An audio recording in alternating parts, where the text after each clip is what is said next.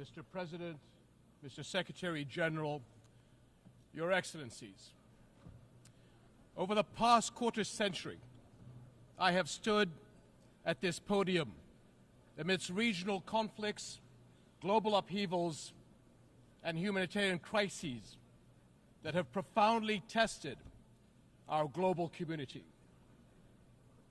It often feels that there was not a moment when our world was not in turmoil. And yet, I cannot recall a time of greater peril than this.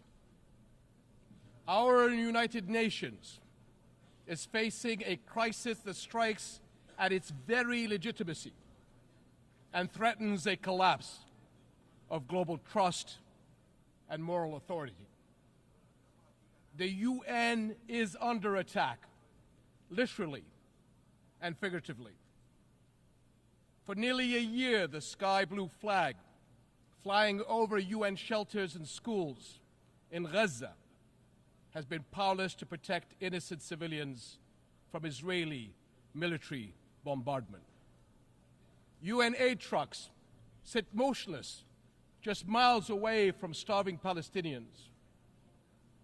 Humanitarian workers who proudly wear the emblem of this institution are disparaged and targeted.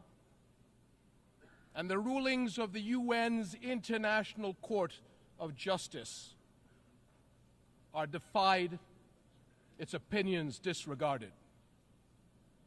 So it's no surprise that both inside and outside this hall, trust in UN's cornerstone principles and ideals is crumbling. The harsh reality many see is that some nations are above international law, that global justice does bend to the will of power, and that human rights are selective, a privilege to be granted or denied at will. We cannot stand for that. And we must recognize that undermining our international institutions and global frameworks is one of the gravest threats to our global security today. Ask yourselves, if we are not nations united in the conviction that all people are equal in rights, dignity, and worth, and that all countries are equal in the eyes of the law, what kind of world does that leave us with? Your Excellencies, the attacks of October 7th on Israeli civilians last year were condemned by countries all over the world, including Jordan. But the unprecedented scale of terror unleashed on Gaza since that day is beyond any justification. The Israeli government's assault has resulted in one of the fastest death rates in recent conflicts, one of the fastest rates of starvation caused by war, the largest cohort of child amputees, and unprecedented levels of destruction. This Israeli government has killed more children, more journalists, more aid workers, and more medical personnel than any other war in recent memory. And let us not forget the attacks on the West Bank. There, since October 7th, the Israeli government has killed more than 700 Palestinians, among them 160 children. Palestinians held in Israeli detention centers exceed 10,700, including 400 women and 730 children. 730 children. Over 4,000 Palestinians have been forced from their homes and lands. Armed settler violence has surged, and entire villages have been displaced. And in Jerusalem, a flagrant violations of the historical and legal status quo at Muslim and Christian holy sites continue unabated under the protection and encouragement of members of the Israeli government. To be clear, this is in the West Bank, not Gaza. Almost 42,000 Palestinians have been killed since October 7th. So is it any wonder that many are questioning how can this war not be perceived as deliberately targeting the Palestinians? The level of civilian suffering cannot be written off as unavoidable collateral. I grew up a soldier in a region that is all too familiar with conflict.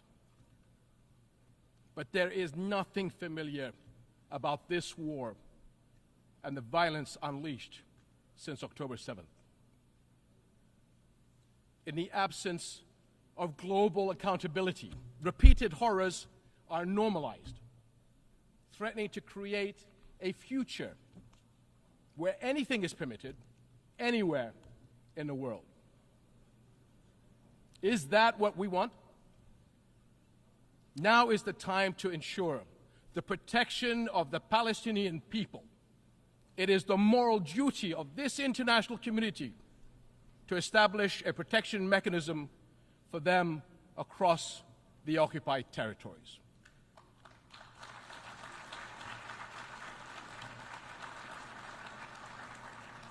This will guarantee the safety of Palestinians and Israelis from extremists who are taking our region to the brink of an all-out war.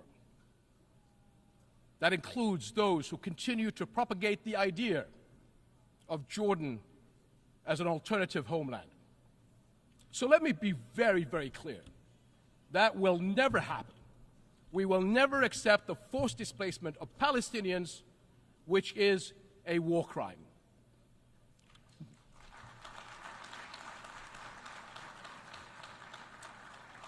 No country in the region benefits from escalation. We have seen that clearly in the dangerous developments in Lebanon over the past few days. This has to stop. For years, the Arab world has extended a hand to Israel through the Arab Peace Initiative, offering full recognition and normalization in exchange for peace.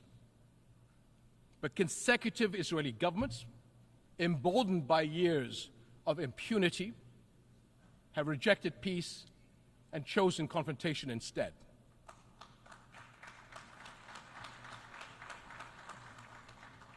Impunity gathers force. Left unchecked, it gains momentum. Palestinians have borne more than 57 years of occupation and oppression. During this time, the Israeli government has been allowed to cross one red line after another. But now, Israel's decades-long impunity is becoming its own worst enemy, and the consequences are everywhere. The Israeli government has been accused of genocide at the ICJ. Expressions of outrage at its conduct are echoing around the world. Cities everywhere have seen mass protests, and calls for sanctions are growing louder. International frustration with Israel has long been mounting, but it has never been more exposed. For decades, Israel has projected itself as a thriving Western-style democracy in the Middle East. But the brutality of the war on Gaza has forced the world to look closer. Now many see Israel through the eyes of its victims. And the contradiction, the paradox, is too jarring. The modern advanced Israel admired from afar, and the Israel that Palestinians have experienced firsthand, simply cannot coexist. Israel will eventually be entirely one or the other. That is the choice its leaders and its people will have to make. To live by the democratic values of freedom, justice, and equality for all, or to risk further isolation and rejection. Over and over, we have watched Israel try to achieve security through military means. Each escalation is followed by a pause until the next deadlier one. And for years, the global community has taken the path of least resistance, accepting the status quo of the ongoing military occupation of Palestinians, all the while paying lip service to the two-state solution. But it has never been more evident that the current status quo is untenable. And as the International Court of Justice's advisory opinion underscored 2 months ago, it is unequivocally illegal. The Court's opinion bears a moral imperative to us all.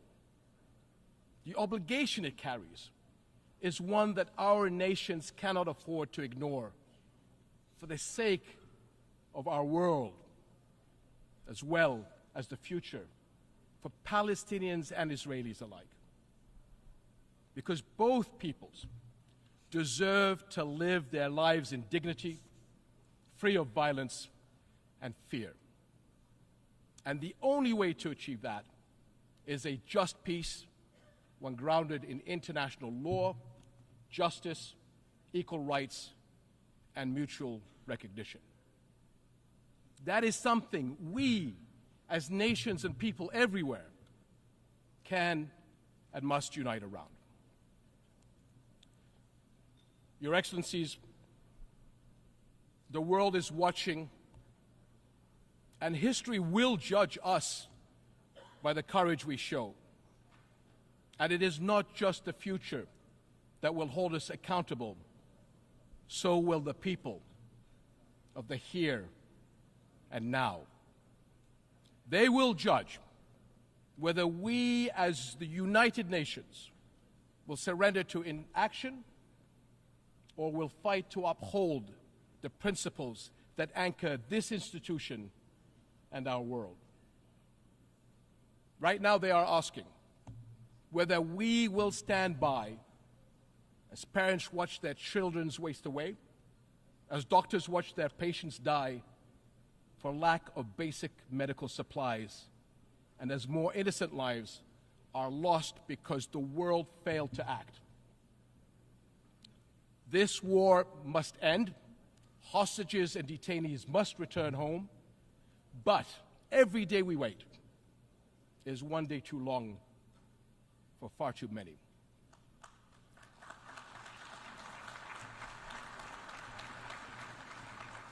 So I call on all countries to join Jordan in enforcing an international Gaza humanitarian gateway, a massive relief effort to deliver food, clean water, medicine, and other vital supplies to those in desperate need.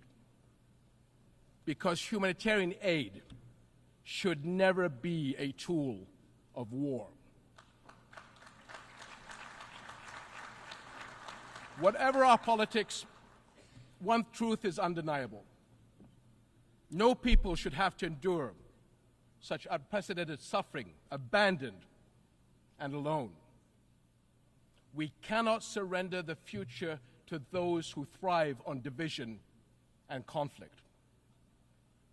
I urge all nations of conscience to unite with Jordan in the critical weeks ahead on this mission. Almost a year into this war, our world has failed politically, but our humanity must not fail the people of Gaza any longer.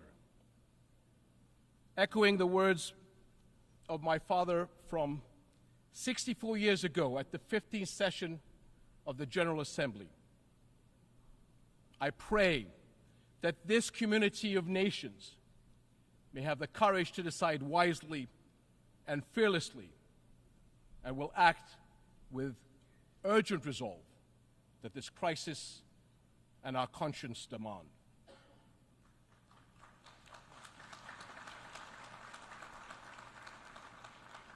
My father was a man who fought for peace to the very end.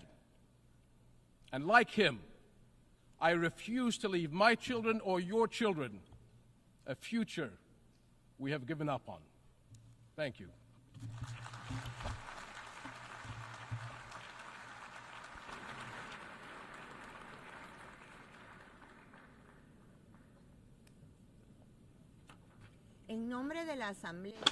On behalf of the Assembly, I wish to thank the King of the Hashemite Kingdom of Jordan.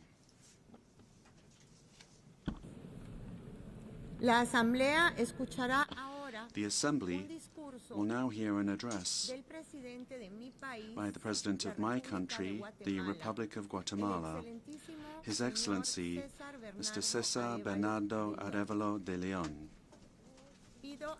I request protocol to escort His Excellency and invite him to address the Assembly, and this is a very special honor for me.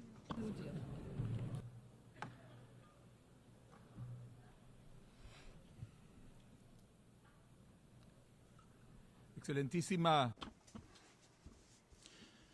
Señora Carla Rodríguez, Your Excellency Carla Rodriguez, Vice President of the 79th session of the General Assembly. Excelentísimo Señor Antonio Guterres, His Excellency Antonio Guterres, Secretary General of the United Nations Organization, Excellencies, ladies and gentlemen, heads of state and government, honorable delegates, ladies and gentlemen. The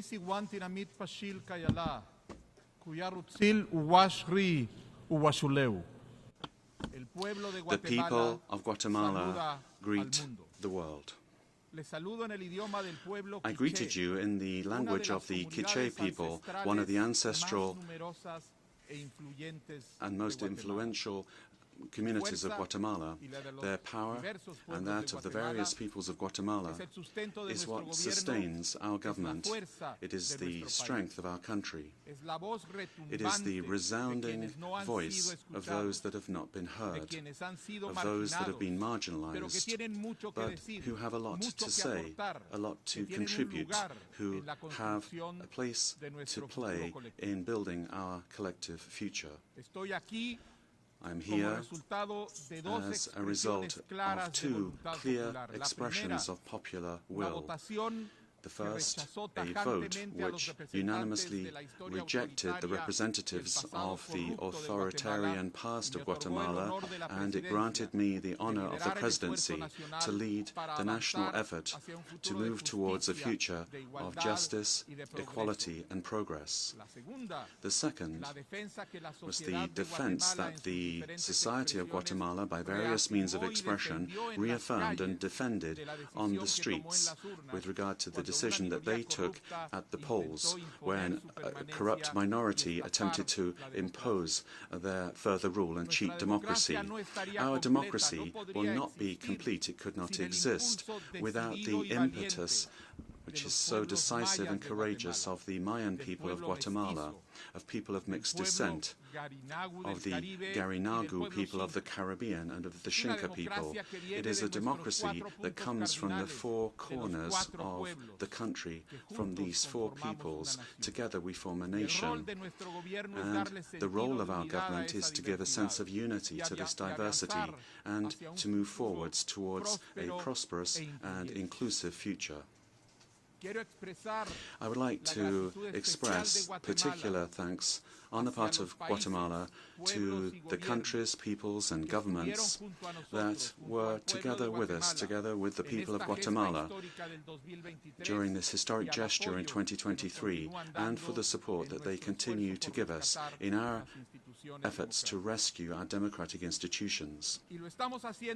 And we are doing this through dialogue, a dialogue which is part of a great national consensus, something which all Guatemalans share over and above our ideological differences, our cultural diversity, our various ways of seeing the world. And I am sure that in this forum, everyone can identify with this consensus. Namely, we cannot continue to tolerate corruption. Corruption, when the few abuse what belongs to everyone to benefit themselves, is like an anchor that chains us to the past, and it prevents us from growing, from prospering, and building a society which is based on the common good. In the case of Guatemala, corruption's roots are buried in our authoritarian past of repression, of political violence, of social exclusion. But we are breaking free from this.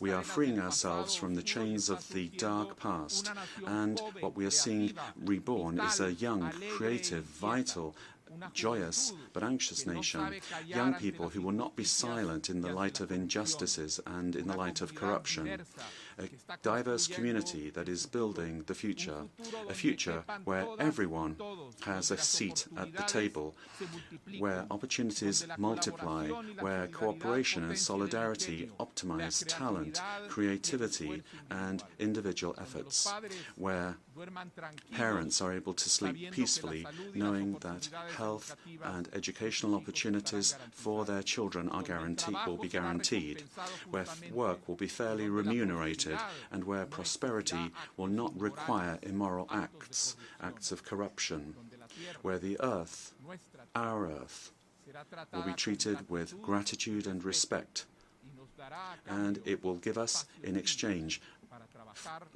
clean spaces for us to work, to live, to recreate ourselves, to grow. This is the future that we are building for Guatemala. And this future is not emerging in a vacuum. For us, we see it as coming from within, from our principles, from our own values, from our own cosmovision. Our government is made up of the diverse peoples of Guatemala, and these are the values and the vision of these four peoples. They are the instruments that we are using to navigate this ocean of transformation. In the same way, this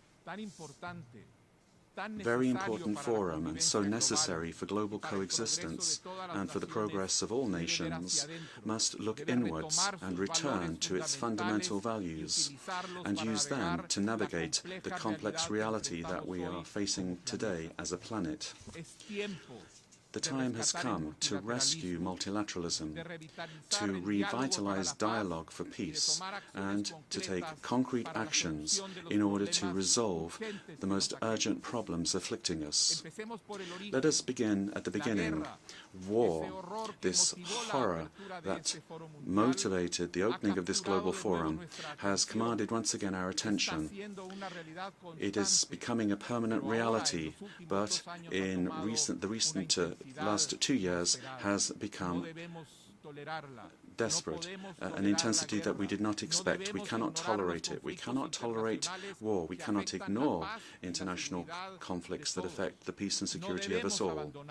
We must not abandon hope of a world without war, of a future of peace.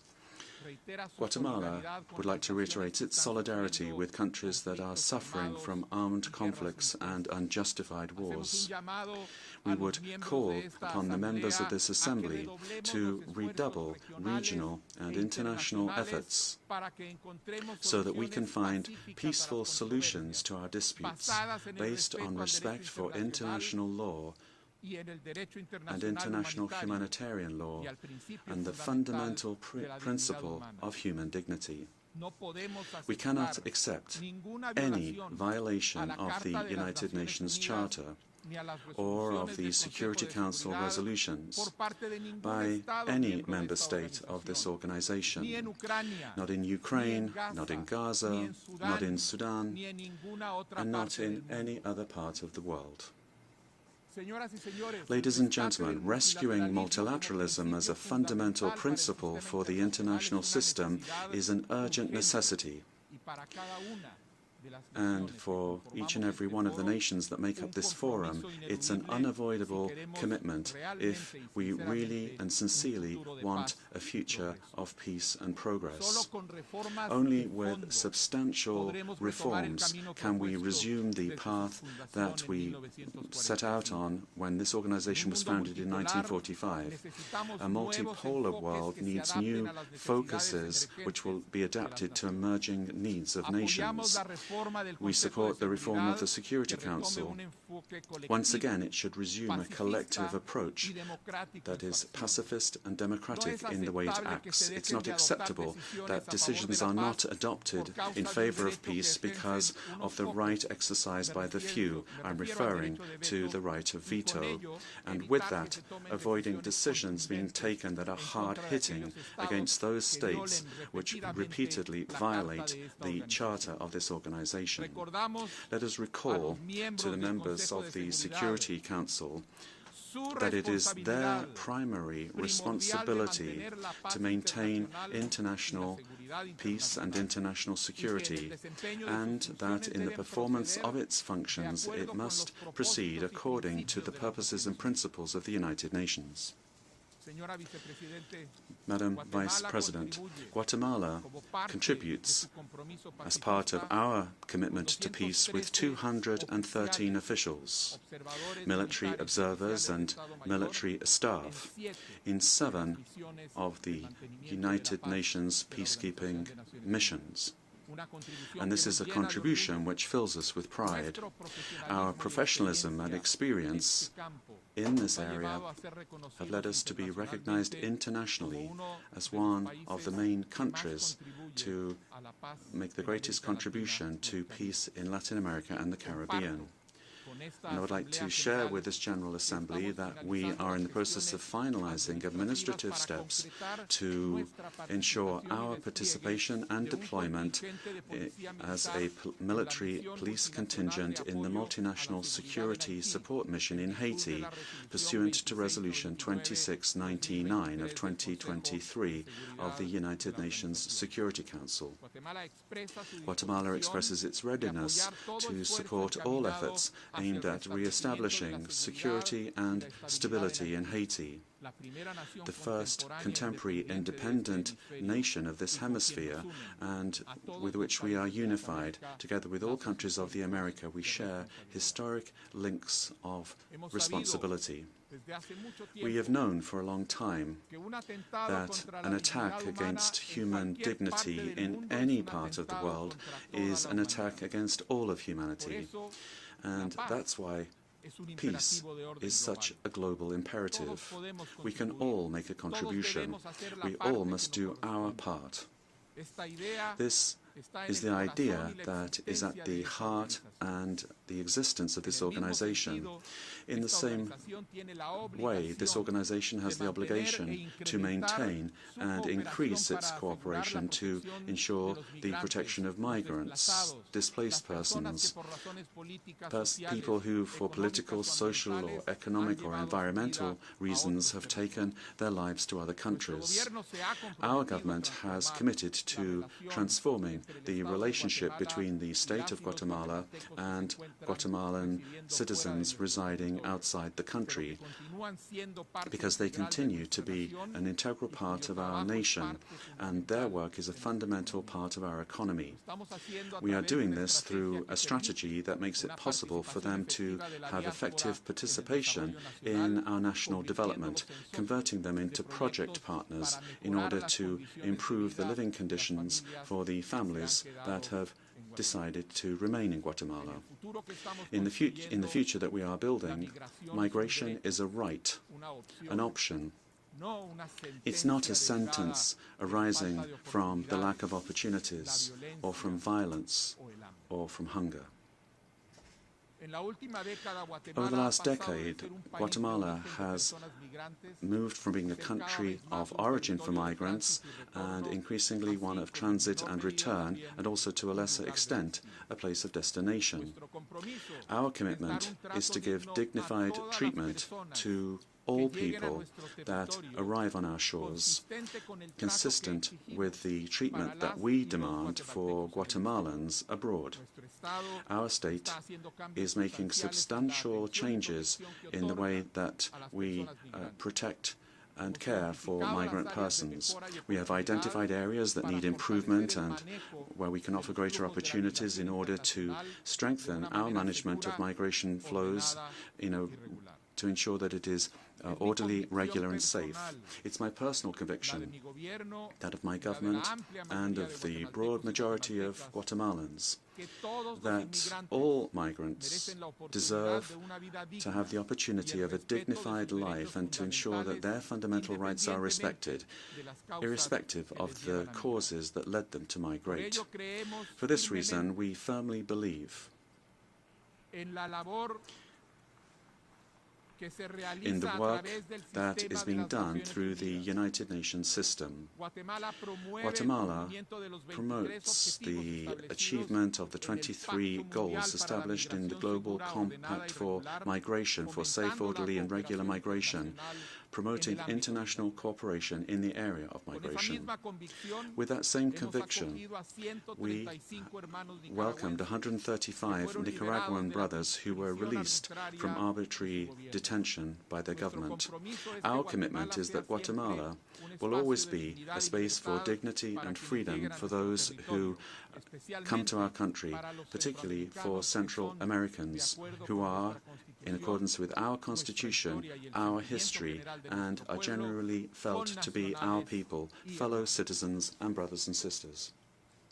Guatemala reaffirms its commitment to the fundamental principles of democracy, such as those that are in the Inter-American Democratic Charter, and which is a basic fundamental principle of the political organization of our peoples.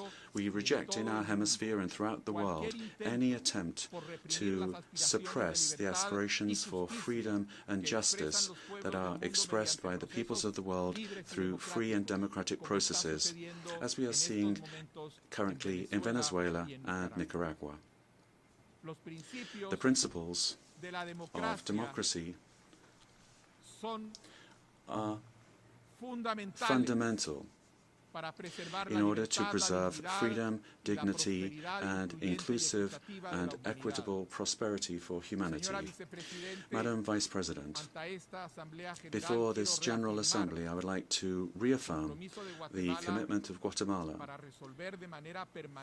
to permanently and in a lasting manner resolve before the International Court of Justice the insular and maritime and territorial dispute with the brotherly country and neighborly country of Belize. By opting for dialogue and the international legal mechanisms, we have demonstrated that peaceful means and respect for multilateral institutions are the most effective way to resolve disputes between countries. We are confident that this process will make it possible to bring about a just and lasting solution that respects the rights and dignity of both countries. This act is an act of faith, of our faith in international law and our commitment to lasting peace, not only for Guatemala and Belize, but also as an example for the region and for the world. Madam Vice President, the urgency of the challenge that we are facing suggests that we take concrete action and not just limit ourselves to rhetoric. It has been said very often that the time has now come to move from words to action. Conflicts and migration in Central America are fueled by what we consider to be the most pressing global challenge, namely the climate crisis. It is endangering our systems, our economy, our food chain, our survival itself. We are at a critical juncture for saving the current and future generations. Climate change is a devastating reality that is affecting humanity, which affects us today, but which will have disastrous consequences for the future. Guatemala, despite being a hugely diverse country, is extremely vulnerable to extreme climate events that cause natural disasters, flooding, landslides, fires, and an increase in temperatures that we have all been witness to this year. Our contribution to greenhouse gas emissions is minimal. Nevertheless, we, like few other countries, are suffering the onslaught of these extreme climate events. We are adapting ourselves to this reality and reducing the vulnerability of our country. In 2025, we will be presenting an update of our nationally determined contribution in fulfillment of the commitments established in the Paris Agreement. But we must recall here in this forum that the responsibility to address this crisis is a shared one. We have to act to resolve it, those that are suffering the onslaught of this crisis, but also those that have caused it. We issue an urgent call to the major powers to assume the leadership role that is theirs, as well as we appeal to the moral and financial responsibility with the nations, with the countries that have suffered the worst effects. The time to act is now, and it's essential that the next COP29, to be held in Azerbaijan, be a success. The commitment of Guatemala to achieve this goal is total. Dear friends, Vice President, Guatemala is changing, and this change implies a transformation of our relationship with the world. We are doing what we can to contribute to the goals of this organization, and this contribution is born of a commitment to the norms and values of global peace and security, but also it comes from a democratic mandate that we have been given. Our people have the conviction that democracy is a necessary condition for progress and for well-being. Guatemala has an authoritarian past, and that's a very recent past, a tragic past that many of you will be aware of. Nevertheless, expressing our vocation for freedom, the freedom of our people, and with significant assistance from the international community, we have taken a turn towards promoting and defending human rights, earnestly confronting our historic problems and debts, and assuming courageously the responsibility to resolve the current problems that we have. The recent visit of the High Commissioner Volker Turk and the immediate renewal of the presence of his office in Guatemala are a testimony of this commitment. Guatemala has renewed its commitment to achieving the Sustainable Development Goals with the recent adoption of the Pact for the Future as part of the Summit of the Future. We are convinced that economic growth alone does not produce development. Cooperation, protection of the environment, social inclusion, respect for and the promotion of human dignity and security are indispensable preconditions for development. Guatemala is changing, and we are moving towards a future that is more equitable, where development and progress will reach every corner of the country, particularly the most abandoned sectors of the population, where everyone, irrespective of their origin, will have the possibility to build a dignified and full life. This is a natural aspiration of all peoples. We will do our part to bring this about in Guatemala, and we will work together to bring this about where it is needed. But we're doing this because we know that the world is changing. This change depends on our efforts as United Nations in this forum. It is unavoidable, and it is just beginning. It is for the well-being of our peoples and our nations. This is the vision that was at the heart of the foundation of this organization 79 years ago. This is the vision that should guide our efforts today as humanity. And I conclude quoting the sacred book of the Mayan people, the Popol Vuh, as follows: let everyone stand up and advance. Let no one be left behind. Thank you very much.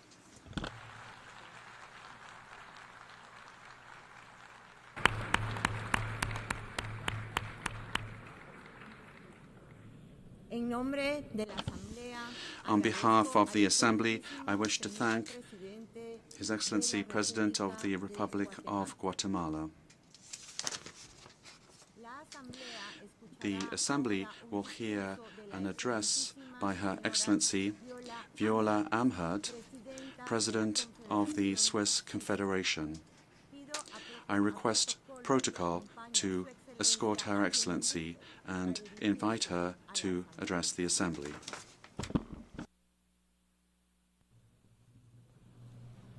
Madame Vice President, Deputy Secretary General, Excellencies, ladies and gentlemen, on the morning of the 3rd of March 2002, I placed a ballot paper in the ballot box on which I had written a decisive yes. From early morning, figures and projections had already been displayed on TV screens, and yet it wasn't until the evening that the verdict was rendered. After a long and difficult struggle and a controversial election campaign, Switzerland was going to join the United Nations. In fact, ultimately, it was just a few hundred votes in the Valais canton, my region of origin, that were the decisive ones. The Swiss people thus expressed the resolve of our country to shoulder its responsibilities and to participate in international politics in a spirit of solidarity. That was more than 2 decades ago. Today, I'm speaking to you just a few days away from the Swiss presidency of the Security Council. The world has changed, but not our principles. Like numerous other countries, Switzerland is increasingly concerned by worsening tensions throughout the world and the emergence of new conflicts. Unfortunately, we increasingly see gross violations of human rights and a complete disdain for internationally recognized borders. Might risks trumping the rule of law, and the use of force has considerably increased. It is only by standing together that we can confront this trend, that the great writer Charles Ferdinand Ramus described so well a century ago. I quote, "Misfortune never comes alone. They get married and have children." Great challenges face us. Wars, disasters, harm that we inflict upon our own planet, and risks and opportunities as well linked to technological progress. The UN, as the only universal organization, is absolutely central in tackling these issues. Taking the decision to work together better, irrespective of political regimes, economic structures, and cultural differences, is already a good start. The world should not divide itself up into blocks. That means that we should be ready to negotiate with all major regions of the world based on the principles that are in the interest of all, respected by all. International law must always be the basis of this. Excellencies, ladies and gentlemen, the quest for peace prevails over all else. and Switzerland is committed to this, standing in solidarity, faithful to its tradition of good offices, and because giving up and inaction should never be an option, Switzerland this summer brought together about 100 countries and international organizations during the high-level Conference for Peace in Ukraine. Our aim was to give an initial push for a comprehensive, fair and lasting peace in Ukraine based on international law and the UN Charter. We would like to reiterate our invitation to the international community to spare no effort to support concrete measures and the joint communique. International law is the foundation underpinning our shared efforts for peace, security and prosperity in the world. The Geneva Conventions, whose 75th anniversary we are commemorating this year, govern the legal bases for war and thus the protection of civilians. Nonetheless, recent figures from the UN paint a bleak picture of the international community. Not only are people and civilian infrastructure insufficiently protected, but they are coming under repeated attack. We can see violations of international humanitarian law in Myanmar, in Ukraine, in the Middle East, and in Sudan. My country was firmly committed to ensure that the Security Council adopt ceasefire resolutions in Gaza and in Sudan in particular. There is an urgent need for these resolutions to be implemented and upheld. By the same token, we strongly call for an immediate return for complete cessation of hostilities on both sides of the blue line. The heavy price paid by civilians in these crises and in these conflicts currently makes Switzerland even more resolved to continue to view international humanitarian law as a top priority. Respecting it is at the heart of our commitment within the Security Council. The protection of civilians is not a given, and it is no way guaranteed. We should grant it more importance in situations of conflict. The best way of protecting civilians is and will always be peace. Along these lines, my country is investing in promoting civilian and military peace. Whilst some peacekeeping missions have not always achieved the aim set out, day after day they nonetheless contribute to keeping people safe and to stability and to peace. We need to overcome disagreements when we are deciding upon new missions. Peace is too precious to become a playground where individual interests play out. Standing alongside numerous international partners, Switzerland is making its contribution to promoting peace and strengthening its commitment where possible. Over and beyond matters pertaining to peace and conflict, numerous other challenges are of concern. We urgently need to address these. For several years now, it has become increasingly clear that civilians must be protected not only during armed conflicts, but also during natural disasters. Climate change and biodiversity loss have an existential impact on a growing number of people. It is crucial that we also maintain our commitment in these areas and that we bolster them and take brave, courageous measures for the future. Numerous international agreements on the environment or on climate change have not been implemented or have been done so insufficiently. This has led to a massive destruction of our environment. I'm also concerned by the uptick in disinformation. This undermines freedom of opinion based on facts. Private and state actors are spreading false information in their own countries and in other countries in order to deepen polarization, sow discord and destabilize states. Switzerland is firmly committed to freedom of expression and to freedom of the media. Disinformation is a poison.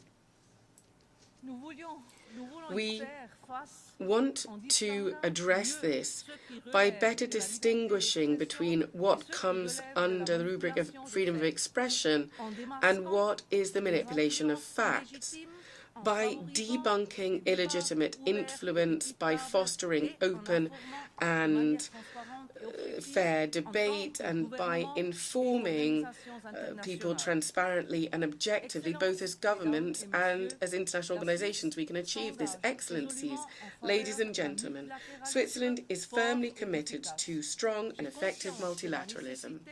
I'm aware of the need for combined commitment from all states in order to find solutions together.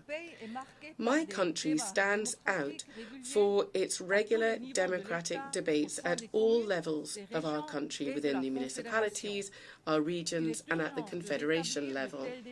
There is an urgent need to restore such a constructive and peaceful debate between states in order to tackle existential challenges. The day before yesterday, together, we adopted the Pact for the Future. The Pact is a strong commitment to multilateralism. One of the key dimensions of this is the 2030 Agenda for Sustainable Development. This is our roadmap, which we need to implement together as quickly as possible. The idea must be born of the vision, like the spark from the stone. Ramu also said this, and this quote still is relevant today. Let us be courageous and let us remain confident. We need a framework in which we can work together in partnership to find solutions. It is the United Nations which provides us with precisely this framework. It is up to us to make this institution stronger. Thank you very much.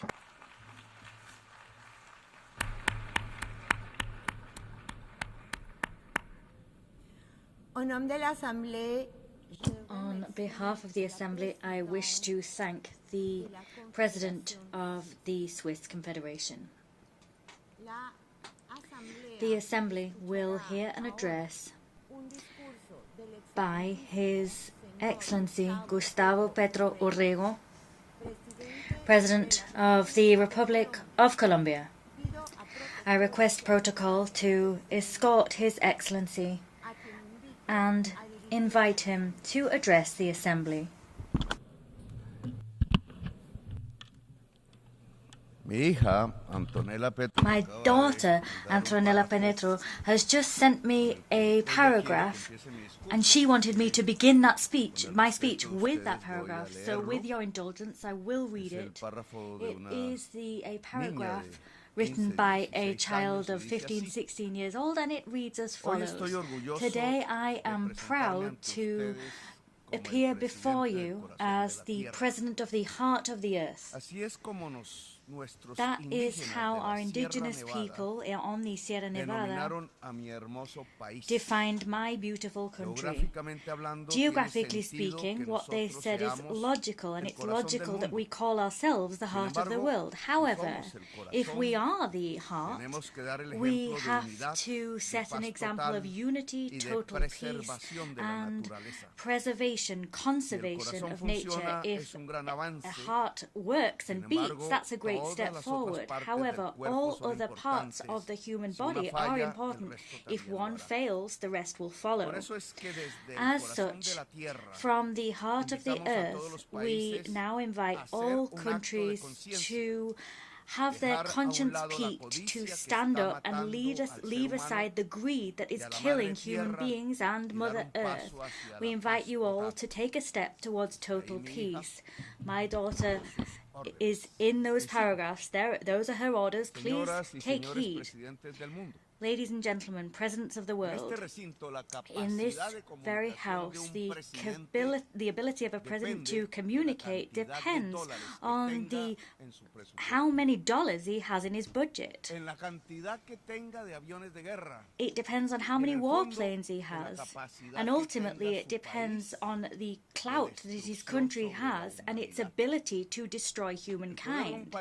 The power of a country in the world is no longer exercised by the type of economic or political system it has or its ideology, but power is wielded according to how much capacity one has to destroy humankind.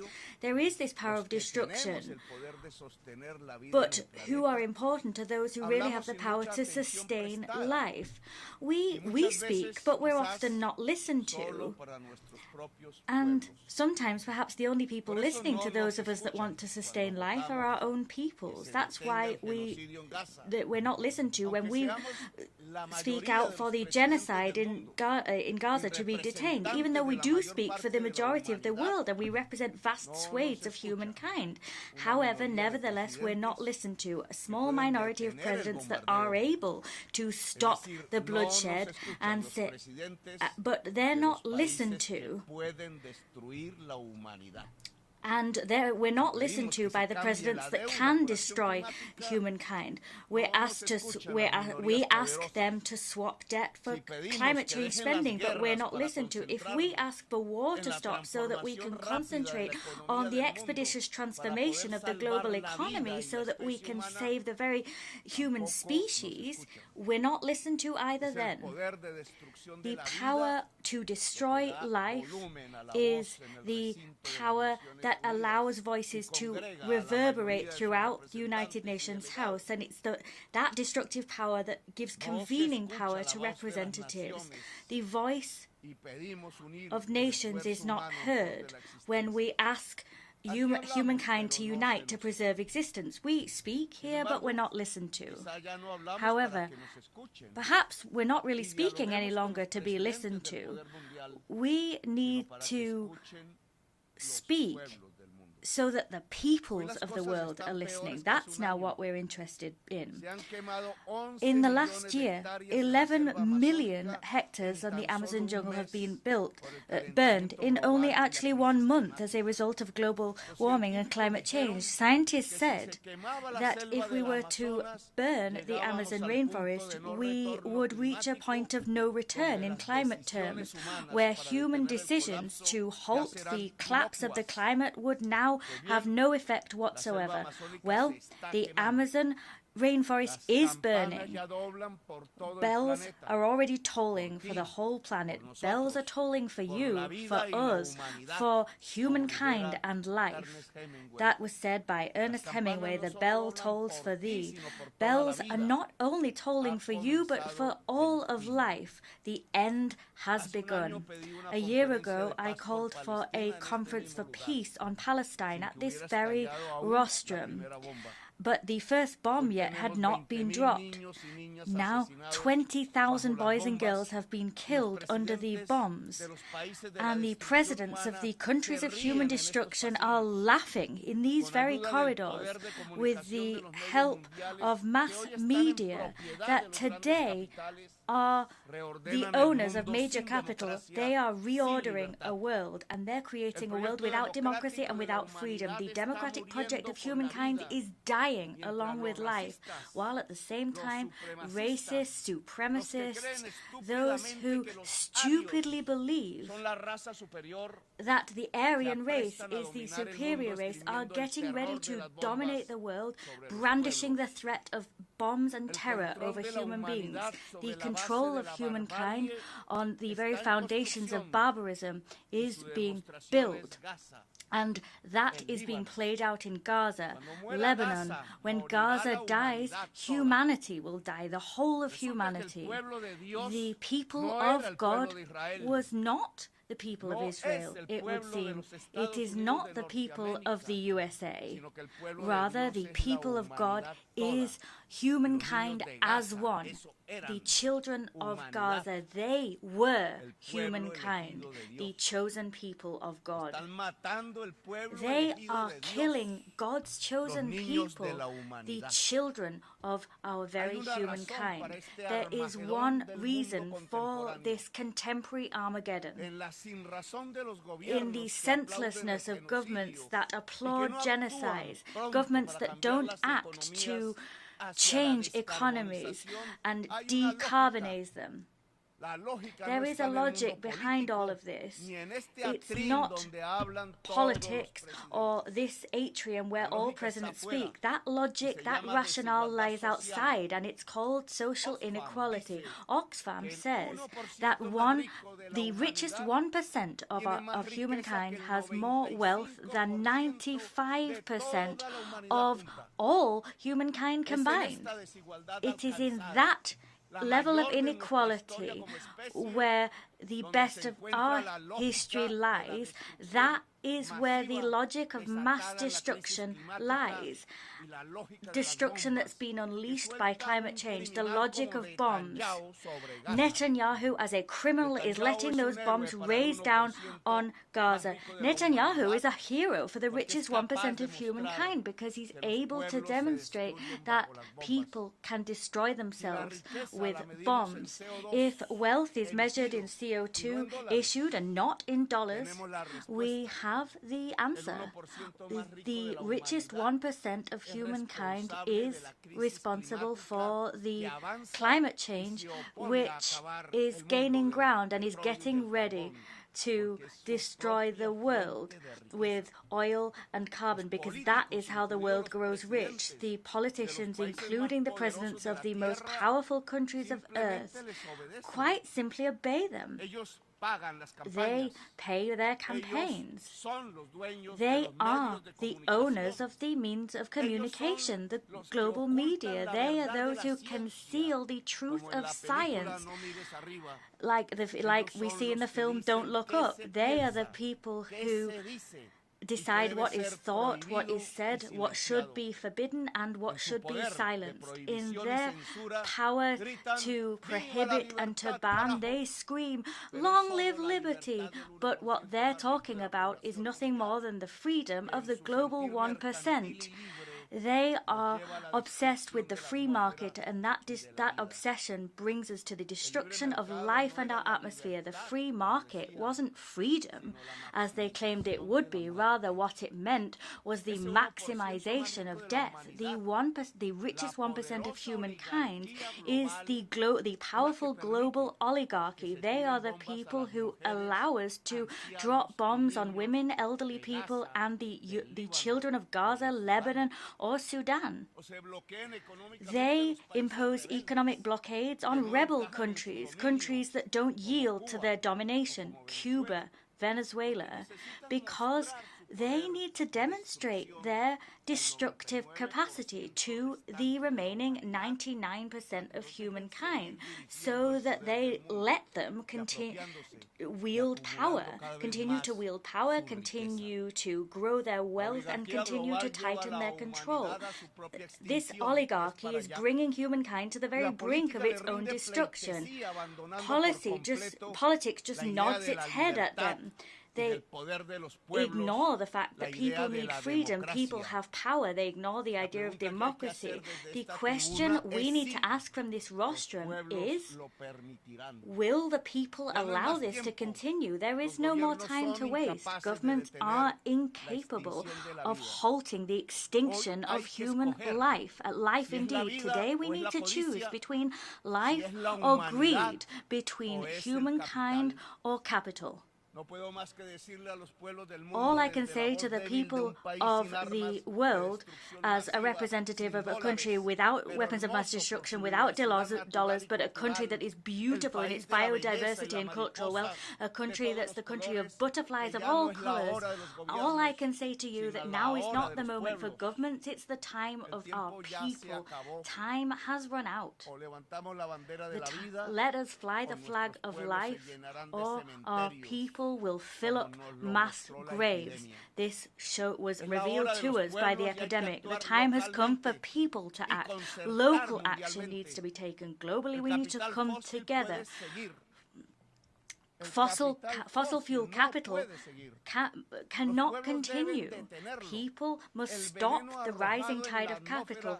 The poison thrown into the atmosphere is lethal, and the chimneys that belch it out must be plugged. Every corner of the world can be a battle against those chimneys. A century ago, we raised a red flag that was held by the hands of the workers of the world. They talked about a revolution against capital. This world has ended. It is no more. It was lost in the largeness, the enormity of states. The red flag could no longer find a place in the history of humankind. However, today, we no longer need to defend a class, a system of ideas, but we need to defend life as a whole. And with that goal in mind, we need to lift up another flag, maybe not a red flag, but a flag of all colours, a flag of the colours of all of humankind. That's why that flag needs to be lifted once more, so that our existence on Mother Earth can be protected. There is the word, socialism. Today it has a new meaning.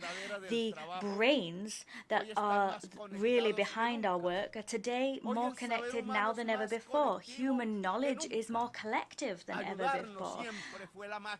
Let us always revive that magic, that thinking that has allowed us to survive. Individuals are weak alone, and they'll end up being taken over by fentanyl and defeat if they act individually. People are strong if they help each other, and this mutual assistance can mean that we can go global. Mutual assistance, collectively building knowledge, humankind as a new political subject, all of that is the basis by which we give new meaning to the word socialism.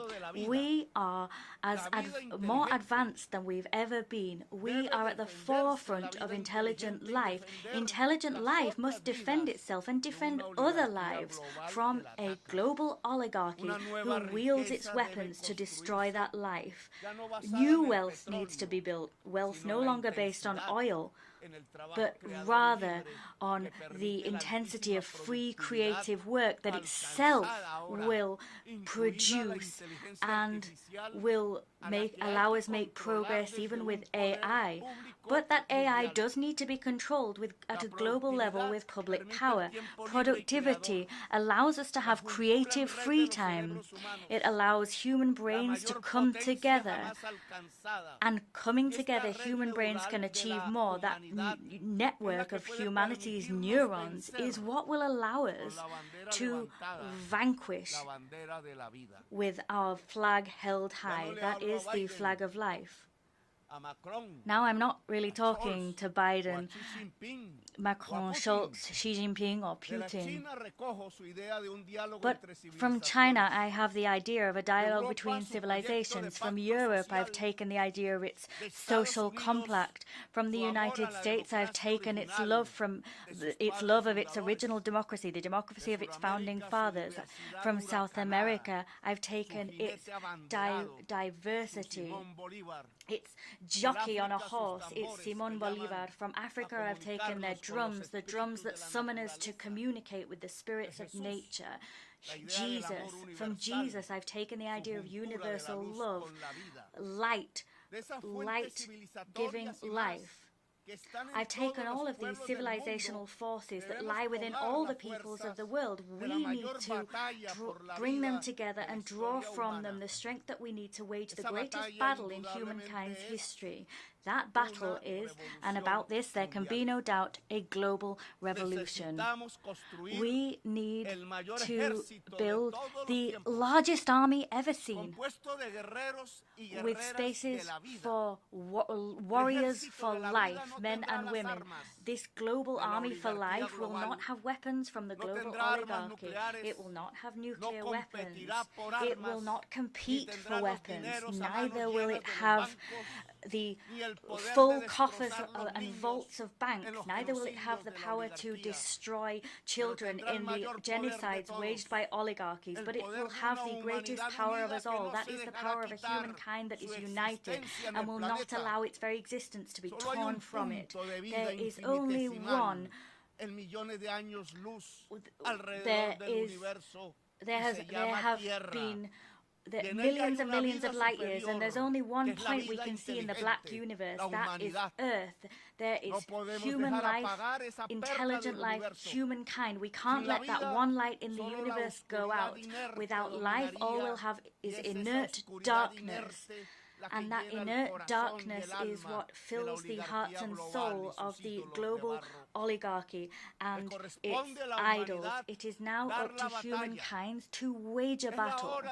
The time has come for the people. If the governments were not able, as has been made patently clear here, to work, and they decided to drop bombs, wage senseless wars, kill boys and girls, play games of power, well, if that's what they chose to do, now what we need to do is solve humankind's problem by putting them in the very hands of the people themselves, the simple, noble people of humankind. Instead of speaking to governing officials that heed nothing that we say, let us speak to ourselves as people. Let us address people so that together we can work to demonstrate that there is another democratic power, that there is the power that humankind has, and that power can spark a new conscience to itself, produce new governments and new leaders. If life manages to triumph over its very extinction, it won't be the global oligarchy that's governing the world. That oligarchy will be defeated to allow for the building of a global democracy. A new story is about to begin. Thank you for your kind attention.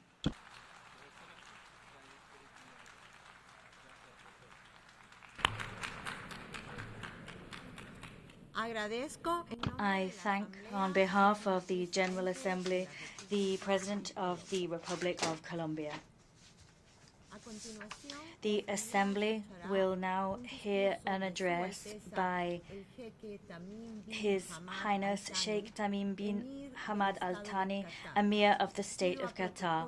I request protocol to escort His Highness, and I invite him to address the Assembly.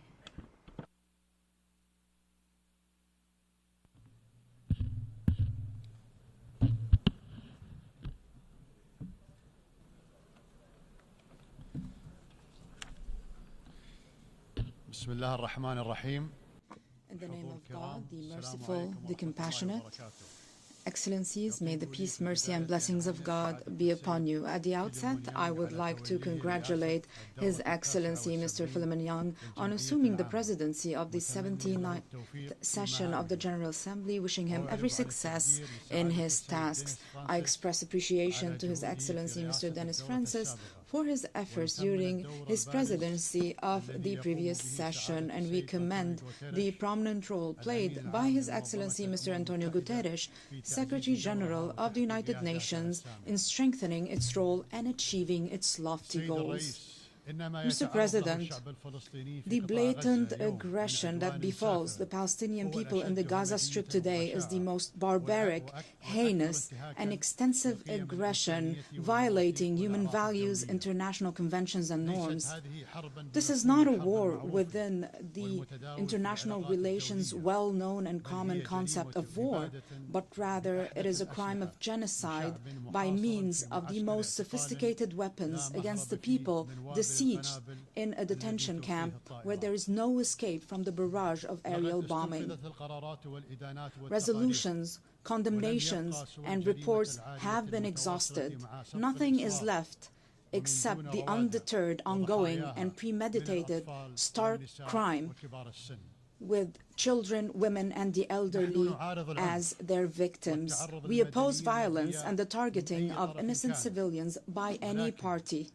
But after a year of this war, And with all that has taken place and that continues to take place, it is no longer tenable to talk about Israel's right to defend itself in this context without being complicit in justifying the crime. It is no longer plausible for any official to claim that they do not know. The facts are well known, and reports issued by international organizations about the bombing of schools and hospitals, weaponizing access to food and medicine, in addition to the published and publicly uttered intentions of Israeli leaders. Therefore, the failure to intervene to stop the aggression is a major scandal. Ladies and gentlemen, every year I stand on this podium and I begin by talking about the Palestinian cause, the absence of justice, the perils of believing that it can be neglected, and the illusions of making peace without a just solution to the Palestinian cause. I have done so every year at a time when the Palestinian cause has become absent from the speeches of major powers' representatives in our world. There are those who are tempted by the possibility of marginalizing this issue to get rid of its burden, or seeing it vanished without resolving it. But the Palestinian cause is resistant to marginalization because it is an issue of indigenous people on their own land, a people who are subjected to a settler colonial occupation. This occupation has taken the form of an apartheid system in the 21st century. Can this be overlooked? The Palestinian cause will remain in place, except in two cases, either the end of the occupation or the disappearance of the Palestinian people. It seems there are those in Israel who entertain wishful thinking to eliminate the Palestinian people. The ongoing Israeli aggression for nearly a year is nothing but a result of the absence of a sincere political will, a deliberate international failure to resolve the Palestinian issue with a just solution, and insistence of the occupying Israeli authorities to impose a fait accompli on the Palestinians and the world with all types of force. The ongoing brutal war has fired the coup de grace at international legitimacy and inflicted serious damage on the credibility of the post-World War II concepts on which the international community was founded. As if the dire consequences of this approach, which are visible before our very eyes, are not enough to prove that ignoring a just solution is conducive to disaster. We discover, to our disbelief, that some are still trying to find innovative measures to run Gaza after the war, with or without an authority, only on the basis of security considerations. And what is meant, of course, is the security of the occupation, not the security of those languishing under the occupation. It is the same mindset that led from one disaster to another. It is the approach that wants to tailor the entire region to fit Israel, while looking for circumventions to avoid ending the occupation and work on imposing the rule of one people over another by force. Is it reasonable that even after this disaster, the major countries with the ability to influence the course of events are unable to reach a conclusion of the necessity to stop the war and pivot towards a just solution immediately instead of innovatively working on formulations to evade it? The end of the occupation and the Palestinian people exercising their right to self-determination is neither a favor nor a gift from anyone. Unfortunately, the Security Council has failed to implement its ceasefire resolution in the Gaza Strip and to refrain from granting the State of Palestine full membership status in the United Nations, despite the fact that the General Assembly adopted a resolution last May supporting Palestine's request for UN membership.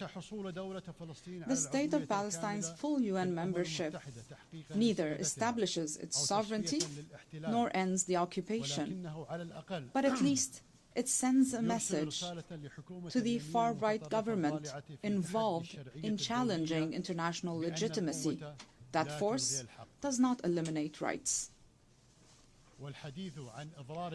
Talking about such a step harming the peace process is simply eyewash, because there is no Israeli partner for peace during the current government's tenure.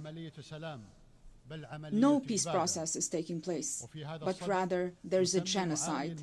In this regard, we highly value the position of countries that recognize the state of Palestine based on 1967 borders. The continuation of the humanitarian tragedy of the brotherly Palestinian people for more than 7.5 decades. This is a shameful stain on the conscience of the international community and its institutions. There is no point in talking about security, peace and stability in the Middle East region and across the world if not backed by concrete steps leading to an immediate ceasefire and an end to the Israeli occupation of all Arab territories. Ladies and gentlemen, it is no secret that we are facing a humanitarian catastrophe in Gaza and other Palestinian territories, which are subjected to coordinated attacks by the occupation army and settlers in an attempt to enforce plans to expand settlements, annex the West Bank, and Judaize Jerusalem. The international community bears the responsibility for the consequences of what is happening to the brotherly Palestinian people. The Palestinian people are subjected to unfolding genocidal war that has resulted so far in the death of more than 41,000 martyrs, let alone the missing under the rubble, including 17,000 children, 11,000 women, 100,000 wounded, and thousands of disabled and millions of people forcibly displaced several times, in addition to the complete destruction of the infrastructure of hospitals, schools, and buildings, including mosques and churches. A whole society is being destroyed in the course of the genocide against segments of the Palestinian people. It is the Gazan Palestinian community that has retained its composure and achieved remarkable development levels amid more than 17-year-old stifling siege. Mr. President, the state of Qatar has opted for undertaking mediation efforts in an endeavor to stop the aggression on Gaza and secure the release of prisoners and detainees. It is a mediation amidst fierce war and complex circumstances during which one party would not hesitate to assassinate counterpart political leaders with whom it negotiates, such as the assassination of Ismail Haniyeh, who many people feign forgetfulness that he was not only the political leader of Hamas, but also the first elected Palestinian prime minister. For us, mediation and humanitarian work are both a strategic political choice at the regional and international levels and a humanitarian duty before being a political one. We're not being boastful. Our mediation efforts in partnership with the Arab Republic of Egypt and the United States of America culminated in a humanitarian agreement last November. It resulted in a brief ceasefire in the Gaza Strip, the release of 240 Palestinian prisoners and 109 of the detainees in Gaza. It increased the flow of relief shipments. We also provided humanitarian support to the civilian population in the Gaza Strip and contributed to evacuating the wounded and the sick. We supported humanitarian initiatives to deliver aid through all accessible routes. We increased our support to UNRWA, an irreplaceable international agency whose services are indispensable and which has been subjected to defamation for political purposes related to the Israeli government's desire to eliminate the refugee crisis without resolving the Palestinian cause. The state of Qatar will spare no effort to provide various forms of humanitarian assistance to the brotherly Palestinian people until this crisis is resolved. Despite the daunting challenges, obstruction attempts, and the aspersions we are subjected to, we will continue our efforts of mediation to resolve the disputes through peaceful means, as we are cognizant that any dispute will never lack a force interested in its continuation, while being skeptical of any mediation regardless of the intentions. We will continue to make every effort with our partners until we reach a permanent ceasefire, secure the release of prisoners and detainees, take the path of a just solution in accordance with the resolutions of the international legitimacy and the Arab Peace Initiative, to enable the Palestinian people to obtain all their legitimate rights, foremost of which their independent state with East Jerusalem as its capital on the 1967 borders. The establishment of an independent Palestinian state within a just and permanent solution is in the interest of the Israeli and Palestinian peoples. We will not achieve this goal except with a serious partner who is aware of the importance of renouncing discord and ending the occupation and all forms of aggression, so that we can reach together the desired peace in the Middle East. Mr. President, apart from committing a major crime by rigging wireless communication devices and exploding them simultaneously across thousands of people with total disregard for their identity or location, Israel is currently waging a war on Lebanon, and no one knows to what extent this war could escalate. This is what we have repeatedly warned against. If the brutal war on Gaza does not end, this systematic destructive war must stop. And this is the choice before Israel, as its leaders know very well. They know that it will neither bring security nor peace to northern Israel nor to Lebanon, and that the key to security rests on a just peace. Stop the aggression on Gaza. Stop the war on Lebanon. In brotherly Yemen, we look forward to preserving the 2022 truce and proceeding therefrom towards a comprehensive ceasefire, resolving the crisis, ensuring Yemen's unity, and achieving the aspirations of its brotherly people through negotiations between the Yemeni parties based on the outcomes of the national dialogue, the Gulf Initiative, and relevant Security Council resolutions. As regards to the crisis in Syria, and since the beginning of the crisis, the position of the state of Qatar has been clear, and that is that Qatar is keen on the interests of brotherly Syrian people, hoping that the parties and countries involved in the crisis will be convinced of the necessity for dialogue and understanding to end this crisis in accordance with the Geneva Declaration 1 and Security Council Resolution 2254 in a way that will achieve the aspirations of the Syrian people and preserve Syria's unity, sovereignty, and independence. Regarding the Sudanese issue, we call on all the Sudanese parties to stop the fighting, and we reaffirm our support for all regional and international efforts to end this crisis in a way that will ensure the unity of state institutions and the sovereignty and stability of Sudan. In Libya, we support the political trajectory and the implementation of Security Council resolutions, and we urge all parties to recourse to dialogue and overcome differences in order to complete the comprehensive national reconciliation, preserve the progress and gains achieved on the security, political and economic tracks, and unify state institutions. Arab countries cannot achieve security and stability without the existence of firmly established states capable of legislating and enforcing the law, developing and implementing national policies. No state can firmly be established and be stable in the presence of armed factions that are not under its control. These are self-evident and unquestionable matters. Ladies and gentlemen,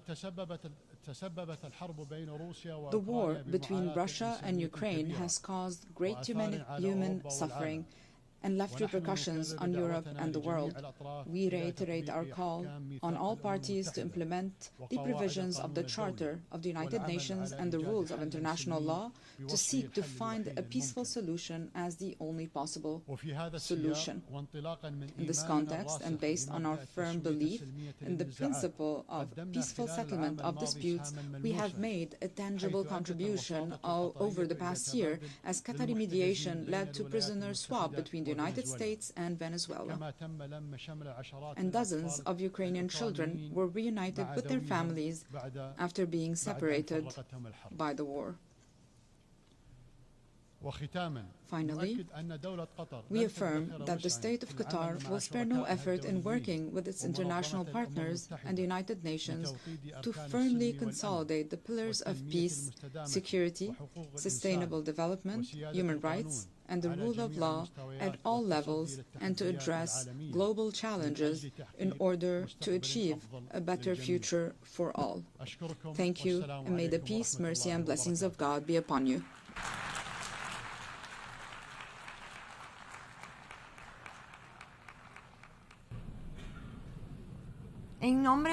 On behalf of the Assembly, I wish to thank the Emir of the State of Qatar. The Assembly will now hear an address by His Excellency Matamela Cyril Ramaphosa, President of the Republic of South Africa. I request protocol to escort His Excellency. I invite him to address the Assembly.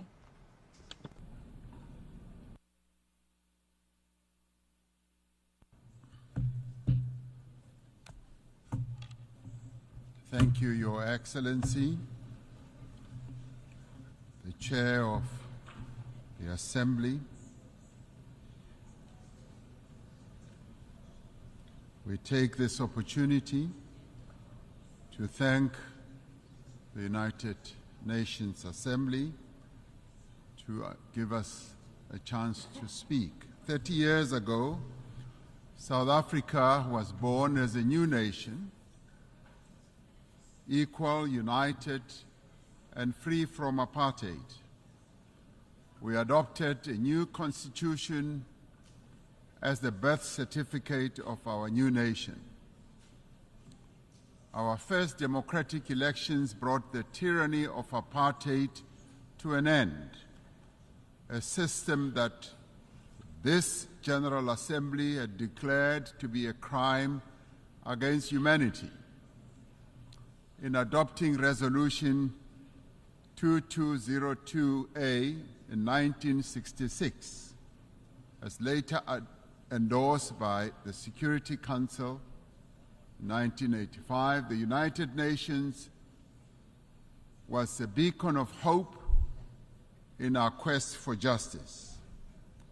The great wave of solidarity of the peoples of the world, led by the United Nations, turned the tide against apartheid.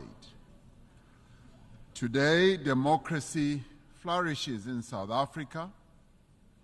We have a progressive constitution, an entrenched human rights culture, and strong institutions. We have laws to advance equality and programs to protect society's most marginalized and vulnerable. We continue to transform our economy so that it is in a more competitive position to create jobs, to attract more investment, and that it should benefit all. South Africa is a party to global treaties on human rights, gender equality, children's rights, refugee protection, and environmental protection. A few days ago, South Africa also endorsed the pact that charts the course for a better future for global governance and towards the attainment of the Sustainable Development Goals.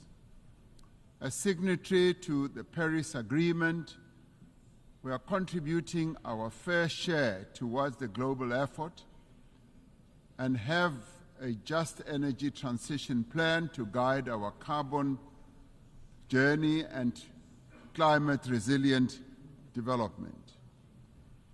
Through the African Union, we are working to advance Agenda 2063. We are involved in mediation and conflict resolution across our continent and actively contribute to peacekeeping missions. Our political culture has evolved and it continues to mature. We have just held our 7th free and fair general elections since our democracy, paving the way for the formation of the government of national unity. 10 political parties have coalesced around a common agenda for economic growth, job creation, poverty eradication, and sustainable development. South Africa is in a new era, an era of great promise. In what some have called our second miracle, South Africans of all races have rallied behind the government of national unity. We are making headway in resolving some of our most pressing challenges. Our economy has started to improve, and investor confidence is on the rise. Our country's prospects look bright, and we look to the future with great hope. The South African story bears witness to the enduring role of the United Nations in global matters. In supporting our struggle, the United Nations affirmed the principles of the UN Charter, the fundamental human rights, the dignity and worth of every person, and the equal rights of nations, large and small. It affirmed the aspiration contained in the Universal Declaration of Rights that we should strive for a world free of barbarous acts that outrage the conscience of humankind. Genocide was declared to be a stain on the conscience of the world, and the world community took a stand against genocide. Apartheid was declared a crime against humanity and a stain on the conscience of the world.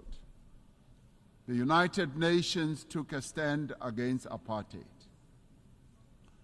These were seen as crimes against humanity then, and they continue to be crimes against humanity now.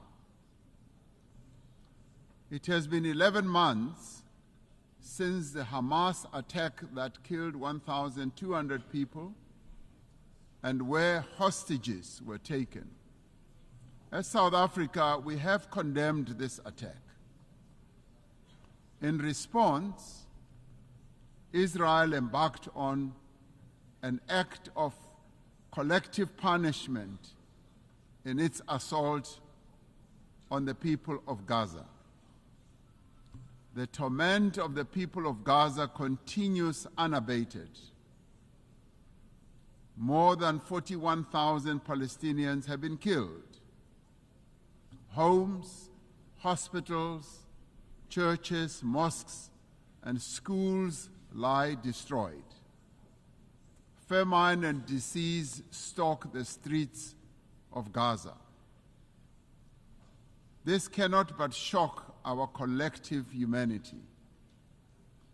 The violence the Palestinian people are being subjected to is a grim continuation of more than half a century of apartheid that has been perpetrated against Palestinians by Israel.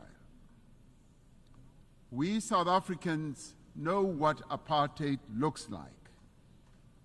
We lived through apartheid. We suffered and died under apartheid. We will not remain silent and watch as apartheid is perpetrated against others.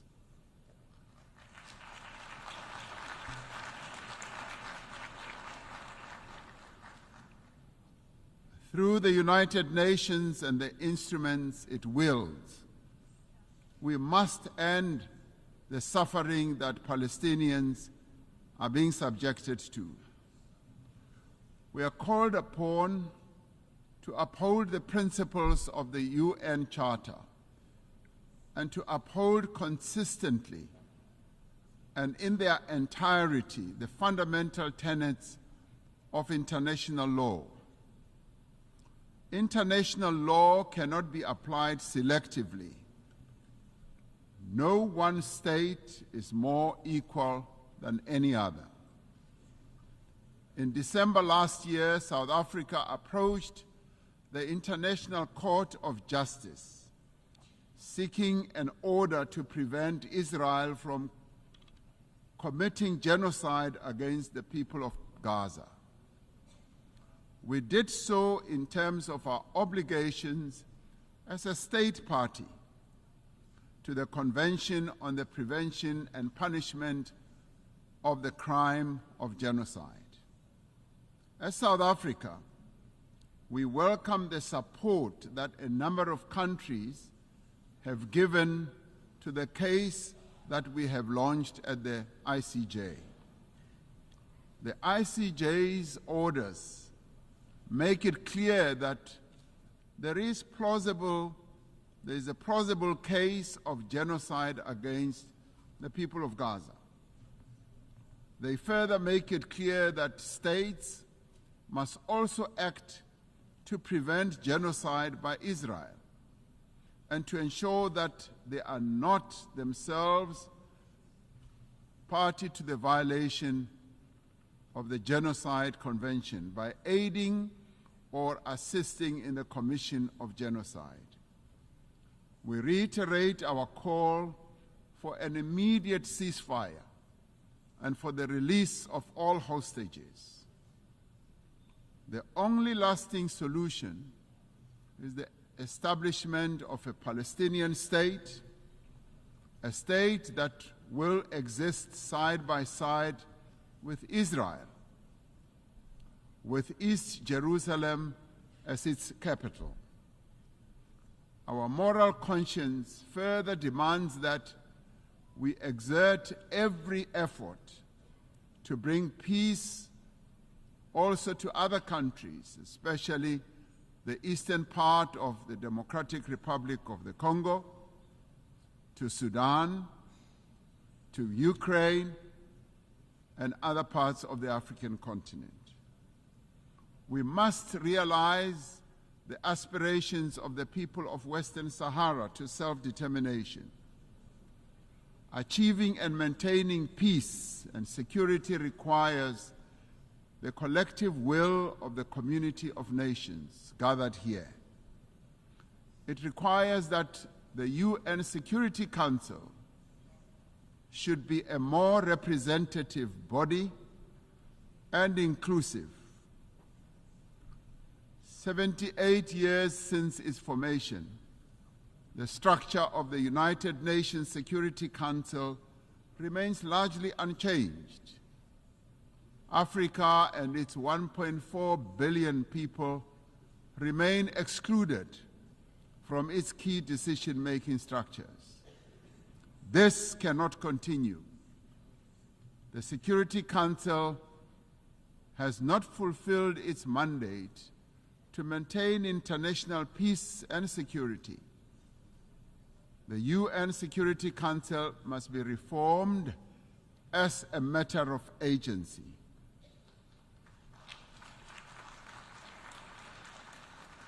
We would like to see the Security Council being more inclusive so that the voices of all nations can be heard and be considered. It cannot remain an exclusive club of just 5 nations to the exclusion of the many nations in the world.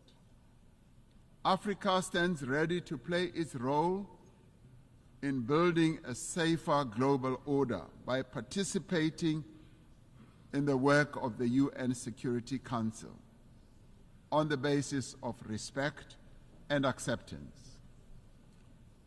The African Union and its member states are engaged in mediation, in dialogue and diplomacy across our continent to create conditions under which peace and development can take hold. There must be greater collaboration between the United Nations and the African Union towards resolving a number of conflicts and also in addressing the root causes of conflicts that continue to rage. Pandemics and endemics pose a serious threat to us all. We are concerned by the spread of mpox across the world and in Africa in particular. We urge the international community to mobilize vaccines and other medical countermeasures for deployment where they are most needed. Economic prosperity is key to sustainable peace. Through the Africa Continental Free Trade Area, we are establishing the foundation for a massive increase in trade and investment and infrastructure in our continent. The AFCFTA will further integrate regional economies and accelerate Africa's industrialization and economic growth. The climate crisis is now a full-blown climate emergency in the world. It impacts very devastatingly to both countries and citizens of many countries. Extreme weather, such as flooding, fires, and droughts, are becoming wreaking havoc on societies, economies, and the livelihoods of ordinary people. Despite being least responsible for climate change, developing economy countries, and particularly African countries, are bearing the brunt of what they did not create and are in the front line. As South Africa, we remain committed to contributing our fair share to reduce global emissions, guided by the principle of common but differentiated responsibilities and respective capabilities. We have adaptation and mitigation programs and policies in place and have passed a climate change law to further support our emissions reduction targets. It is essential that climate actions do not deepen global inequality or stifle the developmental aspirations of the Global South. The industrialized nations are not honoring their climate commitments, and we repeat the call for predictable and sustainable financing for climate action. We must operationalize the agreed-upon climate financing and capacity-building instruments to advance mitigation and adaptation. Pursuing sustainable development necessitates that those with greater means should support those who lack them. The world faces annual financing gap of some $4 trillion to achieve sustainable development. We call on better resourced countries to scale up their levels of support to developing economy countries. Debt is the millstone around the neck of many developing economy countries, stifling their potential and development. Debt servicing is robbing a number of countries of much-needed funds to support health, education, and social spending. South Africa endorses the United Nations Secretary General's call for the reform of the global financial architecture to enable developing economy countries to lift themselves out of the quicksand of debt. We must commit to systems for financing development that are more accessible, agile, and equitable. In 2025, South Africa will assume the presidency of the G20. We will use this important role to advocate for the peoples of Africa and all of the global South, for their development and advancement. South Africa welcomes the adoption of the Pact for the Future and congratulate our sister country, Namibia, as well as for the Federal Republic of Germany for having ably steered the United Nations towards the adoption of the resolution in this regard.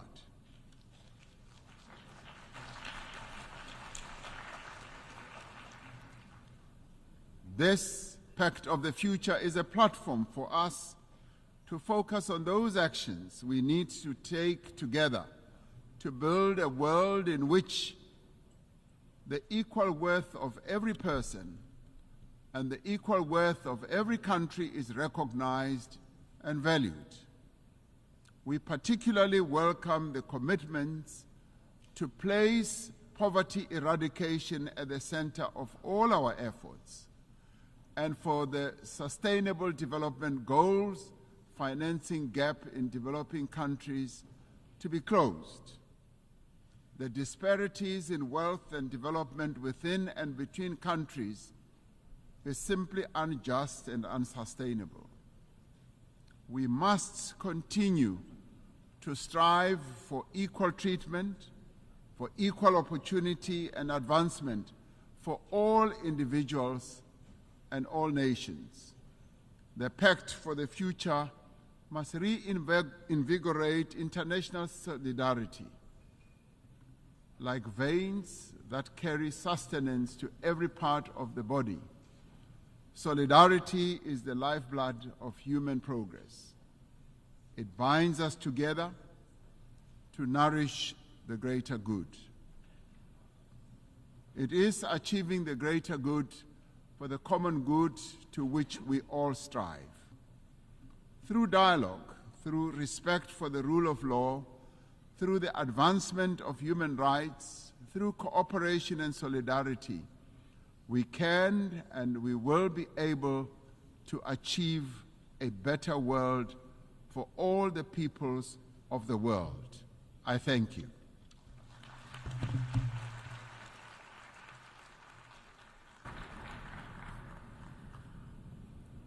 On behalf of the Assembly, I wish to thank the President of the Republic of South Africa. The Assembly will now hear an address by His Excellency Mohamed Muizu, President of the Republic of Maldives. I request protocol to escort His Excellency and invite him to address the Assembly.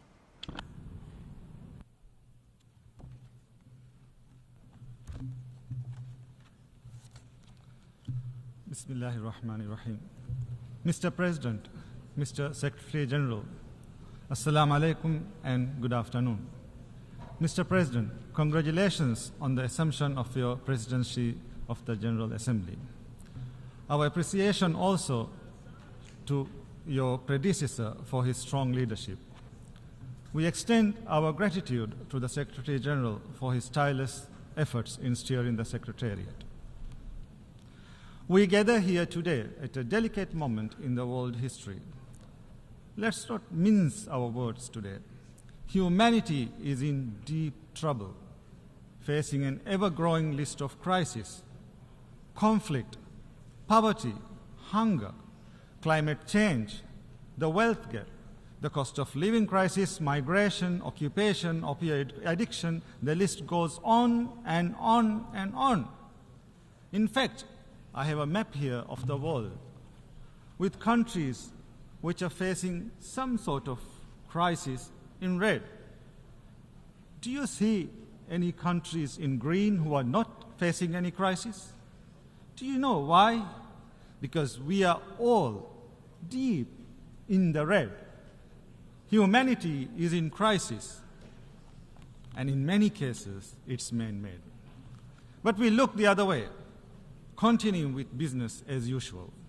While the alarms are ringing, the band is still playing the same old tunes as the whole ship descends deeper and deeper into uncharted waters. We need nations united in harmony, not United Nations in misery. These are crucial times for the world, important years for my country. In 2040, the Maldives will celebrate 75 years regaining its independence. 75 years as a sovereign nation. As we look forward to that milestone in our nation's life, what we can hope to achieve? What do we wish to accomplish? And is the world ready to play its part? I took office as the President of Maldives last November, duty-bound by the aspirations of my people, the same aspirations I hold dear to my heart, not just for the present, but for the future too. Today, I'm here at the United Nations with a vision of where I want to take my country. By 2040, I wish to see the Maldives as a full-fledged developed nation, a nation that commands respect, is relevant, and one that embodies resilience, a society that is inclusive and just, a country that exemplifies sustainability and democratic governance. Destiny is not mere fate. It is a consequence of the many choices we make, the many decisions we take, and the many hours we work. Becoming a developed nation may seem like a daunting task and a distant possibility, but I can tell you this: with a goal in sight and a plan in hand, it is achievable, because prevailing and even flourishing against formidable odds is nothing new for the Maldivians. In 1965, when we regained independence, we were among the poorest countries in the world. 1/3 of our population was illiterate. More than 1 out of every 10 babies were dying before their first birthday. We had no industries, barely any exports, and even fewer prospects. And in just 5 decades, we have reached upper middle income status, a feat we are incredibly proud of. I believe the Maldives can become a developed country by investing in the country's productive capacity and increasing its productivity, by transforming our economy into one that is fully digitized and driven by artificial intelligence, and most importantly, by leveraging the natural beauty and marine resources of our country. Boosting productivity will be the key to economic transformation. This we will do by reforming and strengthening our institutions, increasing our state capacity, and leveraging the private sector. We will also identify and implement policies that support investments in key sectors, such as the digital economy. The Maldives has over 1,100 islands spread across 90,000 square kilometers.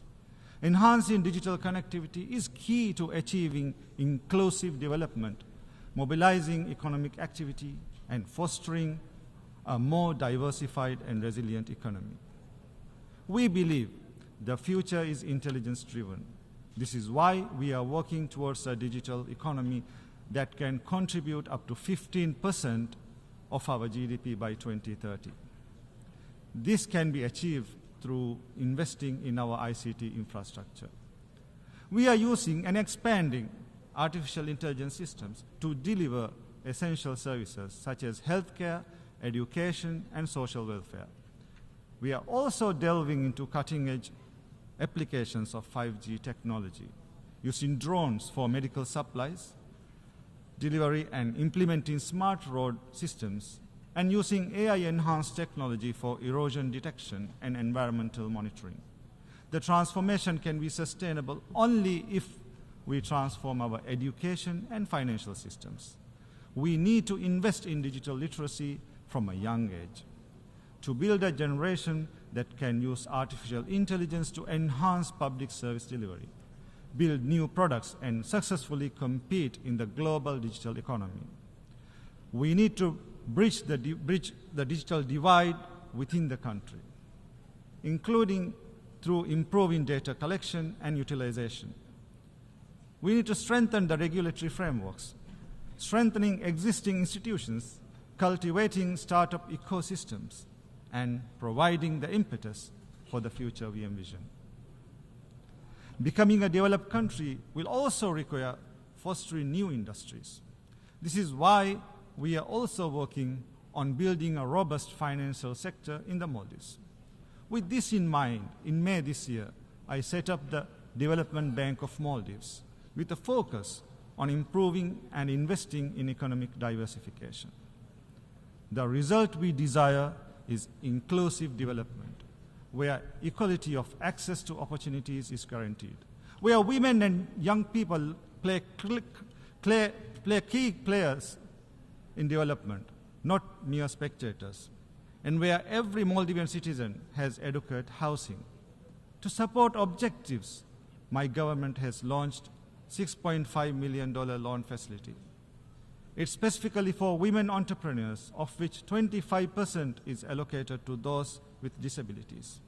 In the first phase, over 100 projects will be funded across 19 of the 20 atolls and Male, and across 21 business activities. I have also recently launched a Presidential Youth Advisory Board. This board will advise and inform me directly on the needs and views of young people. Inclusivity is at the heart of one of the most ambitious large-scale urban development projects in the country's history, Ras Male. This is my promise to the Maldivian people, a solution to alleviate the long-term housing crisis, an urban oasis where citizens can fully participate in all aspects of city life. Ras Male will utilize modular housing, leverage a state-of-the-art transportation system that is accessible to all. It will be developed as a climate-resilient and safe island. Tourism drives the Maldivian economy. My vision is to expand the tourism sector further. This means building complementary industries centered around innovation and creativity. This means more sustainable and construction practices emphasizing on green and sustainable tourism. We are also expanding our main international airport, our air connectivity, and the fleet of our national airline. These steps will support the expansion of the tourism sector and at the same time generate more revenue for the country. But tourism is also highly vulnerable to external shocks, conflicts, calamities, and causes beyond our control, can and have had far-reaching critical implications in the past.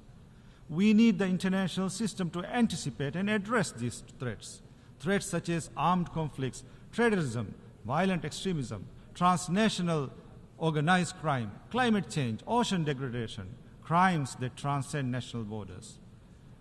Part of addressing these threats is to safeguard and protect people's fundamental rights.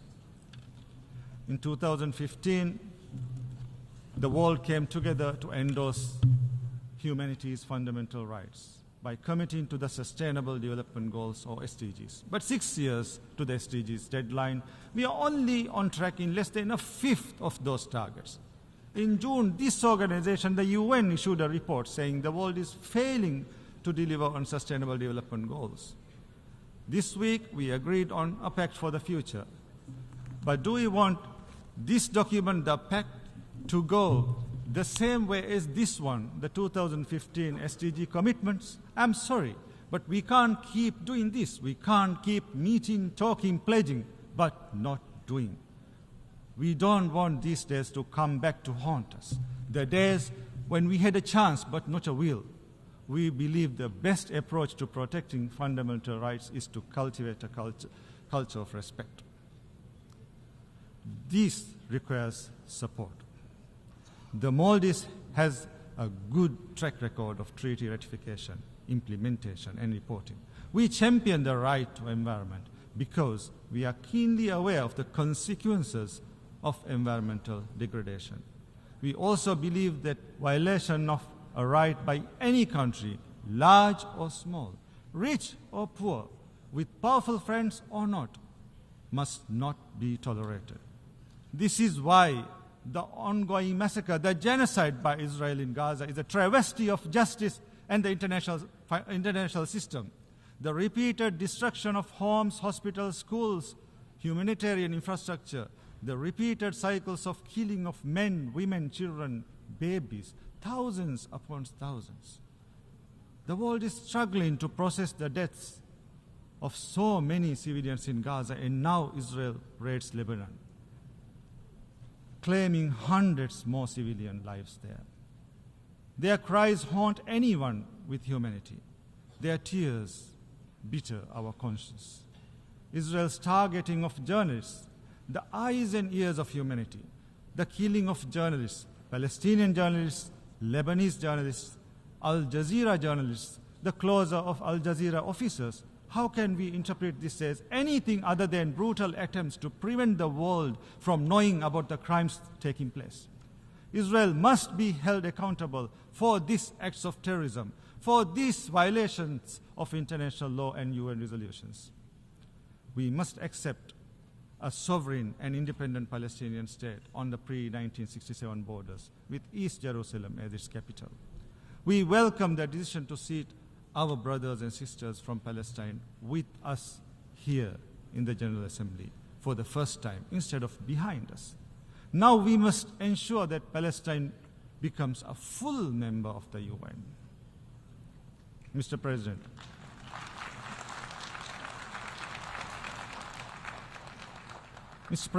the Maldives is gearing up for an economic transformation that will change lives. But our policies can deliver the results only with sufficient international financial support. The Maldives has always taken ownership and responsibility for its own development. While we have received extensive support towards our development, we urge the multilateral development funds, banks, and bilateral donors to view us as your partners, not just as recipients of aid, to stop looking at our inherent vulnerabilities as limitations, to adopt tailor-made approaches which are mutually beneficial, to reduce the cost of borrowing, to make the financial system work for us, not penalize us, to make your terms flexible, your financing less rigid, to make your lending targeted, affordable, and responsible. Mr. President, climate change is the most serious threat to our world, the defining challenge of our generation. It's washing away decades of progress in mere minutes. It's diverting already depleted resources of long-term development to emergency relief and reconstruction, preventing countries from adapting to climate impact. And the vicious cycle continues. The Maldives has always walked the talk. We are investing in renewable energy. Our goal is to have 33% of the country's electricity demand from renewable energy sources by 2028. On behalf of the Maldivian people, I implore you, do your part, act now. We must face the climate emergency head on, with science, determination, and resources. The rich and emitting countries need to meet the financial pledges already made, especially on adaptation, where the financing gap continues to widen. As we work towards COP29, we must ensure the new goal on climate finance matches the level of climate action required. This means the new goal must go beyond the $100 billion. It must include, as a minimum, loss and damage response, mitigation and adaptation as sub-goals. One of the biggest victims of the climate crisis is the ocean. The Maldivian people and their livelihoods are dependent on the health and wealth of the ocean. We need to step up efforts to sustainably use and manage our ocean resources, address plastic pollution, conserve biodiversity, and protect endangered species. This morning, I ratified the Global Ocean Treaty. We urge you all to do the same. We urge you to do your part to address climate change, overcome pollution, and reverse biodiversity loss. The transformation the Maldives seeks cannot be achieved without an enabling global environment. Small countries like mine need a multilateral system that champions us and delivers for us. The United Nations is the epitome of the multilateral system. It is well positioned to promote sustainable development, to maintain peace and security, to promote and protect human rights, to enforce equality, the rule of law, inclusivity, and representativeness. But what we are witnessing is the opposite. Inability to stop climate change and environmental degradation, inability to stop war and genocide, inability to stop exploitation and suffering, inability to stop unequal representation. Hence, the United Nations needs reform and revitalization. It needs to be representative. The Maldives cannot and will not watch and stand idle while the multilateral system fails, because our development, our advancement, and our survival is tethered to the world. That's why the Maldives is seeking to get elected to the Economic and Social Council for the 2027 to 2029 term. We count on your support. If elected, the Maldives will strive to make the UN development system more relevant to our times, continuously recalibrating and adjusting, utilizing the latest science and evidence, listening to the variety of opinions and views. The United Nations must enforce its decisions across the UN system and at local level. The United Nations is only relevant when it makes a real difference in our lives. Mr. President, 59 years ago, the Maldives reached out to the United Nations as its first port in a sea of uncertainty.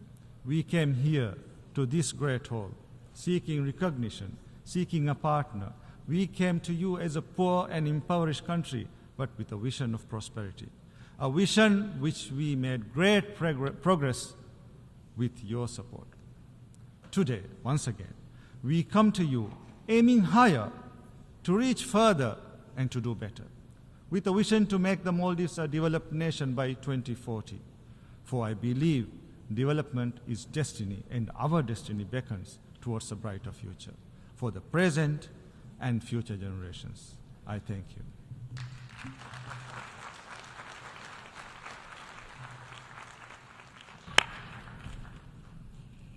En nombre de la Asamblea, agradezco al presidente de la... On behalf of the Assembly, I wish to thank the President of the Republic of Maldives.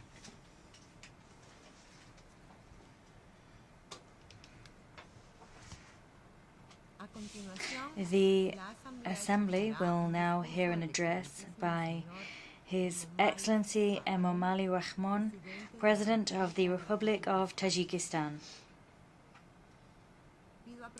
I request protocol to escort His Excellency and invite him to address the Assembly.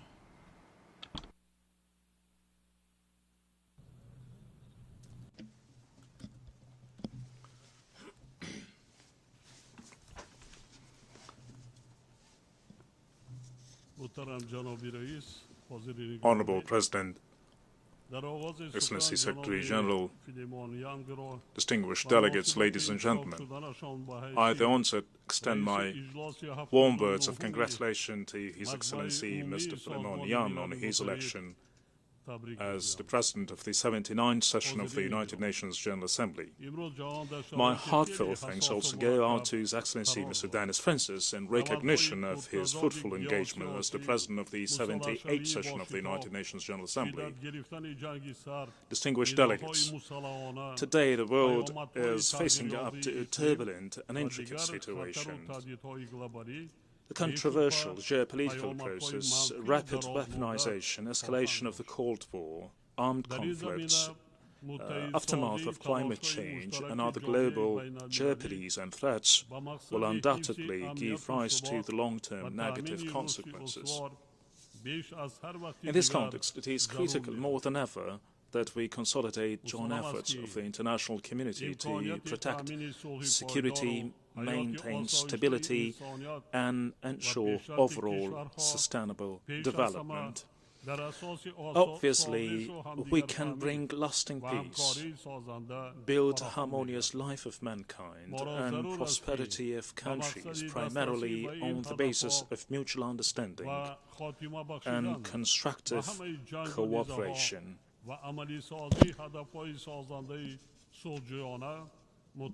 We ought to be united to achieve these objectives, bring all wars and conflicts to an end, as well as implement other peaceful goals. It is high time now to take bold and effective steps forward to strengthen the key role of the United Nations in resolving conflicts and restoring peace and stability across the planet. I, in this regard, would like to propose to adopt a special United Nations General Assembly resolution declaring the decade of promotion of peace for future generations. As I've stated time and again, Tajikistan always advocates the solution of all conflicts only through political and diplomatic means. At the same time, I would like to emphasize that the Republic of Tajikistan continues uninterrupted, unwavering support of an implementation of the 2030 Agenda to achieve sustainable development goals. It is worth noting that the principal message of this agenda is also reflected in Tajikistan National Development Strategy 2030, and continued efforts are being taken to achieve the primary goals. Nevertheless, the existence of a wide range of difficulties hinder the timely financing of sustainable development. Challenges include security turmoil, economic and financial crisis, unprecedented warming due to climate change, and loss of biodiversity, as well as an outbreak of contagious diseases. In a political declaration recently adopted by the General Assembly, member states have admitted that achievement of the Sustainable Development Goals is in threat. According to the United Nations Secretary General's report, the international community will be able to achieve only 17% of Sustainable Development Goals by 2030.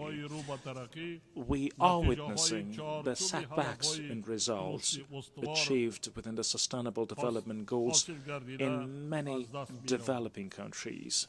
In view of this, we need to intensify our efforts to implement the 2030 Agenda in a timely manner and pay particular attention to the financing for sustainable development.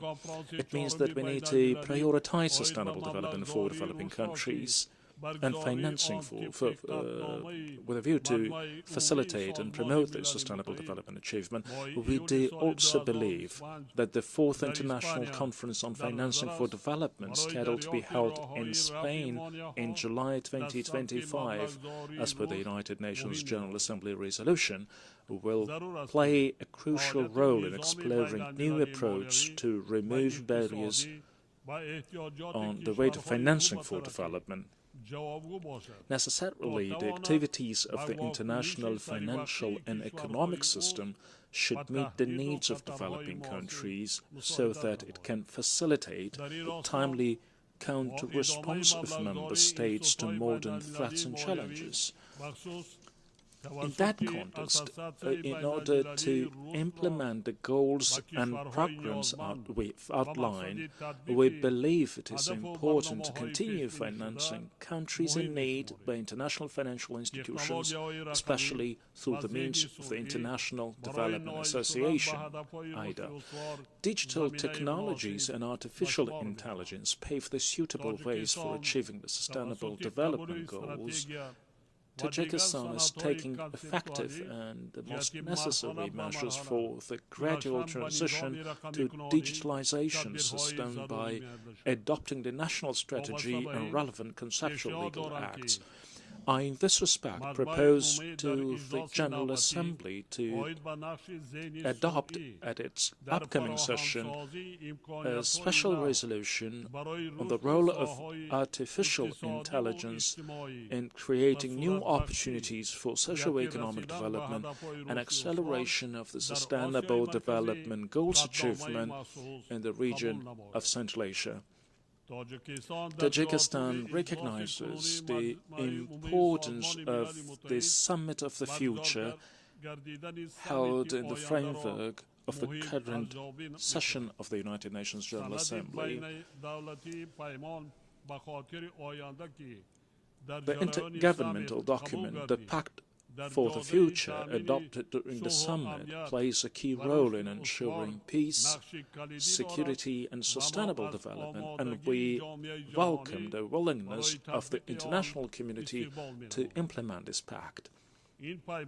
This pact was adopted at a time when millions of civilians are exposed to security risks and dangers in different regions around the world. We reckon that the international community must take joint and effective actions to withstand the threats of terrorism and extremism, radicalism, cybercrime, trafficking in narcotics and weapons smuggling, and fight other manifestations of transnational crime. Furthermore, the rise of Islamophobia, as well as the trend of practicing double standard policy in international relationships in recent years has become a matter of our deep concern. Our country constantly carries out joint actions in cooperation with the United Nations and its specialized agencies, as well as other international partners to counter security threats and challenges. Consequently, Tajikistan and the state of Kuwait, in cooperation with the United Nations Office on Counterterrorism, will hold the next high-level conference in the framework of the Dushanbe process on counterterrorism in the city of Kuwait this November.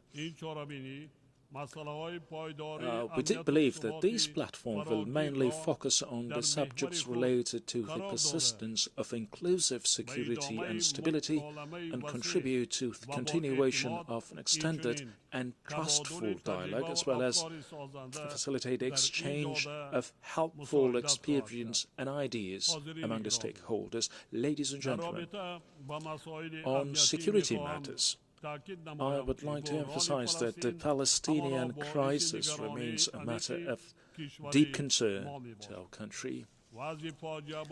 Today's tragic situation in this region once again proves that there is absolutely no military solution to the Palestinian case.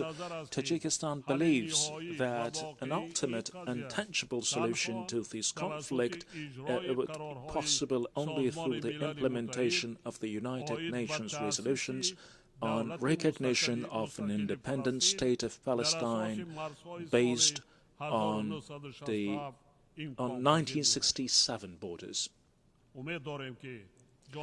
We hope that conflicting parties will take actions for a ceasefire deal and arrange the peace negotiations, and the international community will take effective steps to restore the lasting stability in Palestine.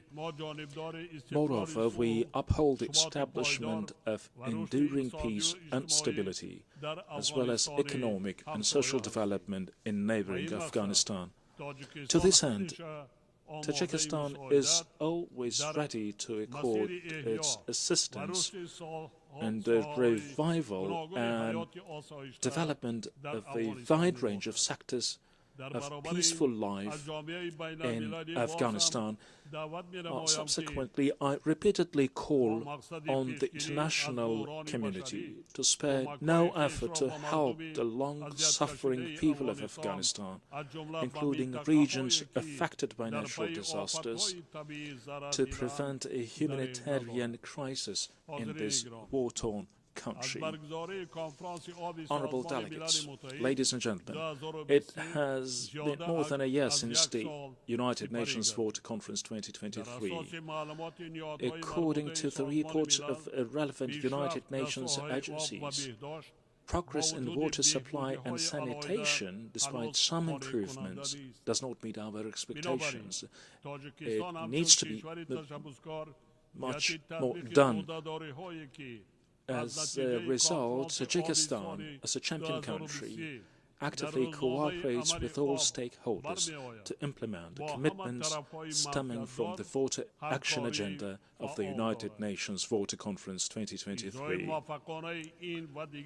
Successful accomplishment of these and other water-related commitments and goals will depend on effective multi-stakeholder partnerships that ensure integrated and systematic, coherent approach. In this regard, it is important for us to take advantage of Dushanbe Water Process Platform to monitor the outcomes of the United Nations Water Conference 2023.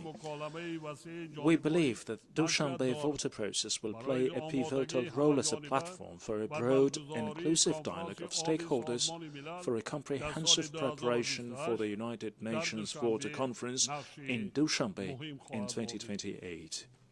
Your Excellencies, distinguished participants, at the backdrop of a climate change impact, the international community needs to work on collective approach and initiatives and the proper use of natural resources and the relentless activities of various fields of human life. In recent years, the natural disasters along with a series of droughts cause enormous damage to the agriculture, environment and economies of developing countries in general. Being 93% of its territory covered by mountains, Tajikistan is also vulnerable to climate change due to the frequent occurrence of natural disasters.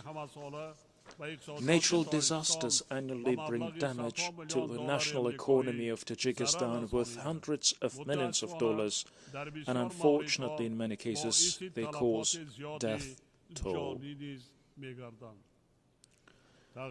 Climate change is causing the accelerated melting of glaciers and reduced water volume in the rivers in different parts of the world, including in Central Asia. This process has a negative impact on real sectors of national economy such as energy, industry and agriculture. To date, more than 1,000 out of 14,000 Tajikistan glaciers, which are the main source of drinking water in the region, have completely melted, and the pace of their melting is dramatically increasing. This is despite the fact that precipitation and glaciers of Tajikistan make up to 60% of the source of water resources in Central Asia. And while the United Nations General Assembly's declaration of 2025 as the International Year of Glaciers Preservation at the initiative of Tajikistan provides a suitable basis for a developing cooperation among stakeholders. Pursuant to this United Nations General Assembly resolution, March 21st was declared as the World Glaciers Day, an international trust fund to promote the glaciers preservation was established under the auspices of the United Nations Secretary General. Concurrently, the first high-level international conference on glaciers preservation will be hosted in Dushanbe, Tajikistan next year. Taking this opportunity, we call on partner countries and organizations to actively participate and contribute to the arrangement and conduct of this conference. We believe that this important international conference, which is scheduled to be held in cooperation with UNESCO and the World Meteorological Organization, will play an effective role in assessing the global glaciers problems and exploring specific approach and ways for their effective solutions. Alongside with this, we invite all partners to financially contribute to the International Glaciers Trust Fund. It is worth highlighting that to further advance the glaciers preservation agenda, Tajikistan, together with France, has put forward another initiative to declare 2025-2034 a decade of action for cryospheric sciences. Our country has adopted a national strategy for adaptation to climate change 2030, based on its international obligations, including specific provisions of the Paris Agreement. Evidently, one of the ways to successfully mitigate the challenges related to climate change is the development of a green economy, which in turn calls for green energy development.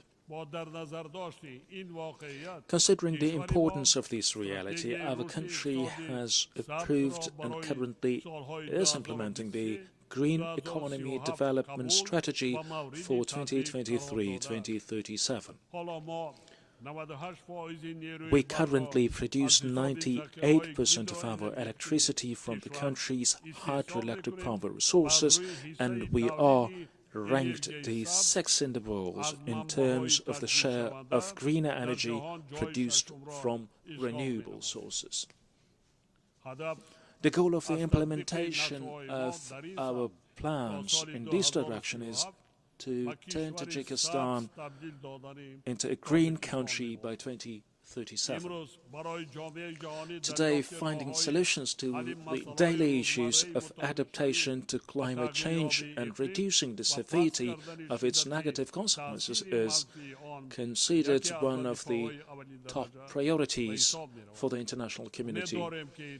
We hope that developed countries, the United Nations and its specialized agencies, influential international financial institutions, and other international and regional multilateral entities will further continue to pay serious attention to these important and critical issues.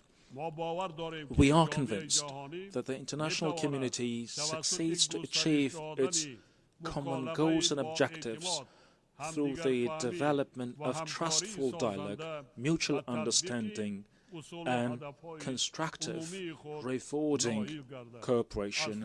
I thank you for your attention.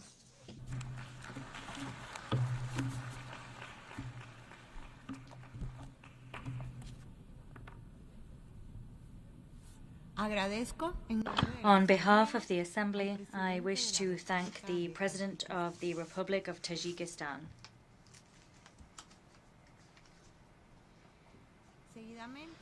The Assembly will now hear an address by His Excellency Gitanas Nausėda, President of the Republic of Lithuania.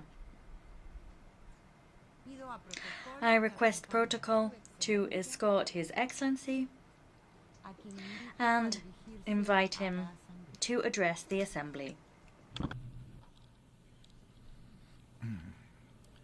Dear President of the General Assembly, Excellencies, ladies and gentlemen, over the last 2 days in this very room, global leaders welcomed the Pact for the Future. Together, we reaffirmed our commitment for multilateralism anchored in the three pillars of the United Nations: sustainable development, peace, and security, and human rights. These are all great and noble principles that have defined the essence of the United Nations systems since the end of the Second World War. Most significant global political developments, from decolonization to the end of the Cold War and the singing revolutions in Europe, have seemed to bring us closer to the bright future of peace, freedom, and human dignity. While this international rules-based world order was never perfect, it helped us to search for joint solutions. For many decades, we have been trying to resolve multiple conflicts and crises and address emerging global challenges such as climate change, unequal development, food insecurity, terrorism, and illegal migration. And then, more than 10 years ago, something entirely different happened. A permanent member of the Security Council began military aggression against a peaceful member state. At first, covertly, then more and more openly, breaking ever more international norms. And finally, Russia started the full-scale invasion of Ukraine. Today, even though we face yet another distressing crisis in the Middle East, as well as rising tensions in the Indo-Pacific region, the Russian war of aggression is the most dangerous threat. The entire international order, defined by sovereignty, territorial integrity, and inviolability of borders, is under assault in Ukraine. Each and every member of the United Nations, every sovereign nation, has also much to lose. To fully understand what is presently at stake, we must all start paying attention to the words of Russian leaders and their representatives at the United Nations Security Council. How many times they have openly admitted the Kremlin intends to wipe Ukraine from the face of earth. If any sovereign nation is under the threat of complete destruction, no country is truly safe anymore. If the international community looks away and ignores the unpleasant truth, no country is safe anymore. And if mass killings, deportation, and deliberate actions on civilian population became the new norm, no country is truly safe anymore. That should be perfectly clear to anyone. That should disturb us all. Ladies and gentlemen, what Russia presents to the world is a return to the era of imperial conquest, colonial domination, and genocide. And I do not believe we are ready to follow this path.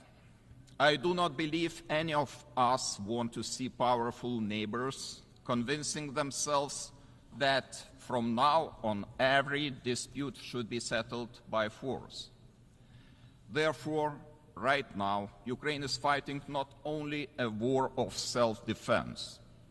Ukraine is also fighting for the future of all those countries who believe in the United Nations Charter and its principles. Ukraine is fighting for us all. And yet, our joint collective response to this day is insufficient. We have not been able to stop this madness. We have not been able to force Russia to reconsider its dangerous course. We have not been able to hold it accountable for so many violations of the United Nations Charter. Why was that the case? Because to this day, the aggressor is hiding under the cover of the Security Council's permanent membership, hiding in plain sight, mocking every one of us with its unrestricted veto power. It is a terrible blow to the very credibility of the United Nations system. And still we keep hearing some calls for Ukraine to surrender, to compromise on its sovereignty and territorial integrity, or to accept Russia's ultimatums. Why should the aggressor be rewarded? Why should appeasement work this time when it failed so spectacularly almost 90 years ago? Why should the victim agree to the demands of the aggressor, sitting safe in the Kremlin after so much bloodshed and loss of innocent lives? Ukraine is still fighting. Ukraine is still going strong, regardless of all the appeasers and doomsayers. And only Ukraine has the right to determine the actual conditions for peace. Meanwhile, we have the duty to support Ukraine, to restrict Russia's ability to wage war and ensure the accountability of those responsible for the crime of aggression and crimes against humanity, to reform the Security Council and to rebuild the credibility of the United Nations Charter. To withstand enormous pressure and win this war, Ukraine will need more military equipment, ammunition, medical supplies. Ukraine also urgently needs humanitarian and financial aid. This upcoming winter will be extremely difficult for the Ukrainian people.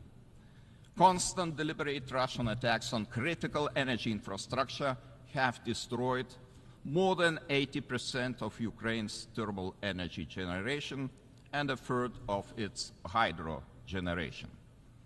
To prevent a humanitarian catastrophe, our assistance should be swift and focused on the energy sector. Lithuania calls on other parties, including Belarus, Iran, North Korea, and China, to stop providing Russia with military support, including the transfer of dual-use materials. More arms for Russia means more civilian deaths, more civilian infrastructure destroyed, more chaos. There is only one path towards comprehensive, just, and lasting peace: Ukraine's peace formula. It deserves universal support because it is based on the universal principles of the United Nations Charter: sovereignty, territorial integrity, and international law. Lithuania urges all peace-loving countries to actively engage in these efforts, including preparation for and participation in the next summit of the peace formula. The war could enter the end phase tomorrow if only Russia agrees to disengage and withdraw its forces from all the occupied territories. Ukraine does not want Russia's territories. It wants to liberate its own people, not Russia's. It wants to see prisoners of war and abducted children, thousands of them, returned. It wants the constant, deliberate bombing of civilian infrastructure, of so many schools, hospitals, and power stations to finally stop. To achieve lasting peace, more actions will have to follow. Justice will have to be served. Russia will have to atone for its many crimes and pay damages. The main culprits of the war of aggression and numerous war crimes will have to stand before the court. Vladimir Putin is already under an arrest warrant by the International Criminal Court for his crimes, specifically unlawful deportation and unlawful transfer of children. Immobilized Russian foreign assets should also be used to pay for the damage done to Ukraine. Finally, we must all join forces in pushing for a comprehensive Security Council reform. There is simply no place for Russia in the Security Council, which was created to maintain international peace and security. Excellencies, Lithuania hopes to witness Ukraine's victory soon. Until this becomes reality, Lithuania's position remains steadfast. We will not recognize Russia's illegal annexation of any Ukrainian region, be it Crimea, Sevastopol, Donetsk, Kherson, Luhansk, or Zaporizhia. We will not stop demanding that Russia ends grave violations of human rights and fundamental freedoms in the occupied territories of Ukraine. Lithuania will continue providing shelter to Ukrainian war refugees. Lithuania will continue supporting Ukraine with all possible means. Ladies and gentlemen, today, as the political divisions deepen and democracy seems to falter all around the globe, multilateralism remains our greatest hope. The United Nations has a crucial role to play not only in Ukraine, but also in the Middle East, Sahel, Horn of Africa, and in the Indo-Pacific region. We, as representatives of the international community, cannot remain indifferent in the face of the global crisis. We cannot stay silent on the breaches of international law and universal human rights, thus normalizing them. The pursuit of peace and justice requires our collective determination. It requires our unwavering adherence to the guiding principles of the United Nations.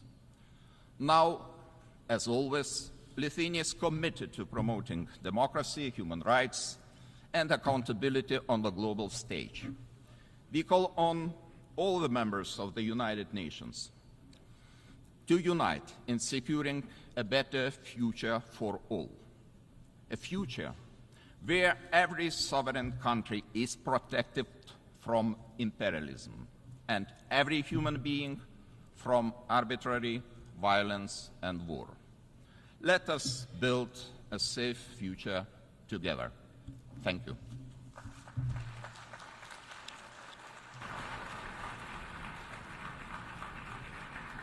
On behalf of the Assembly, I wish to thank the President of the Republic of Lithuania.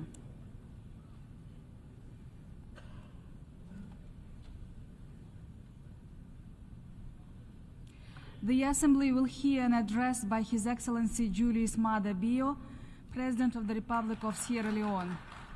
I request protocol to escort His Excellency and invite him to address the Assembly.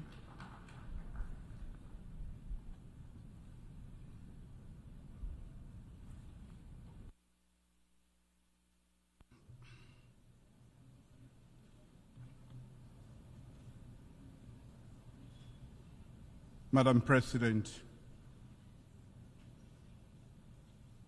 I congratulate His Excellency Philmon Yang on his election as President of the 79th session of the United Nations Secretary General and express Sierra Leone's support to you during your tenure. I extend my deep gratitude to His Excellency Dennis Francis for his principled stewardship as President of the 78th session of the United Nations General Assembly. I appreciate and thank His Excellency Antonio Guterres, Secretary General of the United Nations, for his tireless effort and global leadership. Madam President, more than 30 years ago, Sierra Leone was plunged into a decade-long brutal civil war. More than 50,000 people were killed, and millions fled their homes as refugees and internally displaced persons. The situation in Sierra Leone at that time was not unique. conflicts existed in other parts of West Africa, in Africa, and around the world. In Sierra Leone, however, we overcame our challenges with a common vision for peace through genuine dialogue, committed leadership, and action. Notably, the hard-won peace we enjoy is not without its fragility, and we remain vigilant in safeguarding it. Sierra Leone's peace journey exemplifies the values of ownership, engagement through dialogue, and our partnership with ECOWAS, the United Nations, and the broader international community, which yielded the peace dividend. This story has shaped our engagement at the United Nations Security Council since the commencement of our second tenure in January this year. For almost 9 months, Sierra Leone, as an elected member of the United Nations Security Council, has endeavored to be a voice of reason and a bridge builder with balance and objectivity. We will continue to promote respect for and adherence to international law and the UN Charter, ensure the protection of civilians, end impunity through accountability, and foster dialogue for the peaceful settlement of disputes. Our commitment to these principles is even more imperative now than ever before, as we are confronted with conflicts of great magnitude in the Middle East, Africa, Asia, and Europe. The need for a ceasefire in Gaza and the wider Middle East, as well as in Sudan, Eastern Democratic Republic of Congo, and Ukraine, is not just pressing, but urgent. Immediate action is required to prevent further loss of precious lives and human suffering. We need collective action to stop all conflicts and engage in meaningful dialogue so that the countries can move forward with their development agenda in peace, security, and stability. As a country that has experienced the devastating consequences of armed conflict, we acknowledge that peace cannot be achieved in isolation. It requires inclusive political processes, economic development, and respect for human rights. For the millions of civilians trapped in ongoing armed conflicts, words of condemnation and empathy alone are not enough. It is imperative that we act together as the United Nations with a sustained commitment to end the cycle of violence and give innocent civilians the opportunity to enjoy lasting peace and prosperity.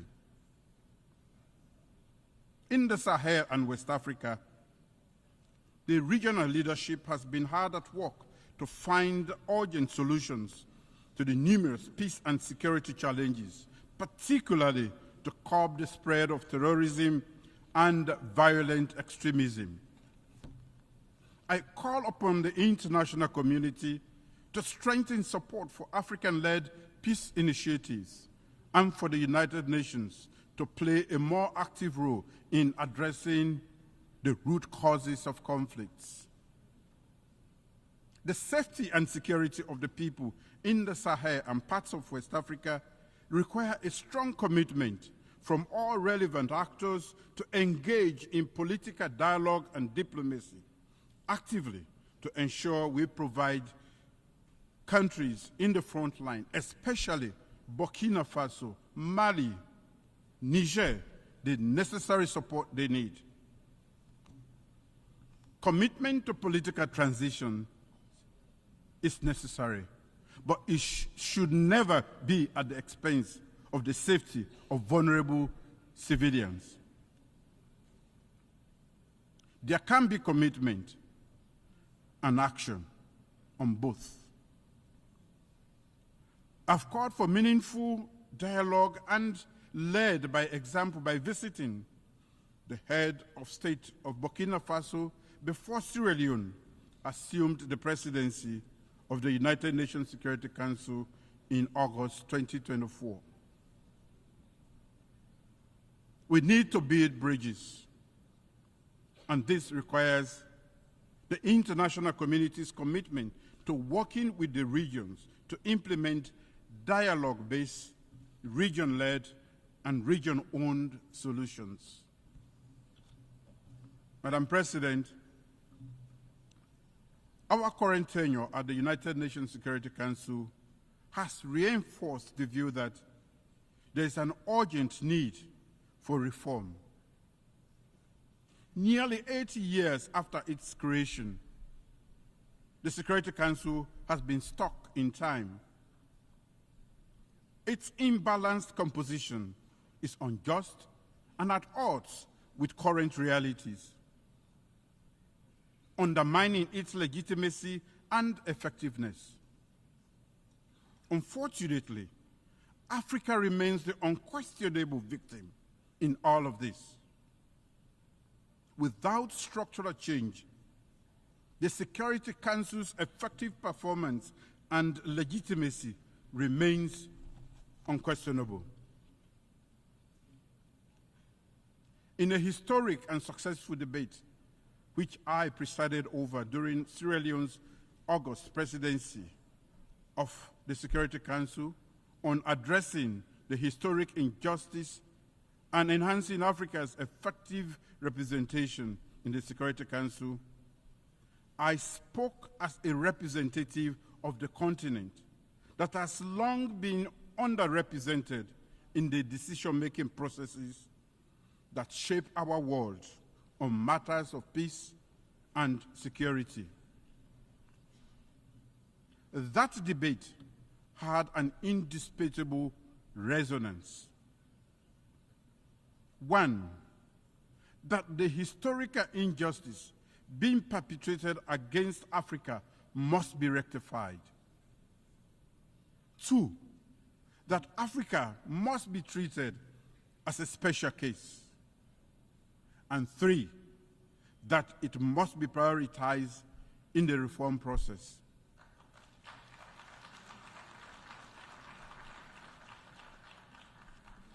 In expressing appreciation for the active and supportive engagement by the many interest and regional groups, as well as invited member states to the debate, the facts and issues are now clear to all. Africa has long been marginalized in global decision-making processes, and its voices are often drowned out. The legacy of colonialism, economic exploitation, and political marginalization has left deep scars on the African continent, thereby affecting its development, stability, and influence in international affairs. This results in a lack of meaningful representation on issues that directly affect the continent, such as conflict prevention, conflict resolution, peacekeeping operations, and sustainable development. Addressing contemporary global security challenges require the collective wisdom and the cooperation of all nations, not just the privileged few or the most militarily or economically powerful. We urge that equitable representation of Africa, we argue that equitable representation of Africa will better equip the United Nations to tackle global challenges and foster a more just, fair, and peaceful world. As the coordinator of the African Union Committee of 10 on the reform of the Security Council, Sierra Leone remains fully committed to promoting, defending, and soliciting support for the common African position as espoused in the Ezowini Consensus and SAT Declaration. Africa, therefore, demands no less than 2 permanent seats with all the rights and privileges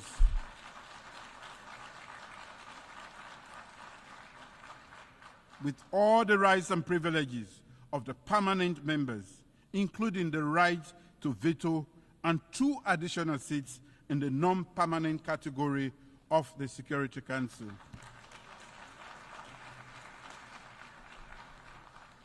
Sierra Leone welcomes the consensus that has emerged from the UN General Assembly intergovernmental negotiations, as reflected in the Pact for the Future.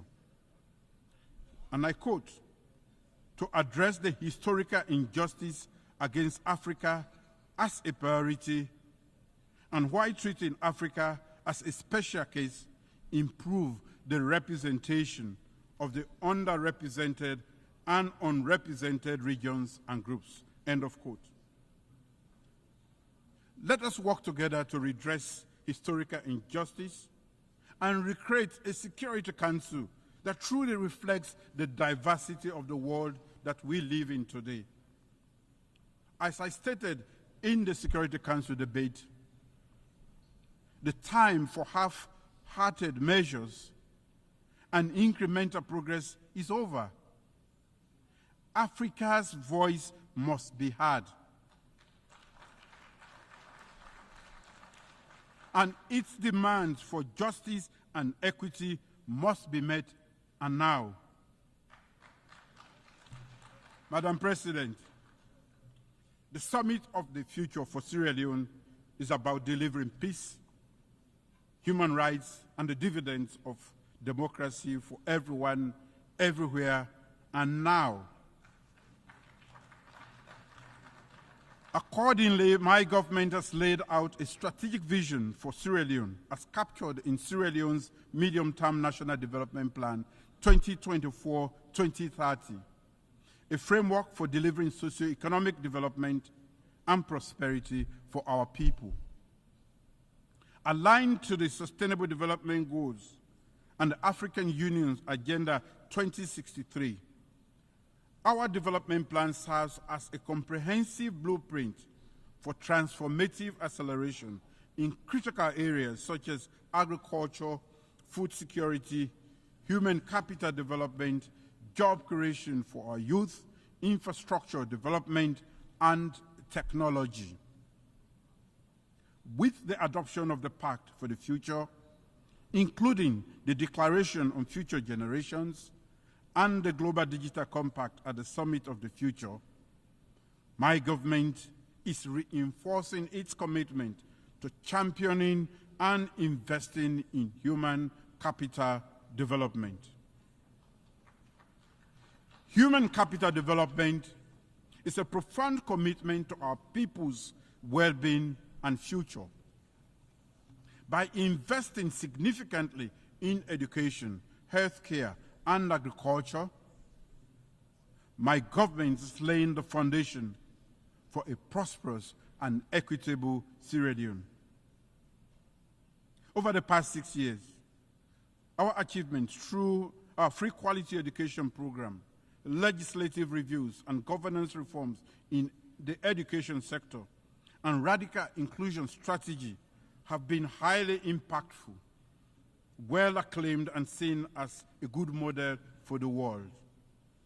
We welcome the Global Digital Compact's principle of ensuring safe, secure, and trustworthy emerging technologies, including artificial intelligence, to offer new opportunities to accelerate development and leaving no one behind. In the area of gender equality and women's economic empowerment, significant strides have been made, and they are some of the legacies my government will bequeath to our current and future generations. I I recently signed into law this year a bill prohibiting child marriage. Following the historic signing into law of the Gender Equality and Women's Empowerment Act of 2023. This is all meant to ensure the realization of the national aspiration for our women in Gaza to build an inclusive and equitable society. I remain steadfast in my commitment to ensuring that every girl and woman lives in a safe environment with ample opportunities to realize their full potential and thrive equally in the world. From prioritizing the women's peace and security agenda at the Security Council to adoption by the General Assembly of a resolution condemning all forms of sexual and gender-based violence, and urging all countries to provide victims and survivors with access to justice, reparation, and assistance. We will continue to advocate for women in Gaza across the globe. Therefore, I'm pleased to announce that Sierra Leone will commence preparatory work that will lead to the convening of a diplomatic conference to conclude an internationally legally binding instrument on access to justice for sexual violence survivors. The proposed treaty, Freetown Treaty, in accordance of the success of the United Nations resolution on access to justice, remedies, and assistance for survivors of sexual violence. Madam President, leaving no one behind and acting together to achieve sustainable development similarly means that we have to end global economic inequalities and ensure that government in least developed countries can deliver on the dividends of democracy. The unmanageable debt crisis, lack of capital flow, the devastating impact of climate change and lack of climate finance, conflicts, and political instability around the world are increasing the odds of developing countries not achieving the SDGs. The role of development finance institutions in supporting the objectives of national development plans of low-income countries, particularly those emphasizing the SDGs, is of great significance to their socio-economic development. At the International Development Association for Africa Heads of State Summit in Nairobi, April this year, Sierra Leone unreservedly expressed its endorsement of the Nairobi IDA communique. The communique exemplifies the collective aspiration of the African heads of state present to raise the level of development support in Africa through the IDA 21 replenishment. I wish to re-echo that endorsement at this August gathering. IDA's affordable concessional finance allows African leaders to develop our economies, enhance education and healthcare, deal with increasing effects of climate change, and expand electricity and digital access without becoming buried in unsustainable debt. To conclude, Madam President, the end of the Second World War in 1945 did not only unite leaders, but also urged them to cooperate. This was the birth of multilateralism. As the African proverb says, our two hands do not wash themselves, they wash one another. As leaders, we must cooperate to achieve the purposes of this United Nations and deliver peace and security, stability and prosperity for our people. Divisions and unhealthy competition will only lead to humanity's destruction. We must ensure unity in diversity, where the rights of the weak and the minority are protected. So let us safeguard our multilateral system. Let us cooperate, acting together for the advancement of peace, sustainable development, and human dignity for present and future generations, leaving no one behind. Thank you.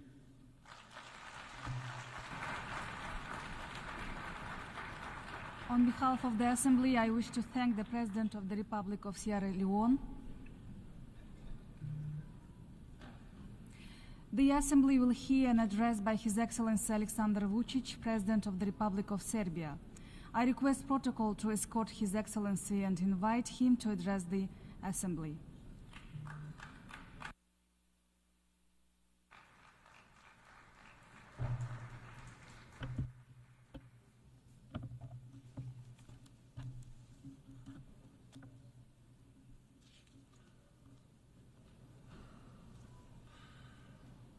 Madam President, Excellencies, ladies and gentlemen, Mahatma Gandhi said, "There is no path to peace. Peace is the path." In the same spirit of fraternal love and open heart, I address you today on behalf of the Republic of Serbia, a founding country of the United Nations, a country of freedom and justice. It is my honor to address you as President of the Republic of Serbia, the country on whose behalf I stand proudly before you today. A country that, despite the current global challenges, consistently perseveres in defending the principles of the Charter of the United Nations and international law, and that, through its activities and principled policy, strongly advocates the idea that is the main topic of this year's session. Ladies and gentlemen, when we talk about the current moment this year again, to my immense regret, I have to state that the situation in the world seems even more difficult and dark than a year ago. The tensions are growing and challenges are becoming more numerous and complex. What worries me the most is that despite our declaratory efforts for peace, development and prosperity of humanity, there is no end in sight to this geopolitical nightmare. I would not like to see the wise words of the former President John Fitzgerald Kennedy becoming the words of a prophet. Mankind must put an end to war, or war will put an end to mankind. Today, mankind relies more on technology than it relies on mankind.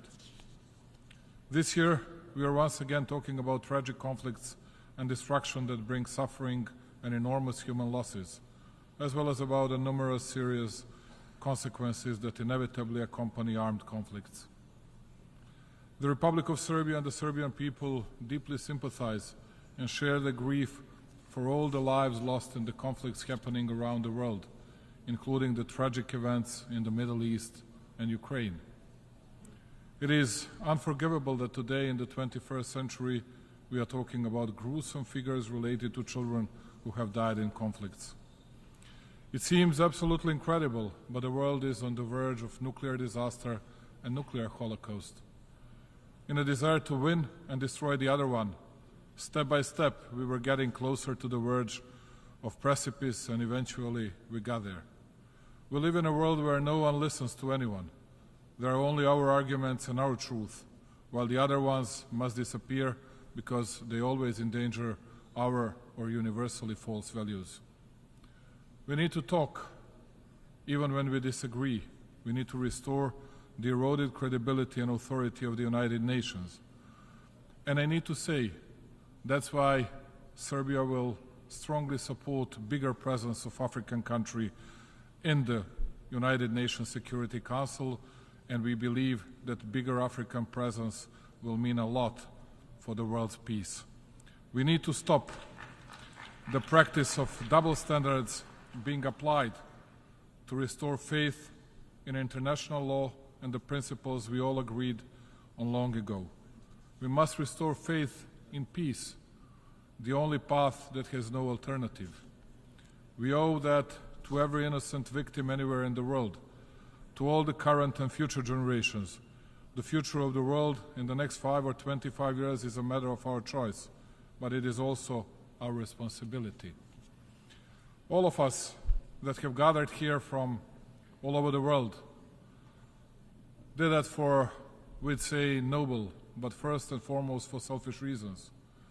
Almost always the leaders from all and even the most powerful countries speak in front of you, allegedly addressing you, but actually addressing only their public and not caring substantially for the real concerns of the world today. I'm not very much different. But today I will not present to you only Serbia, the founder of the United Nations, its successes, its high growth rate, because I have and I will have the opportunity to brag about the results we have achieved in my country. And by the way, I know that all of you here are not very much interested in the respective.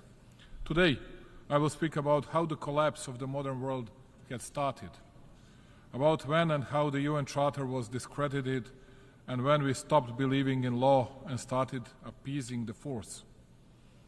I will explain it to you on the example of my country, to me the most beautiful country in the world, Serbia, how it was being destroyed and trampled on, and how today, because of its tenacity and freedom-loving tradition, it is a small stone in the shoe of the big and powerful ones. After the big victories that a better part of humanity won in the World War I and the World War II, and Serbs as the nation suffered the biggest losses proportionally to its size in the Great War as well as in the World War II, where they were one of the few nations in the Southeast Europe that had confronted the Nazis from the very beginning. And that is why Belgrade, as the capital of Serbia, was perhaps the only city that was brutally bombed and devastated already at the beginning of 1941. We Serbs were not, unlike the others, welcoming Nazi tanks with flowers, and we paid a high price for that. Nevertheless, neither crying nor laments from the distant past, nor the self-victimization are the subject of my speech today. I would like to warn you, dear friends, of what had happened to Serbia, a precedent that is being used and abused in different parts of the world, to warn you of the Pandora's box that was opened neither 2 nor 5 years ago, but much before, and that everybody is so loudly silent about. The absolute dominance of the Western capitalist way of manufacturing, its science and technology supremacy, convincing victory against the Eastern contenders, Soviet Union first of all, within the framework of the Third Industrial Revolution, brought the world, some would say, to the end of history and complete hegemony of the Western ideas in all spheres of social life. Apart from, of course, good things it had brought to the mankind, such a dominance of non-existence of balance and political multilateralism destroyed at the same time Soviet Union and Yugoslavia. Of course, it did not happen by accident. By all means, it did not happen by itself, but it was helped by the decisive involvement of the Western intelligence services, which were supported by the national corrupted elite, both in the Soviet Union and in Yugoslavia. Why am I mentioning all this? Because even today we heard from many that by attacking Ukraine, Pandora's box was opened. The undermining of international law took place, that it was the precedent not witnessed by Europe since the World War II. This is the utter untruth. Just to make things clear, Serbia supports the UN Charter, territorial integrity of Ukraine, and we did not question it for a moment, nor shall we. However, when the big leaders speak vigorously and ardently here about the need for Ukrainian freedom, about the observance of the UN and its Charter resolutions, I ask myself, why don't they observe the UN Charter and Resolution 1244 when it comes to the territorial integrity of Serbia, which in the strike of their own power in moments when they thought that they would violate the norms of international law the way they wanted, to the extent they wanted and so long as they wanted, because they had finally won against all the opponents, so it was possible for them to spill the rage upon one small nation and to relentlessly rush towards violation of all norms and regulations, not even trying to provide some explanations. That is why in 1999, here at the United Nations, they had tried to pass the decision on the attack and aggression against Serbia. And since the consent had not been reached, they had nevertheless taken the decision to attack, to bomb Serbia and commit aggression, because at that time they couldn't care less about the UN Charter, its resolutions and international law. They were uncontested power that did not ask anyone about anything, and they thought it would go on like that for hundreds of years. It was by accident that we, citizens of Serbia, were the ones who paid a high price. It could have been anybody else. Thereby, it does not even occur to me to say that we were angels and that there was no our responsibility in all that. But substantially, the destiny of one small nation with no right and justice applied was decided by the big and mighty Western powers. It is interesting that first they helped tear apart the big Yugoslavia along the lines of internal communist borders. Interestingly, once they were finished with that, we thought it was the end, but there was no end. That is when they started with tearing Serbia independent, democratic, and internationally recognized country, member of the UN and the OSCE, and only Serbia. And today, please pay attention to it. They speak passionately about defense of alleged sovereignty of the states from secession and separatism until the next opportunity, when secession and separatism will be justified by the alleged humanitarian disasters and everything else that they will never accept as an argument in some other cases. And to give you the last example, dear representatives of the countries and nations worldwide, in this paper that I am holding in my hand, it is written that except for the forces under the control of the United Nations, in this moment those are KFOR, NATO forces, with which we have fair cooperation, no one can have armed forces in the territory of Kosovo and Metohija, which is in adherence with the Resolution 1244, part of Serbia. And those who committed the aggression against Serbia, who tried to separate a part of its territory, still try, convincing us that it is the only democratic and reasonable solution to secede Kosovo and Metohija from Serbia, and they have been providing arms on a daily basis to that what is today called the so-called Kosovo security forces, and what will already tomorrow become armed forces of Albanians in the territory of Serbia. And when we ask them, in accordance to which international document you do that? Because all that is the attempt to provoke a war, violation of the UN norms, and then, like a fig leaf, you get the stupidest possible answer in the world. Well, we do not accept the UN Charter and the UN resolution because for us the situation is changed, because we recognize the independence of Kosovo 15 years ago. And what is their message to us, my dear friends? Their message is, we are the power, we are God, we don't care about United Nations, the law of the United Nations and UN resolution. We can do whatever we want, the way we want, and as long as we want. And now I'm asking you, dear friends, dear representatives, not the ones of obedient and satellite puppet countries, but you freedom-loving nations and countries, what we as a small country can do. How can we fight? Because everybody in the world speaks about Ukraine, no one dares to speak about Serbia. And even if they do, they say how we will start the war in the Balkans upon the Russian order. And they have been lying all the time for more than 2.5 years. We are neither servants of Russia nor the United States of America. We have our own politics and our own interests.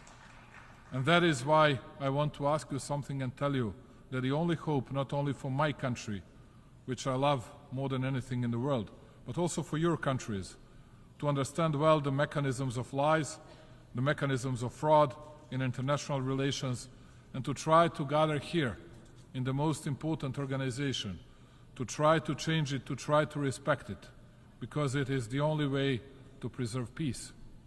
This way, the world is on the verge of disaster, and everyone is allegedly defending principles. No one admits any mistakes, and it is clear to everybody that there are no principles anywhere, nor anybody has them. Neither ones nor the others. Only the small ones that have nowhere else to go, and the principles are the only thing they can grasp. And the only thing that has left to the big ones, once they have crushed all the small ones, is is to eat each other. And when the bite is no longer so easy and small, it is then that they remember the principles and accuse the others for violating those same principles. A representative of my country, Vladislav Jovanovic, exceptional Serbian diplomat, very respected one, on that 24th of March 1999, when the aggression against Serbia started in the Security Council of the United Nations, on behalf of the government of the then Federal Republic of Yugoslavia, made an urgent appeal to all countries to categorically oppose to aggression against our country. And just hear his words 25 years after. If the aggression is not stopped, the precedent of such unpunished aggression will sooner or later lead to aggression against a number of other smaller and medium-sized countries. The real question is, which country is next? You could have heard today several proposals which country would be the next. Let me quote this time the Nobel Prize winner and the former President of the United States, Barack Obama. He said, "Peace is not merely the absence of visible conflict. It is the presence of justice, freedom, and opportunity for everyone." The unreasonable nature of the policy pursued by Pristina, so-called Kosovo authorities, the fanaticism and the persecution of everything Serbian in Kosovo and Metohija is reflected in a series of disturbing moves, from the ban on payments in the Serbian currency, dinar in Kosovo and Metohija, which has lasted for more than 6 months, and the ban on postal services, which is unique in the world, even for conflict areas, and which endangers the daily life of Serbs and other non-Albanian population, up to the ban on the visit of the head of the Serbian Orthodox Church, Porfirije, to the Patriarchate of Peć. Can the intrusion of the armed special so-called Kosovo police on 9th of September into the premises of the Support Me Association, made up of parents and children with developmental disabilities, be described as anything other than brutality and cruelty, as well as insanity?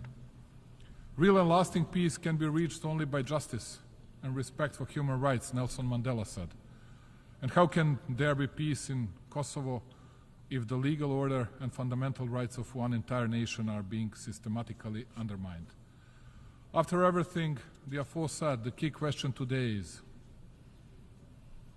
what is the path for Serbia and how can we resolve this situation? First and foremost, Serbia is on its European path and it sincerely wants to be a part of the European Union. Serbia's economy is the most successful economy today in the entire Western Balkans region.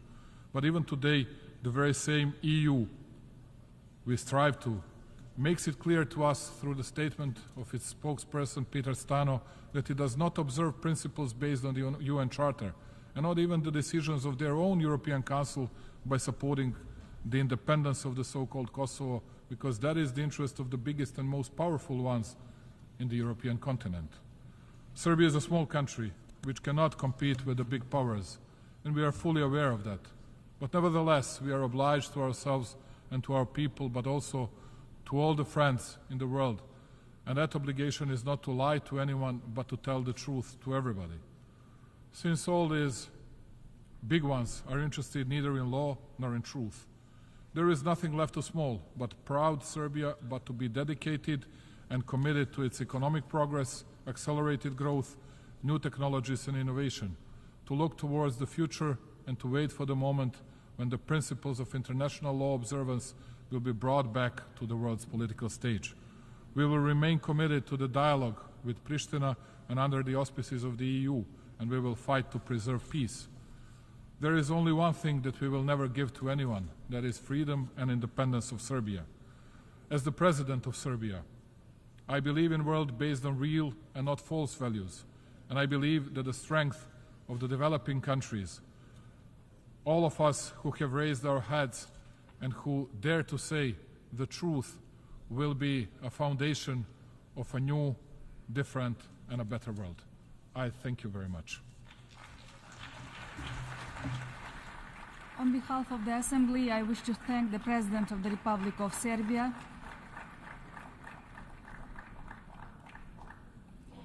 The Assembly will hear an address by His Excellency João Manuel Gonçalves Lourenço, President of the Republic of Angola. I request protocol to escort His Excellency and invite him to address the Assembly.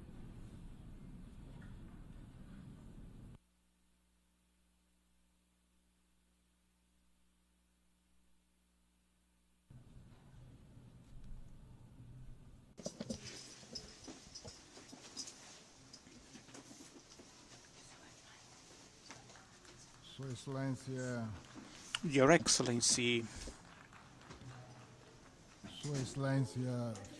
Philemon Yang, President of the 79th session of the United Nations General Assembly, Your Excellency Antonio Guterres, Secretary General of the United Nations, distinguished heads of state and government, heads of delegation, ladies and gentlemen. It is with a very special sense of honor that I address Your Excellencies and all participants in the 79th session of the United Nations General Assembly, which is taking place within a very international worrying context where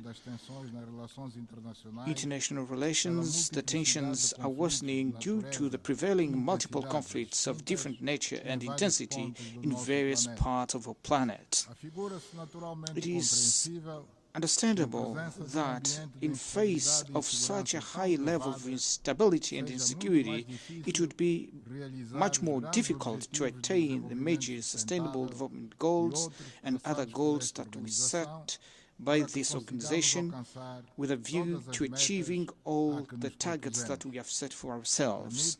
Allow me to extend a special greeting to His Excellency Philemon Yang on his election as the President of the 79th session of the General Assembly, which is of a special significance for the entire African continent and for his country, the Republic of Cameroon, as the duties he has performed there with proven dedication and efficiency put him in a position to successfully guide the proceedings of this session.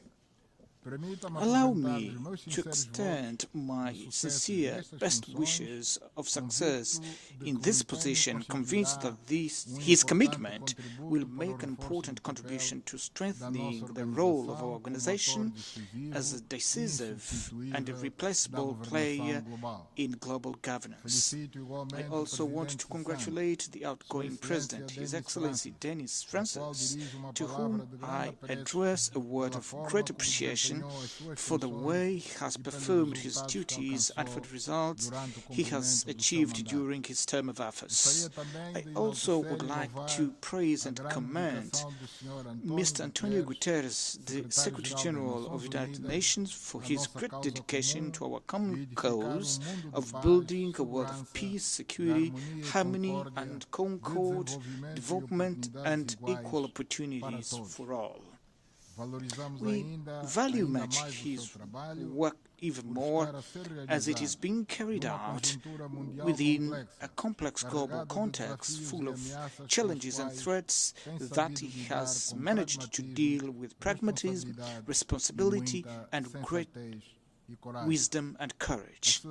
Excellencies, since the founding of the United Nations, after the end of the Second World War, the people of our planet have longed for peaceful coexistence on a global scale, believing that episodes that could jeopardize universal harmony, peace, security would be subject of careful attention and preemptive measures taken within our organization so that they would not degenerate into conflicts and wars that would revive the distressing moments experienced during the period from 1939 to 1945.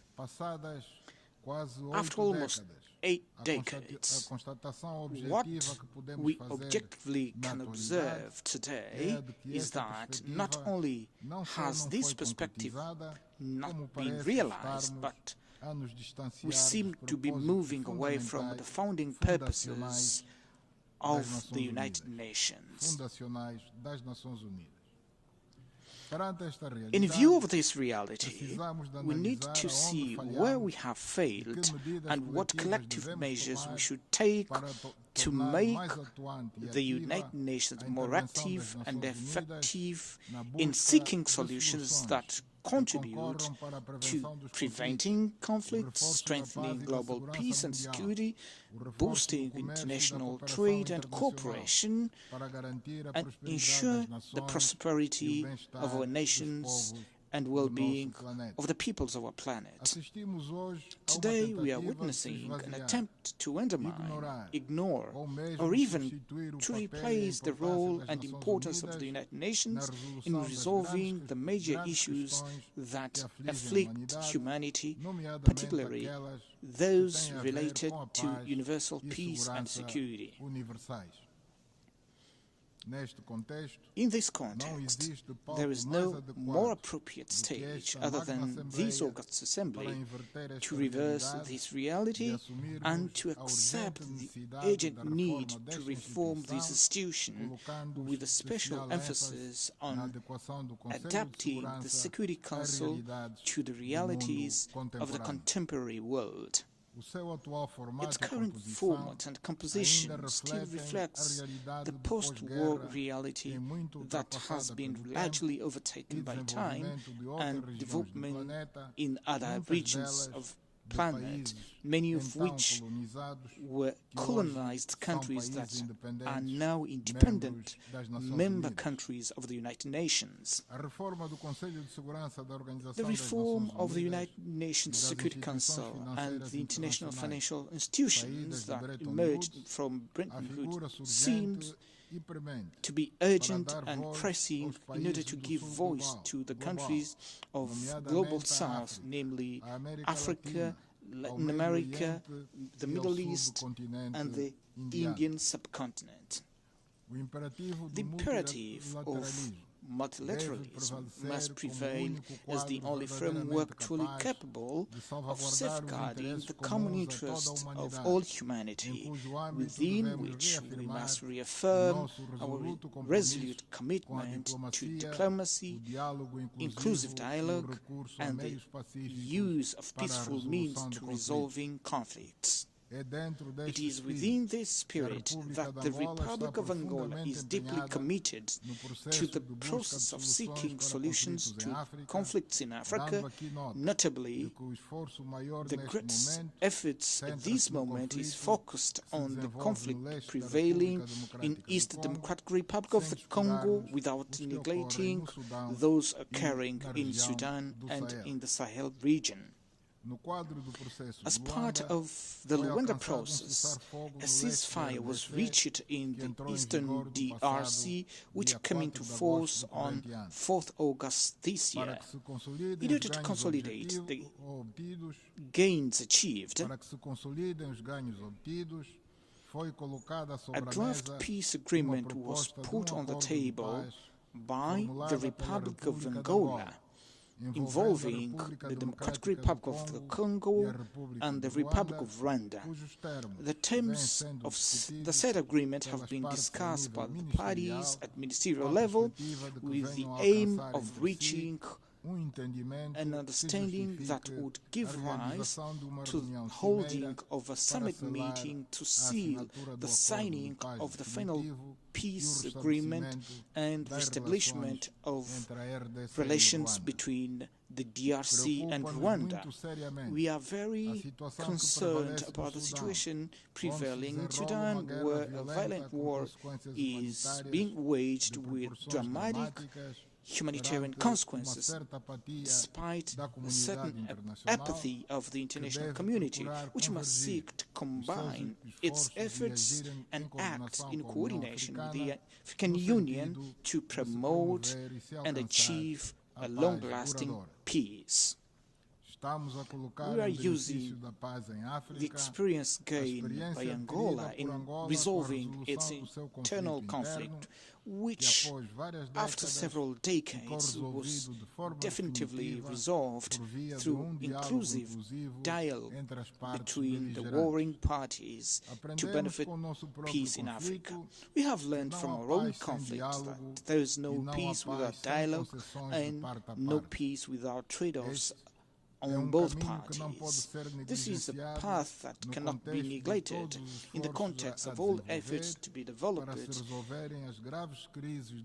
to resolve the serious security crisis that the world is currently facing. Russia's war against Ukraine has seriously and profoundly shaken Europe's stability and security, with strong repercussions to the rest of the world in terms of economic stability and food and energy security.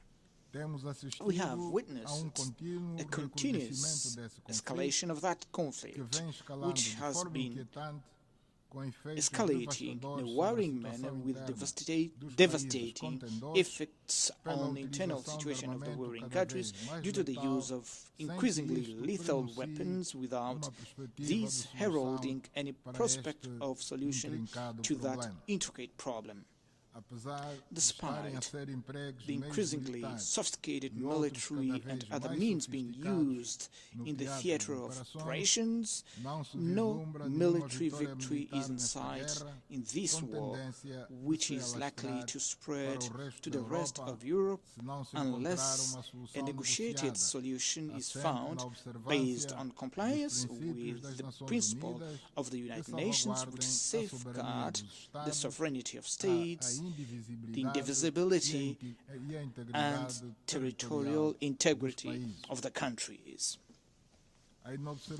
Failure to uphold the principles of the United Nations Charter is at the root cause of many of the problems and tensions that are proliferating throughout our planet, where particular geopolitical interests and ambitions, contrary to the values advocated by the international community, often affect the security and stability of entire regions of our planet. In the Middle East, we have witnessed and condemned the killing and kidnapping of defenseless Israeli civilians on the 7th of October last year. As a result of that, although Israel has the right to protect its territory, to guarantee the safety of its citizens, and to seek to rescue the hostages whose whereabouts are still unknown, it should do everything it can to prevent the genocide that the world is witnessing live in Gaza Strip and the attacks on settlements and expansion of settlements in the West Bank.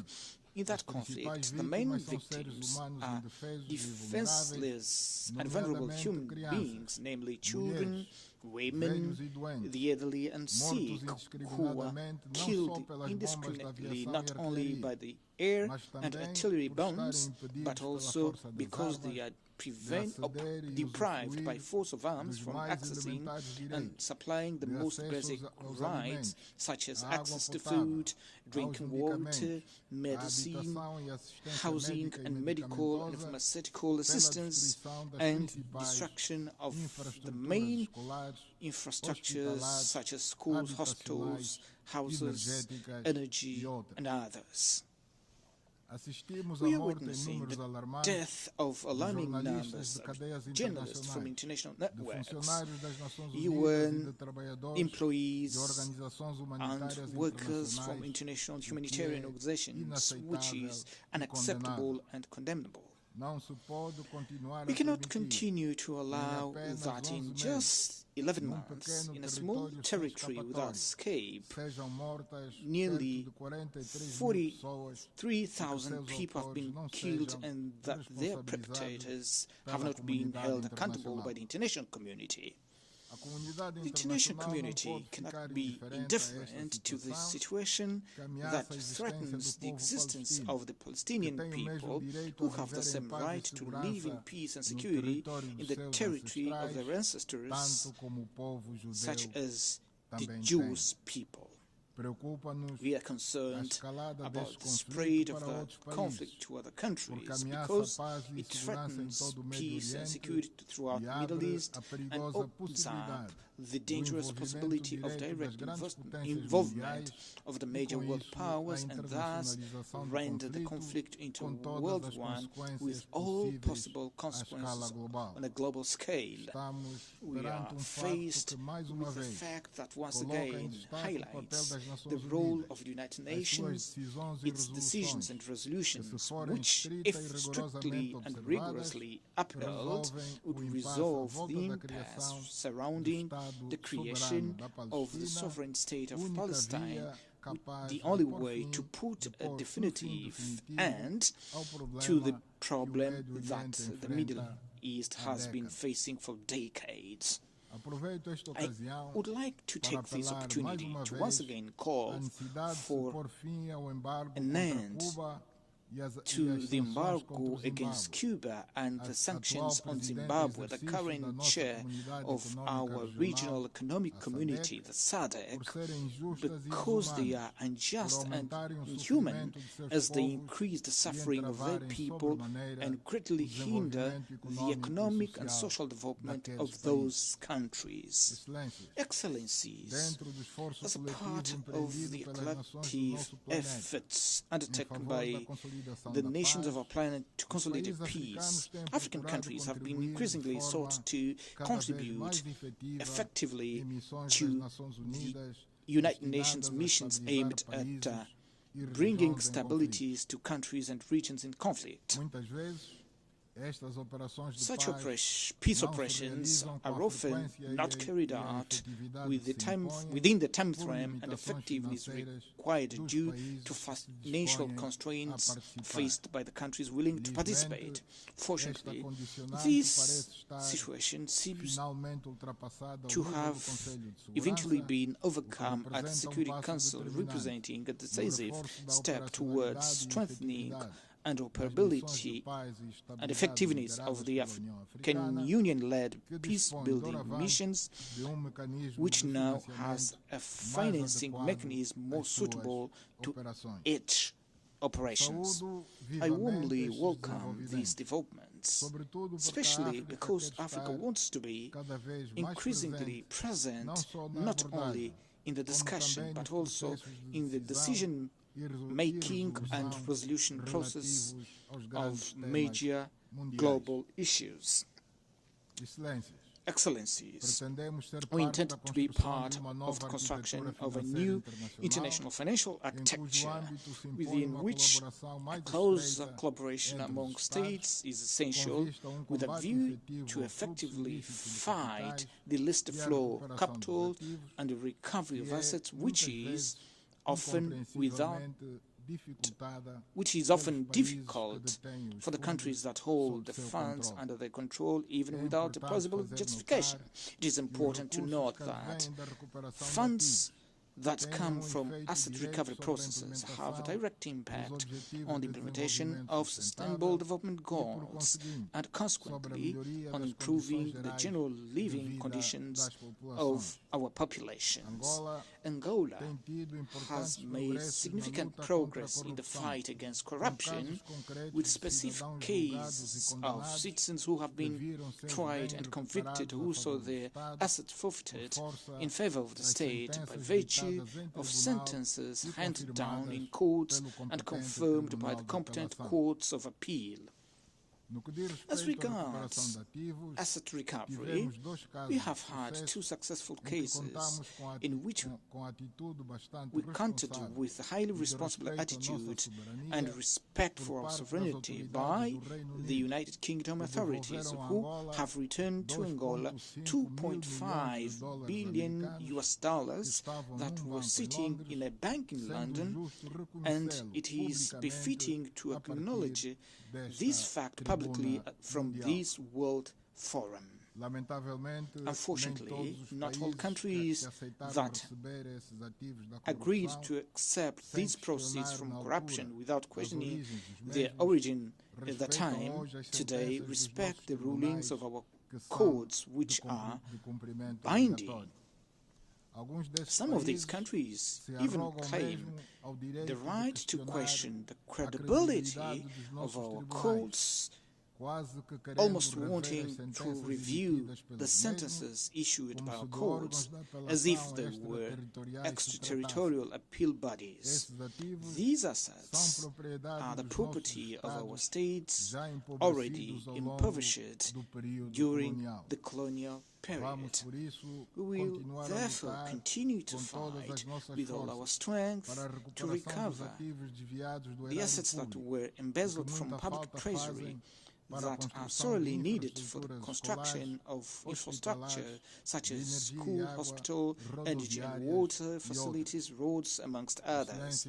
Excellencies, ladies and gentlemen, the Republic of Angola advocates for the urgent implementation of reforms that will lead to a fair representation of African countries within the main international financial institutions in order to stand for the decision-making and development of policies that have impact on the daily life of the populations of the concerned countries. We are firmly committed to leaving no one behind, acting together to promote peace, sustainable development, and human dignity for present and future generations. In line with this motto of 79th session, we must mobilize efforts, capabilities and all resources at our disposal to promote policies, measures and programs that make it possible to materialize the intentions contained therein.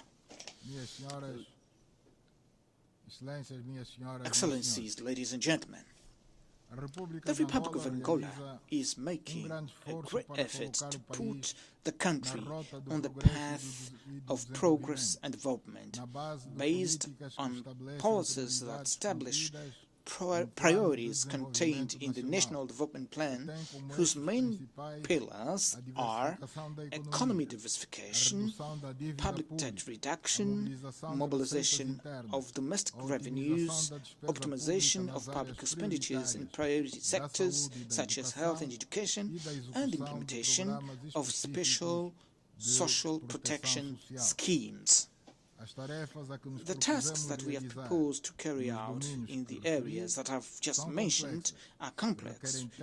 They require time and sufficiently qualified human resources to carry them out successfully. But despite this situation, we are making encouraging progresses whose benefits will be felt over time. Among the successful initiatives, I would like to mention the construction of water transfer systems to areas severely affected by droughts in the south of Angola, where poverty and misery are paving the way for a prospect of prosperity and a more dignified life for the population, who can now count on water available in sufficient quantities to transform arid zones into areas for agricultural production and livestock farming without the previous risk that used to jeopardize human and animal survival. As part of the government of Angola's action to improve the national social situation and create factors that boost the development of industry and agriculture, we have embarked on the path of electrification of the country. Пресса, преимущества которого будут ощущаться в будущем. Среди успешных инициатив хочу в особенности упомянуть строительство систем водоснабжения в районах, сильно пострадавших от засухи на юге Анголы, где нищета сменилась процветанием и более достойной жизнью для людей, которые сейчас могут рассчитывать на наличие достаточного количества воды для преобразования засушливых районов в районы сельхозпроизводства и животноводства, без рисков, которые ранее ставили под угрозу выживание людей и животных. В рамках действий правительства Анголы по совершенствованию национальной социальной ситуации и созданию факторов, стимулирующих развитие промышленности и сельского хозяйства, мы встали на путь электрификации страны повсеместно, инвестировали в чистую энергетику, построили крупные гидроэлектростанции и фотоэлектрические парки, что означает, что уже 67% энергетической матрицы страны поступает из чистых источников.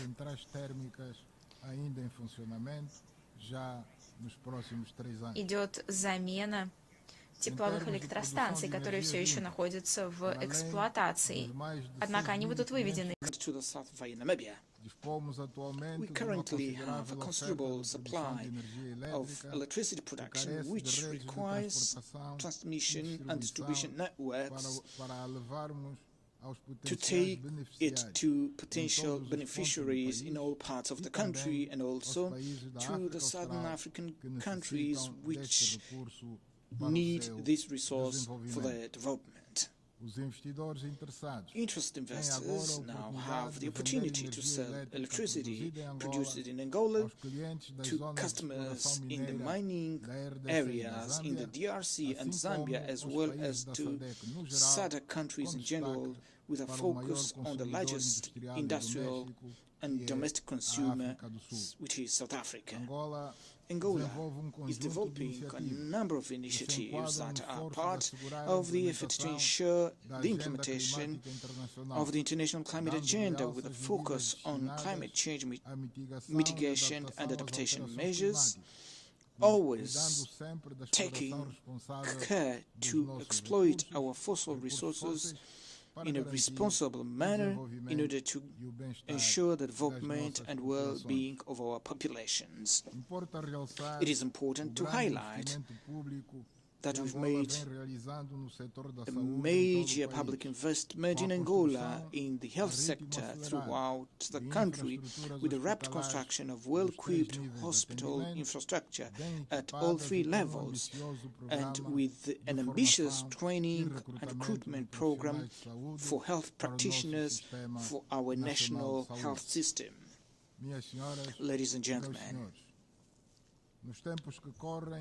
in the current times, among the major priorities of the African continent is the issue of development based on trade, promotion and intensification, which is essential to build infrastructure that ensure connectivity among African countries, mobility of economic operators, and favor the free trade amongst all within the scope of the African Continental Free Trade Area.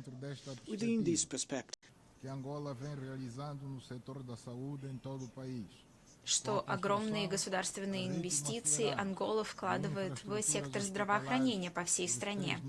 Благодаря быстрому строительству хорошо оборудованной больничной инфраструктуры на всех 3 уровнях оказания медпомощи. Мы проводим амбициозную программу подготовки и найма медработников для нашей национальной системы здравоохранения. Дамы и господа, в настоящее время одним из главных приоритетов для африканского континента является вопрос развития, основанного на поощрении и интенсификации торговли, для чего необходимо создать инфраструктуру, которая гарантирует связь между африканскими странами, мобильность экономических операторов, а также инфраструктуру impact on the economies of the southern sub-region of Africa and other regions of our continent. Excellencies, ladies and gentlemen, the Republic of Angola is a hospitable country, open to the world and always ready to act as a proactive partner to help increase global cooperation in favor of the development and implementation of joint and complementary actions which help to respond to the permanent challenges in the fight against international terrorism and other threats to peace, world security, and sustainable development. With the improvement of the business environment in recent years, we are open to tourism and direct private investment virtually in all sectors of our economy that are of interest to investors. You're welcome to Angola, and thank you very much for your attention. On behalf of the Assembly, I wish to thank the President of the Republic of Angola. We have heard the last speaker in the general debate for this meeting. The 8th plenary meeting to continue with the general debate will be held immediately following the adjournment of this meeting. The meeting is adjourned.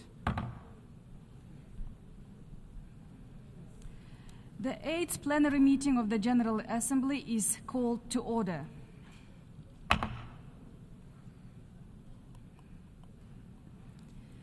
The Assembly will hear an address by His Excellency Mohammed Ould Sheikh Al Ghazouani, President of the Islamic Republic of Mauritania. I request protocol to escort His Excellency and invite him to address the Assembly.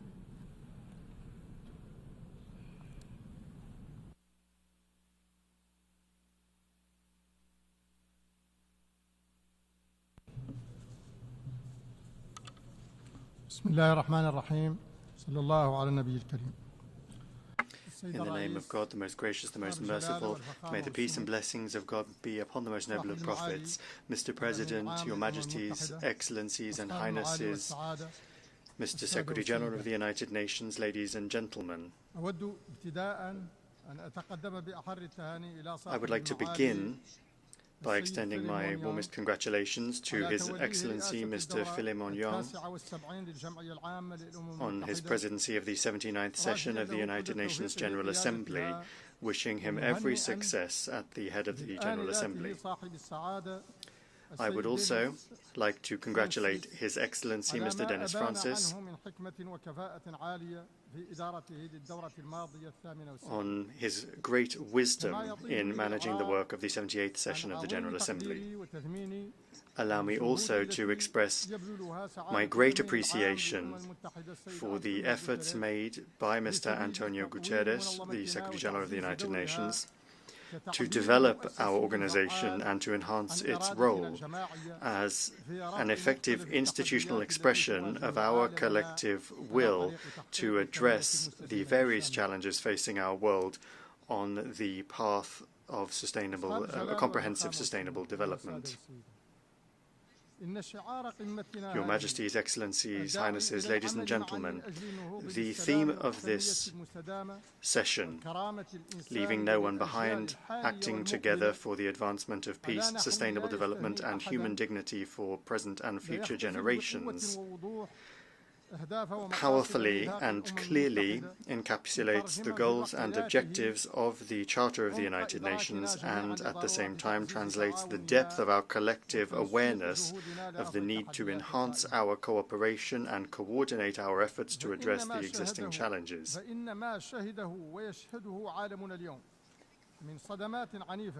What the world has been through and what it is currently going through in terms of violent crises and unprecedented shocks at every level has greatly weakened our individual and collective ability to fulfill our common commitments in the context of the 2030 Agenda.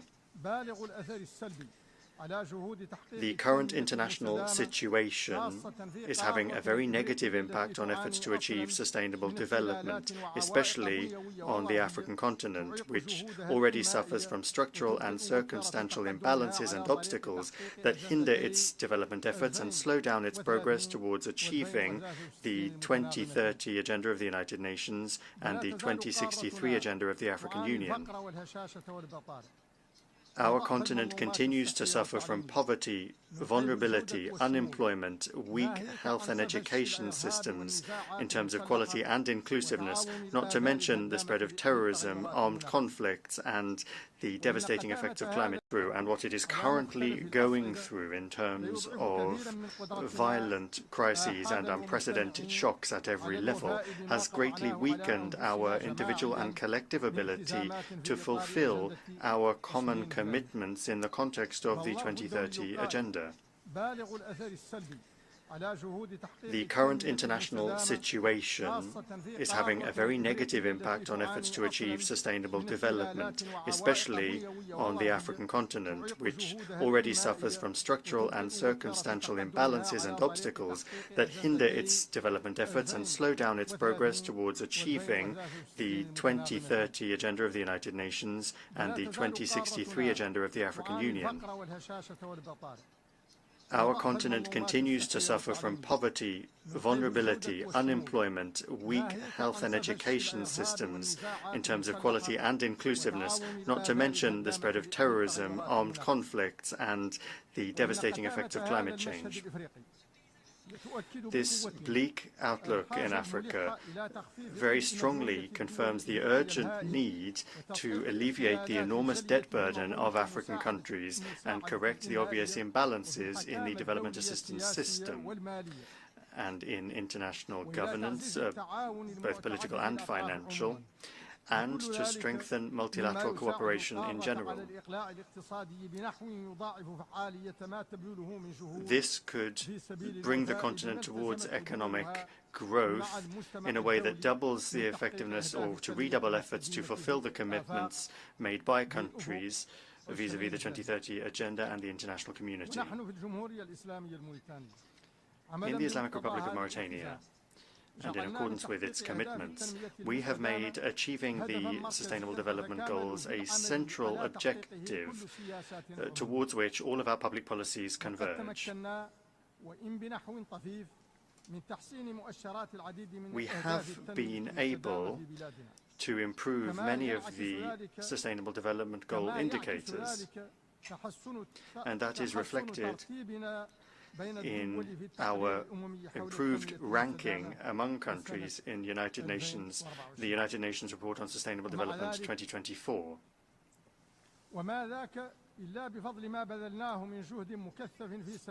This improvement is the result of intensive efforts aimed at enshrining the rule of law, strong institutions, promoting democracy and individual and collective freedoms, the use of dialogue and consultation as a permanent method for managing public affairs, support for the independence of the judiciary, transparency, combating corruption and bribery, in administrative or financial terms.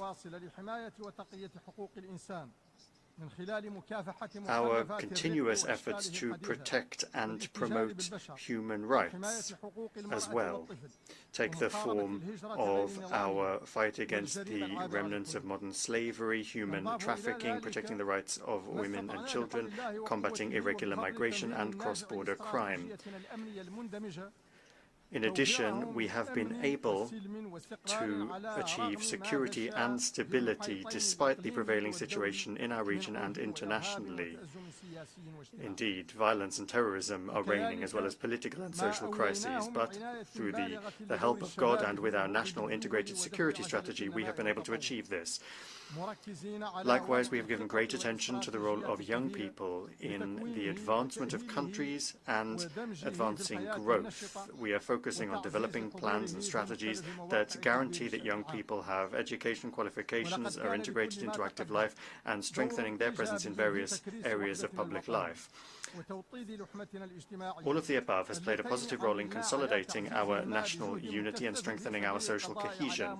To do this, we have made intense efforts to eliminate various forms of exclusion, injustice, and vulnerability.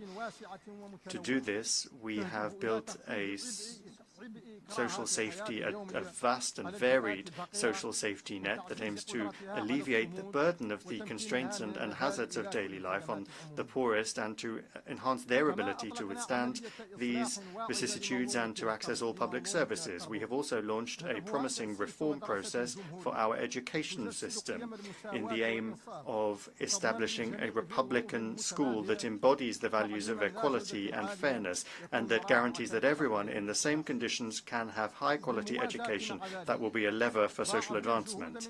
In parallel, we have redoubled our efforts to expand and improve the scope of health services that we offer to our population and to ensure access to medicines. We have created a health insurance system for citizens not covered by traditional insurance programs. In addition, we are providing some basic medical services free of charge, especially for mothers, older persons, and persons with disabilities.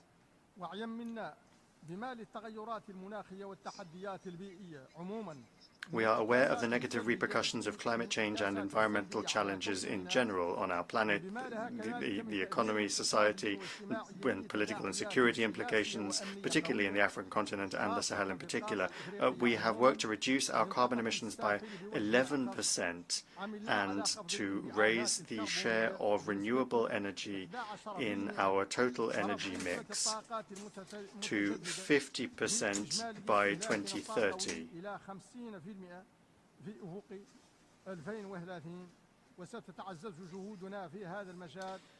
We intend to redouble our efforts in this area to adopt a green hydrogen development program. In addition to our efforts to promote clean energy,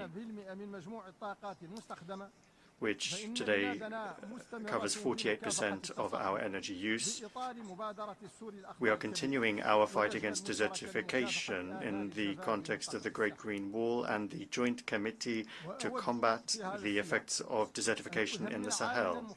In this context, I would like to applaud the outcomes of COP28, which was hosted by the United Arab Emirates at the end of last year. I would like to hope that these environmental gains will be strengthened during the upcoming session, which will be hosted by Azerbaijan this year. We are hopeful that industrialized countries will respect their commitments to reduce their emissions and fulfill their pledges from the Paris summit.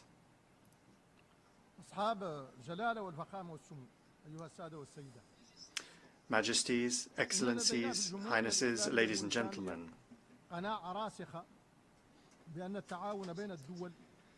we are deeply convinced in the Islamic Republic of Mauritania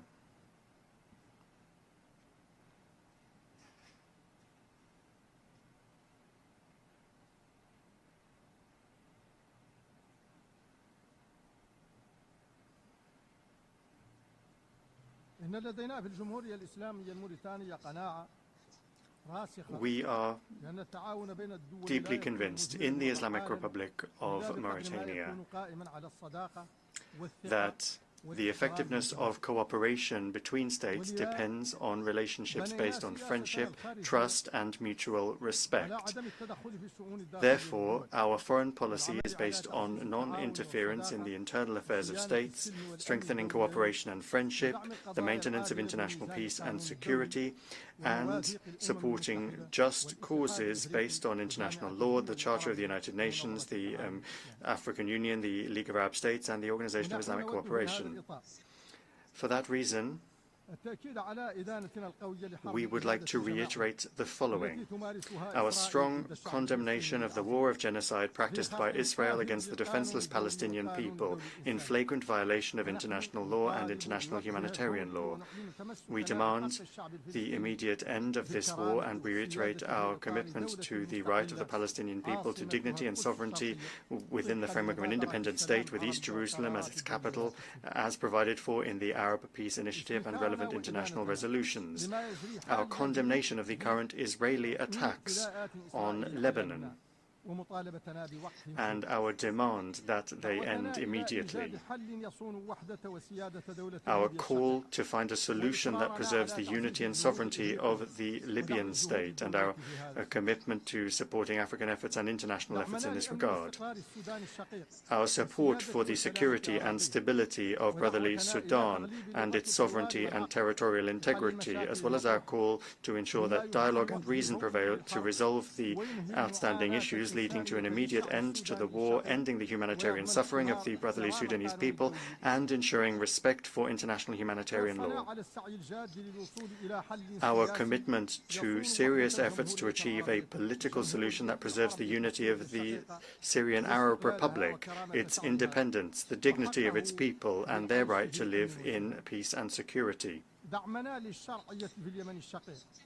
Our support for the brotherly Yemeni people and our call for peaceful solutions in accordance with Arab initiatives and the relevant international resolutions, our firm position on the conflict in Western Sahara, and our support for the efforts of the United Nations and all relevant Security Council resolutions aimed at finding a lasting solution that is acceptable for everyone.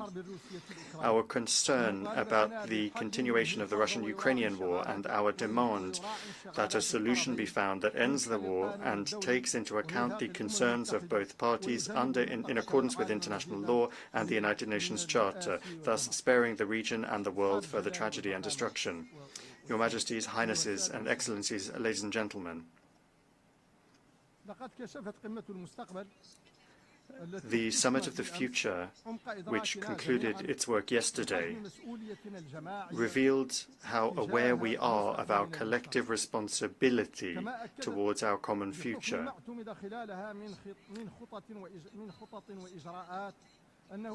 Through what was adopted in terms of measures and plans, the summit confirmed that we are still able to make this future one of security, peace, prosperity, comprehensive sustainable development that will not exclude any people or country. Let us therefore strengthen mutual trust, intensify our multilateral cooperation, and accelerate the reform of international political and financial governance rules so that they are more just, more balanced, and more equitable. And then, God willing, we will be able to save our planet from perdition and secure a bright future for current and future generations. Thank you.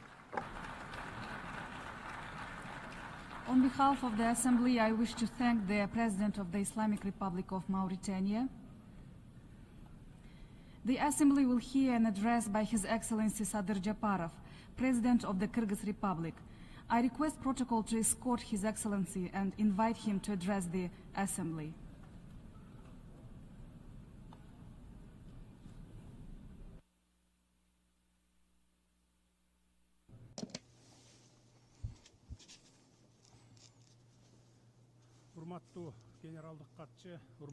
Mr. Secretary General, Mr. President, distinguished heads of delegations, ladies and gentlemen, I extend my congratulations to the African nations and the esteemed Mr. Philemon Yang on being elected as the President of the 79th session of the UN General Assembly.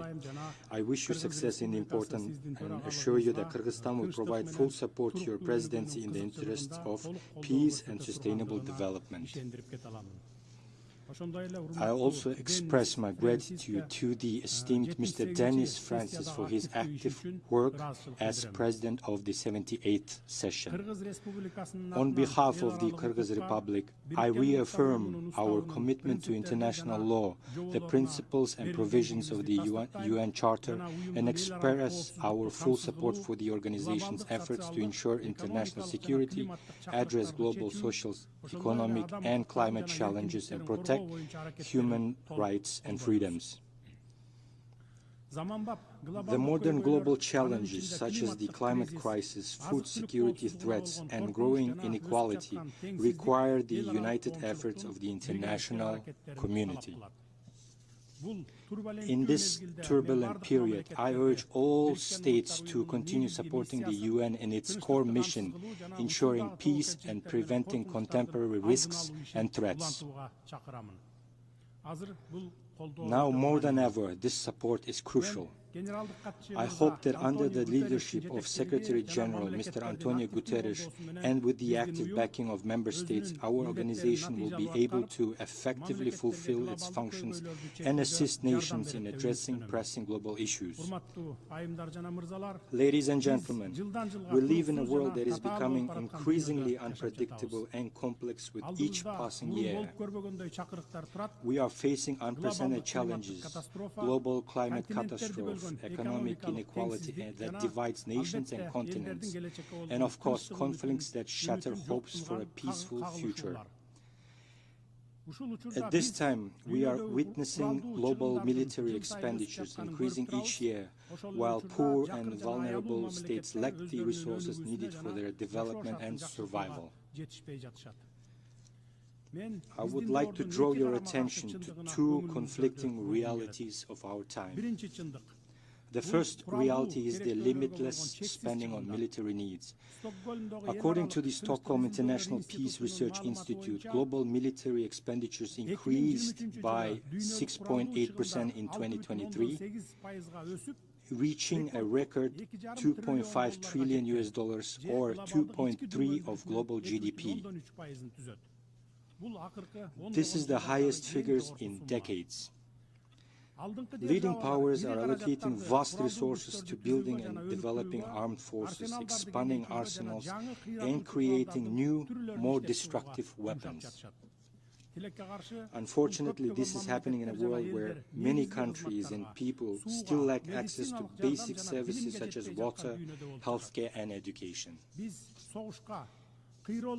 It would be far better if the money spent on war, destruction, and death were redirected towards creation or addressing global challenges for the benefit of all humanity, helping countries combat climate change and prevent mass migration.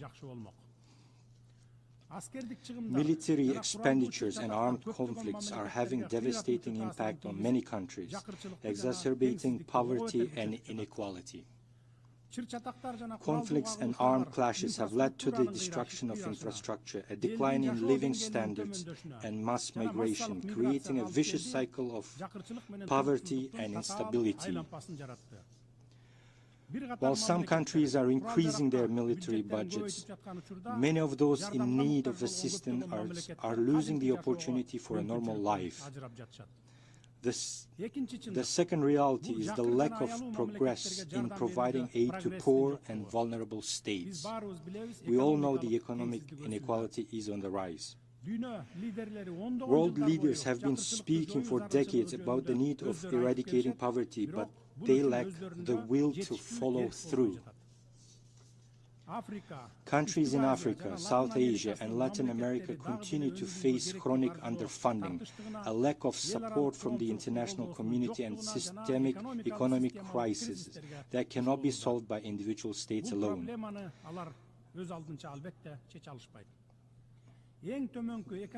The countries at the lowest economic levels are in dire need of investments in healthcare, education, infrastructure, and the fight against climate change. Yet amidst the rapid increase in military spending, assistance to these nations remains insufficient. Humanitarian aid and development assistance programs often face financial shortages, while these resources are being used for purchase of weapons and the conduct of military operations. Instead of decreasing, inequality between the nations is deepening. The world is now faced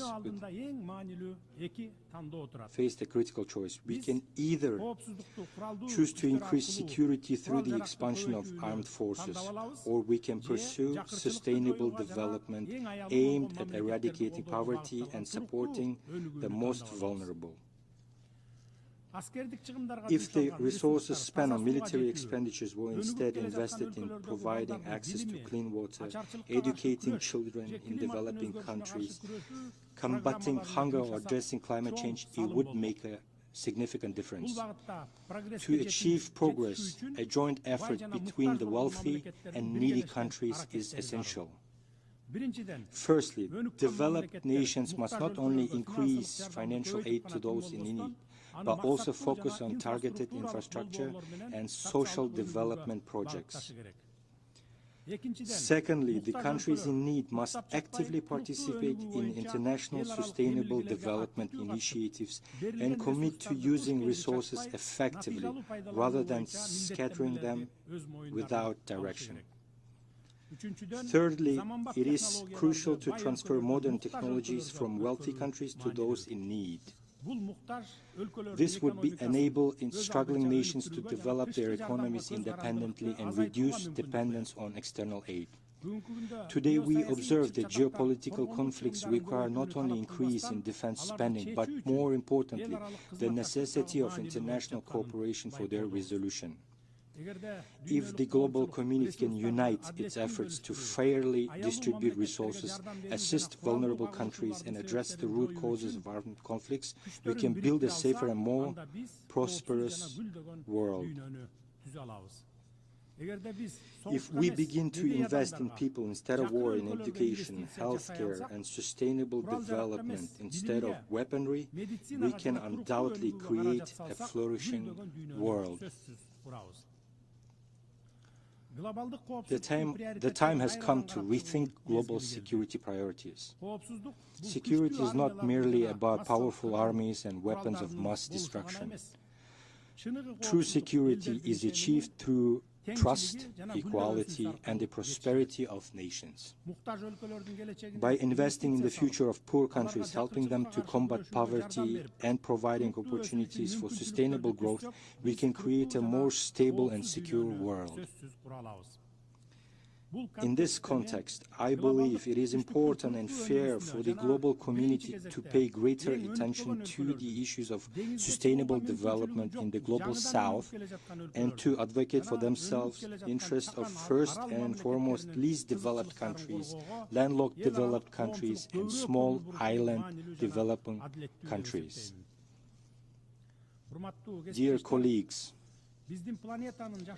one of the most dangerous challenges threatening the very existence of our planet is climate change, which is worsening daily and affecting virtually all countries and people around the world.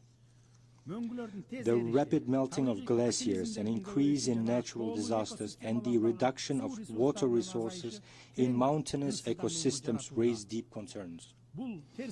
These negative consequences threaten the lives of local communities, contribute to rising poverty levels, deteriorate infrastructure, and cause significant harm to the economies of nations. Kyrgyzstan faces a triple challenge: the need for investment in development, the reduction of poverty, and adaptation to climate change in order to achieve carbon neutrality. Each of these areas requires specialized funding, particularly in the context of ensuring climate resilience for our country and vulnerable communities.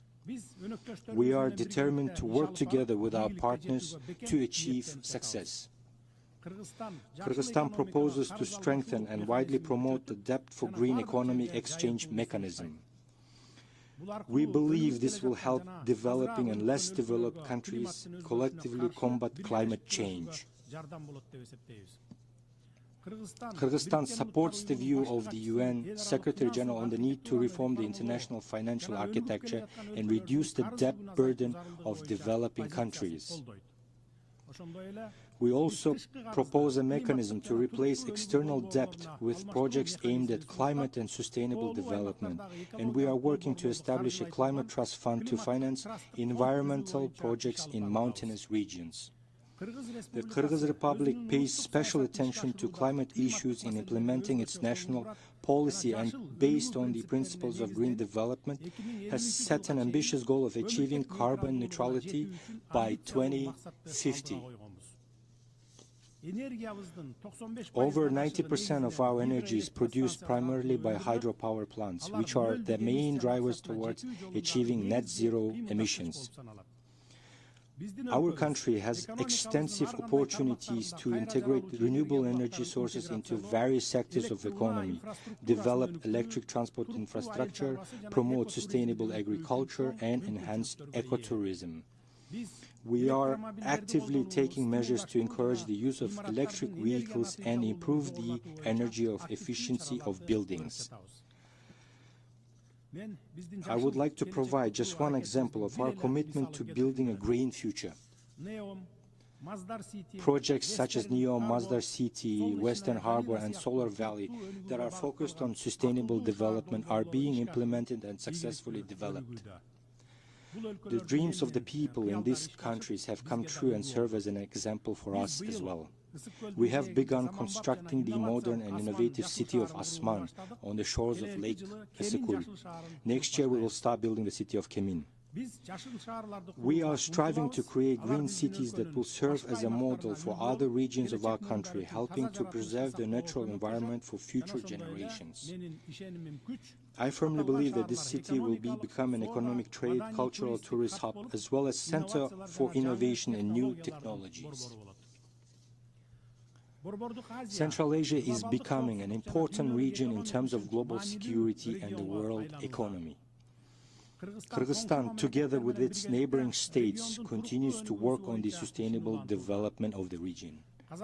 Together with Kazakhstan and Uzbekistan, we are building the Kambarata 1 hydropower station, which will meet the region's energy and water needs. We are also participating in the construction of China-Kyrgyzstan-Uzbekistan Railway, which will enhance trade and transport cooperation and connect the east and west of the continent. Ladies and gentlemen, the future of our world depends on the path we choose. We should not increase military spending, leading to further escalation of conflicts and disasters. Instead, we must direct our efforts towards building a just, safe, and prosperous world for all. Our choice today will determine what tomorrow will be like for our future generations. We all need to ease international tensions. The Kyrgyz Republic is ready to support the efforts of UN General Assembly and Security Council aimed at establishing a stable world order and achieving sustainable development goals, as well as to contribute to the international community's joint efforts to address global challenges and threats. At the same time, we propose our candidacy for non-permanent membership in the UN Security Council for the years 2027-2028. As a country that has never been elected to this country, Kyrgyz Republic hopes for your support in the elections scheduled to take place in New York City in June 2026. If elected, Kyrgyzstan will continue work towards enhancing the effectiveness and transparency of the Council's operations, as well as expanding its composition with consideration for balanced regional representation. The time has come to rectify the underrepresentation of African countries in Security Council and to eliminate historical injustice, such as the fact that Kyrgyzstan, including Kyrgyzstan, 60 member states have never been elected to the Security Council. At the future summit, UN member states reaffirmed the importance of these sustainable development goals and the need for their full implementation. Kyrgyzstan remains committed to the Global 2030 Agenda for Sustainable Development, and our achievements confirm our firm intention to achieve the goals, taking into consideration national priorities and financial capabilities. The UN Sustainable Development Goals are integrated into National Development Strategy of Kyrgyzstan until 2040, which creates opportunities for sustainable economic and social development, digitalization, entrepreneurship, as well as the introduction of innovative and environmentally friendly technologies for current and future generations. On July 22nd of this year, we adopted the law on protection of rights and funds of private entrepreneurs and foreign investors. This law defines the necessary measures for protecting investors in business activities. It also provides punitive measures against the relevant state officials for illegally and unjustly refusing state registration, illegally and unjustly denying the issuance of a license, unjustly and unlawfully restricting business activities, unjustly and unlawfully interfering with the activities of investors and private entrepreneurs. Severe penalties are imposed for the aforementioned violations. This includes imprisonment for 2 to 5 years, confiscation of property, or large fines. Next year, our country will present its national voluntary review on the implementation of the SDGs. We are ready to share our experience, discuss the results achieved, and continue striving to be among the 30 countries in the world in implementing SDGs by 2030. As a mountainous country, Kyrgyzstan has drawn global attention to the challenges of sustainable development in mountainous regions since the 2000s. Through our initiative and with broad support from mountainous countries, the 5-year Action for Development of Mountain Regions program is being implemented for 2023 until 2027. I invite all nations to actively participate in this program. I also invite you to take part in the second Global Mountain Summit, Bishkek +25 in 2027, where the results of the 5 years of Mountain Regions initiative will be summarized. In addition, we are promoting the initiative to include the global dialogue on mountains and climate in the UN Annual Climate Change Conference agenda. Kyrgyzstan is actively working to protect the snow leopard, a symbol of long-term sustainable development in the region. In December 2023, the snow leopard was recognized as a national symbol of Kyrgyzstan. Together with 11 other countries within its habitat, we are working to protect this unique animal. In this regard, I am proud to announce that a resolution to declare International Snow Leopard Day will be introduced to the UN General Assembly, and I urge all nations to support this initiative. The inhabitants of mountainous regions face daily challenges such as water shortages, food insecurity, poverty, and lack of access to basic services. These countries should not be left alone with their problems. We call on the global community to take active steps to address these issues. Dear colleagues, ladies and gentlemen, the time has come for the international community to build a new consensus based on trust and the interest of all nations. In conclusion, I would like to share the following words from Manas epic, which embodies the profound depth of friendship, unity and solidarity among people. Let us unite our strength as one head from one shoulder and one hand from one sleeve. Where there is unity, there is prosperity. Thank you very much for your attention. On behalf of the Assembly, I wish to thank the President of the Kyrgyz Republic. The Assembly will hear an address by His Excellency Javier Gerardo Milei, President of the Argentine Republic. I request protocol to escort His Excellency and invite him to address the Assembly.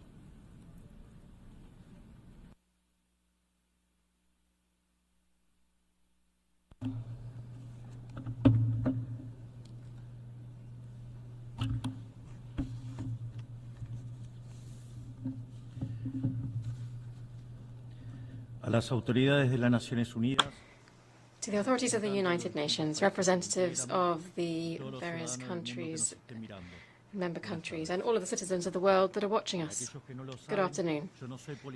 For those of you who are not aware, I'm not a politician. I'm an economist. I'm a liberal, libertarian economist who never aimed to be a politician, but who was honored to become the President of the Republic of Argentina following the resounding failure of more than a century of collectivist policies that destroyed our country. This is my first speech to the United Nations General Assembly, and I'd like to take this opportunity to humbly alert the different nations of the world about the path that we are moving down and have been for decades, and about the danger that of this organization failing, as it has been doing in its original mission. I haven't come here to tell the world what it should be doing. I've come here to tell the world, on the one hand, what will happen if the United Nations continues to promote collectivist policies that it's been promoting under the mantle of the 2030 Agenda, and on the other hand, the values of the new Argentina. I want to begin by giving credit where credit's due. The United Nations was born out of the horror of the cruelest war in global history, and the main aim of it was to ensure that it never happened again.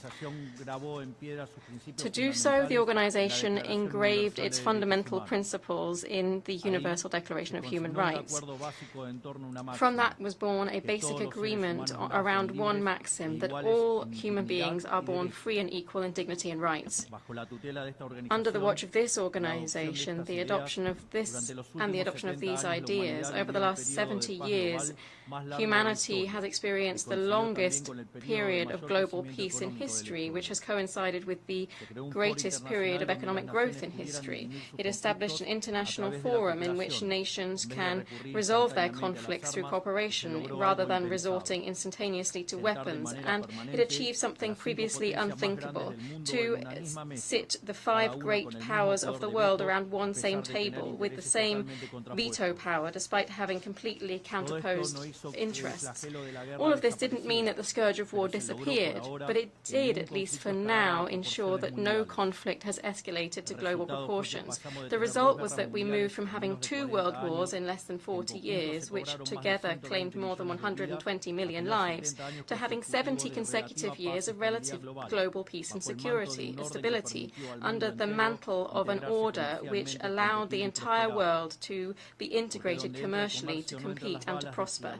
Because where trade enters, we don't have bullets, said Bastia, because trade guarantees peace, peace guarantees, and freedom guarantees trade. And equality before the law guarantees freedom. It managed to ensure what Prophet Isaiah said, that he will judge between the nations and will settle disputes for many peoples. They will beat their swords into plowshares and their spears into pruning hooks. Nation will not take up sword against nation, nor will they train for war anymore. This is what's happened mainly under the watch of the United Nations in its first few decades. That's why we're talking about an outstanding success in the history of nations that has been achieved by the United Nations, and it cannot be overlooked. Now, at some time, and as often happens with the majority of bureaucratic structures that are created by men, this organization stopped looking after its main aims set out in its founding declaration and started to change. This was an organization that had essentially been thought up as a shield to protect the reign of men, and it became a leviathan with various tentacles purporting to decide not only what each nation state should do, but also how all the citizens in the world should live. That's how we move from being an organization that pursued peace to an organization that imposes an ideology on its members about an endless list of topics in society. The model of the United Nations that had been successful, the origin of which we can see in the ideas of President Wilson, who talked about the need for peace without victory, and that was founded out of cooperation from nation states, has been abandoned. It's been replaced by a model of supranational government, of international bureaucrats that attempt to impose on citizens of the world a specific way of living.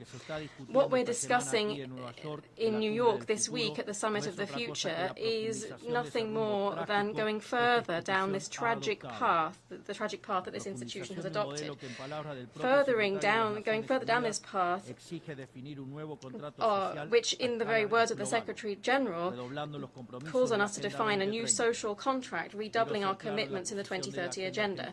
On this, I'd like to be clear about Argentina's position. The 2030 Agenda, although it's well-intentioned in its goals, is nothing but a supranational government program that is socialist in shape. It purports to resolve the problems of modernity with solutions that afflict the sovereignty of nation-states and violate the right to life, right to freedom, and property of persons. It's an agenda that purports to resolve poverty inequality, discrimination, with legislation that simply furthers these issues.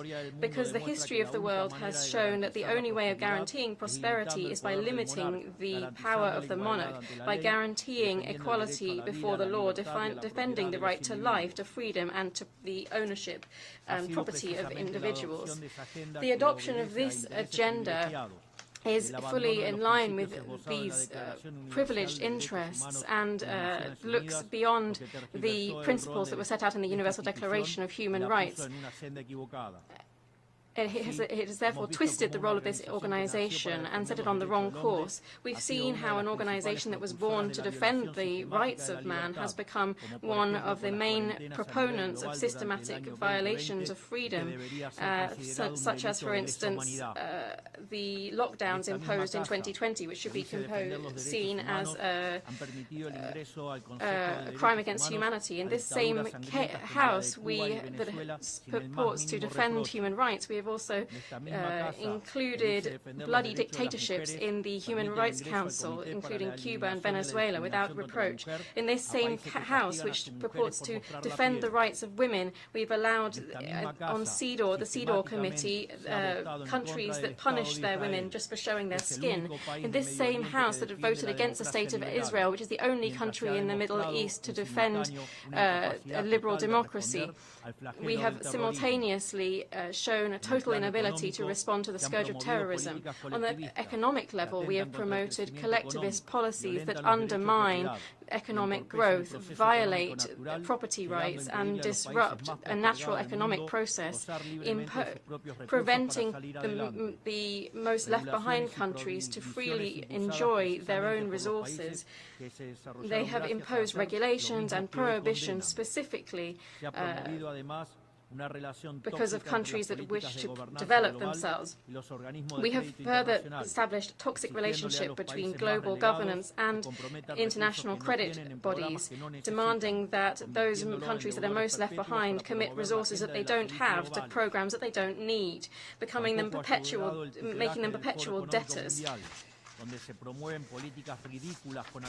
We have also seen ridiculous policies with Malthusian stances, such as policies, zero emissions policies that harm all poor countries, policies related to sexual and reproductive rights, when birth rates in Western countries are plummeting, announcing a somber future for all of us. The organization has met its mission of upholding territorial sovereignty of its members. As we know, the Argentines have a first-hand experience of this with the Malvinas Islands. We have also seen that the veto of the permanent members of the Security Council has begun to be used in the defense of the specific interests of a certain few. That's where we are today, with a powerless organization, powerless to provide solutions to the true global conflicts. For instance, the aberrant Russian invasion of Ukraine, which has costed the lives of more than 300,000 people and left behind more than 1 million wounded. This is an organization that, rather than tackling these conflicts, invests time and effort in imposing on poor countries how they should and how much they should produce, who they should do relations with, what they should eat, what they should believe in, as the Pact for the Future purports to dictate. This long list of errors and contradictions has led to a loss of credibility for the United Nations before the citizens of the free world. I'd like to issue a warning here. We are coming to the end of a cycle. Collectivism and the moral posturing and the woke agenda is coming up against reality. There are no further credible solutions to the real problems of the world. If the 2030 agenda fails, as recognized by its own promoters, the response should be to wonder whether or not this was an ill-conceived program from the outset. We should accept this reality and change what we're doing. The same thing always happens with ideas that come from the left. They're designing a model in line with what human beings should do, and when individuals freely decide to act otherwise, they have no better solution than to restrict, repress, or cut off their freedom. In Argentina, we've seen with our own eyes what they have done at the end of this path of envy and sad passion, poverty, anarchy, and a total lack of liberty. We still have time to choose another direction. I want to be clear so that there's no poor misunderstanding here. Argentina is going through a profound process of change currently, has decided to embrace the ideas of freedom. These are ideas that say that all citizens are born free and equal before the law, that we have inalienable rights granted by our Creator to life, to freedom, and to property. These principles that are setting the framework of the process of change that we're undertaking in Argentina are also the principles that will guide our international conduct from now on. We believe in the defense of life for all. We believe in the defense of property for all. We believe in freedom of expression for all. We believe in freedom of worship for all. We believe in freedom of trade for all. And we believe in limited government. All. And in these times, what happens in one country has a swift impact on others, and we believe that peoples should be able to live free of tyranny and oppression, be it political oppression, economic slavery, or religious fanaticism. This fundamental idea shouldn't be mere words. It should be supported by our acts, diplomatically, economically, and materially, through the joint force of all of the countries that stand up for freedom. This doctrine of the new Argentina is no more and no less than the true essence of the United Nations, that is, the cooperation of nations united in the defense of freedom. If the United Nations wants to resume the principles that led to its birth and adopt the role for which it was designed, it can count on the full support of Argentina in its struggle for freedom. You should be aware, though, that Argentina will not support any policy that implies restricting individual or trade freedoms, nor the violation of the natural rights of individuals, regardless of who promotes these or how big the consensus is in this institution. For this reason, I'd like to officially express our dissent on the Pact for the Future that was signed on Sunday, and I invite all nations of the free world to support us, not only in relation to this pact, but also in the establishment of a new agenda for this noble institution, that is, the agenda for freedom. From this day on, you should know that Argentina, the Republic of Argentina, will abandon its policy of historic neutrality and will be on the vanguard in the struggle for the defense of freedom, because, as Thomas Paine said, those who expect to reap the blessings of freedom must, like men, undergo the fatigue of supporting it. Viva la libertad, carajo! Muchas gracias. Long live freedom, God damn it. Thank you very much. On behalf of the Assembly, I wish to thank the President of the Argentine Republic.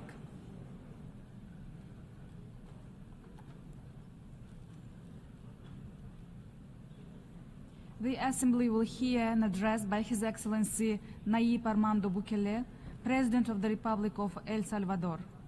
I request protocol to escort His Excellency and invite him to address the Assembly.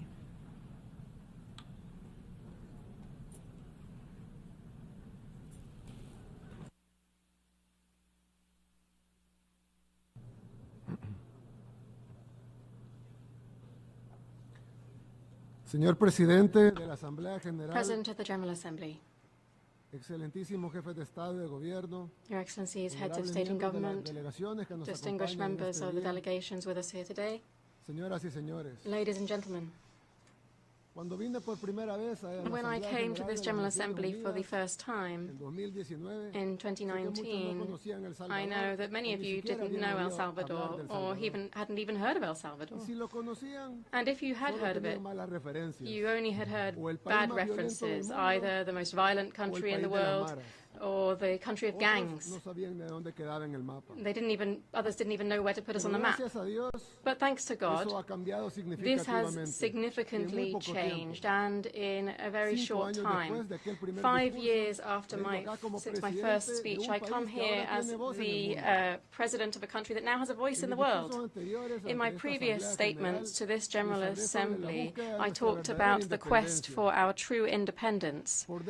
For decades, we were in chains due to an imported civil war and then a false peace that left behind more dead than war itself.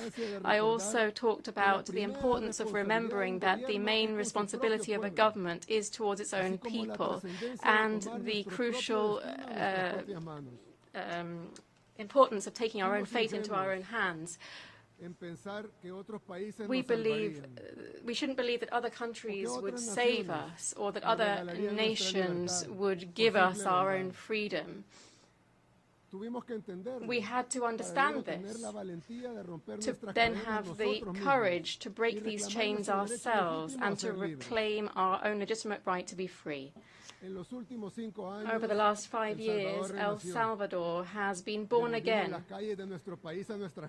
You can see this in the countries and in the people. We have a flourishing tourist industry. We are a country of sports, surf, and entertainment. Thousands of Salvadorians fled war and poverty. They're now we've now made this a country to return to. And our nation was once the global capital of homicides. We've now made this the safest country in our region. This was a great challenge that our nation overcame. But we still have a lot to do and many things to achieve. But we are now on the cusp of true independence and the path towards true freedom. The transformation of El Salvador is without comparison, and our success is undeniable. Anyone can visit El Salvador and see this for yourself. Salvadorians, regardless of for whom they voted, where they were born, will at least say whether or not they are within or outside of borders, have come to support all of our decisions, each of the decisions that allow El Salvador to be the country in which people can live calmly and in peace, in which spiritual aspirations beyond material aspirations transcend everything. Today, the world is looking at the example of El Salvador, and they wonder, how can a country lift itself up so quickly? But perhaps this isn't the right question to ask. Perhaps they should be asking a different question. How is the rest of the world falling down so quickly? They say that El Salvador is swimming against the tide because El Salvador has become safer, and at the same time the world has become less safe. Well, the Salvadorian people has become more optimistic. The majority of the people in the modern world have become increasingly pessimistic. And they're right. The world has become divided, depressed, concerned, and hopeless. And it's done so in an unprecedented pace. The free world is no longer free. This is not an exaggeration. Tragically, we have undeniable proof of this every day. New threats of war continue. When the free world became free, it was due to freedom of expression, freedom before the law. But once a nation abandons the principles that make it free, it's only a question of time before it completely loses its freedom. The consequences of this are we can see before our eyes. We can see them in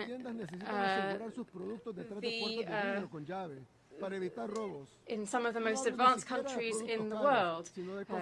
There are simple things, for instance, that cannot be obtained. In other cities, streets no longer belong to the people. They've fallen into the wrong hands, the hands of drug traffickers and gangs.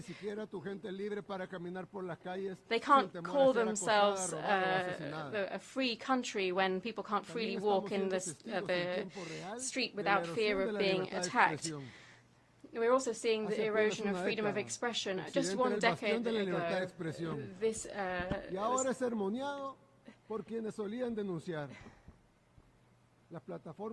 the biggest platform of social media in the world has had to use its citizens of Western countries have been arrested for their postings on social media. Governments have had to impose restrictions. This isn't a conspiracy theory. These are fully documented, proven facts. You can't win the favor of the people without respecting people. This didn't start just a while ago. We've only just noticed it now because it's accelerating, and this means that we are moving towards a scary inflection point. We are standing before a new dark period for humanity. As a Salvadorian, I recognize these symptoms because we have experienced all of them. We saw the collapse of our nation step by step, and we are seeing these same steps, but this time on a global scale. We cannot, nor do we want to tell other countries what they should do. Every country needs to take its own decisions and do what's best for its people. We can only offer a word of warning to a friend who's gone through a dark period and who has gone through a battle in their own lives. We can't change the direction of the world. El Salvador is too small a country for that. We are indeed the smallest country in the whole of the American continent. This is much bigger than us, and in fact it's much bigger than any nation. We can't prevent the obscure times that are ahead, but what we can do is become a small refuge in light of the approaching storm and try to have hope. In El Salvador, we will not renounce our position.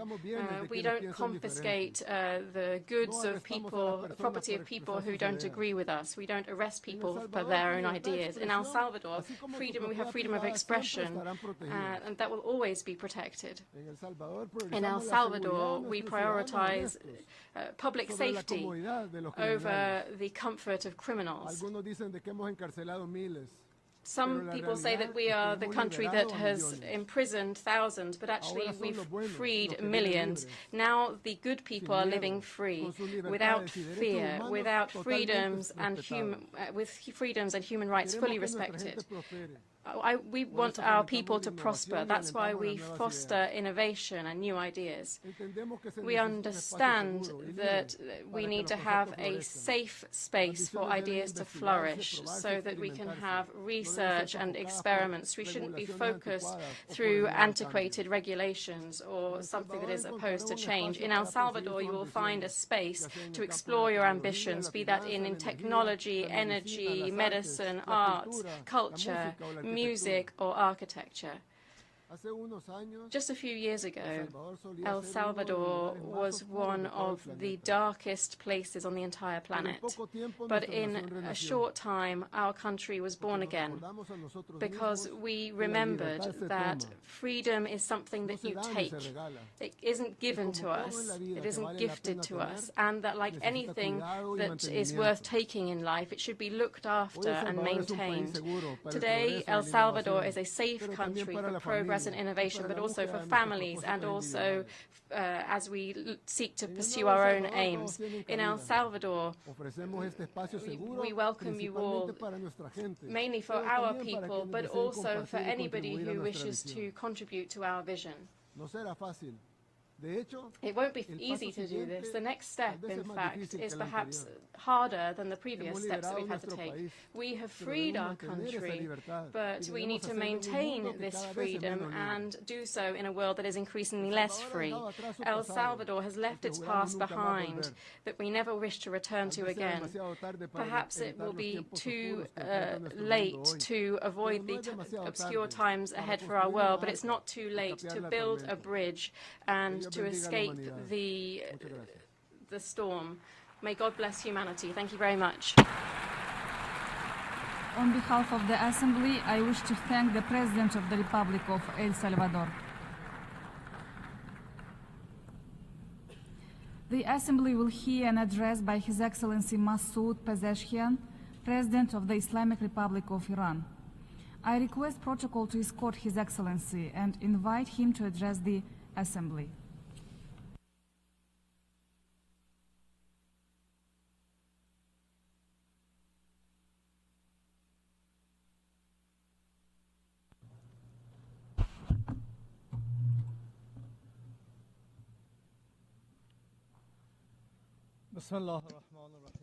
In the name of God, the most gracious, the most merciful. Mr. President, Excellencies, I extend my sincere congratulations both on the opening of the 79th session of the United Nations General Assembly and to you, Mr. President, on your well-deserved election.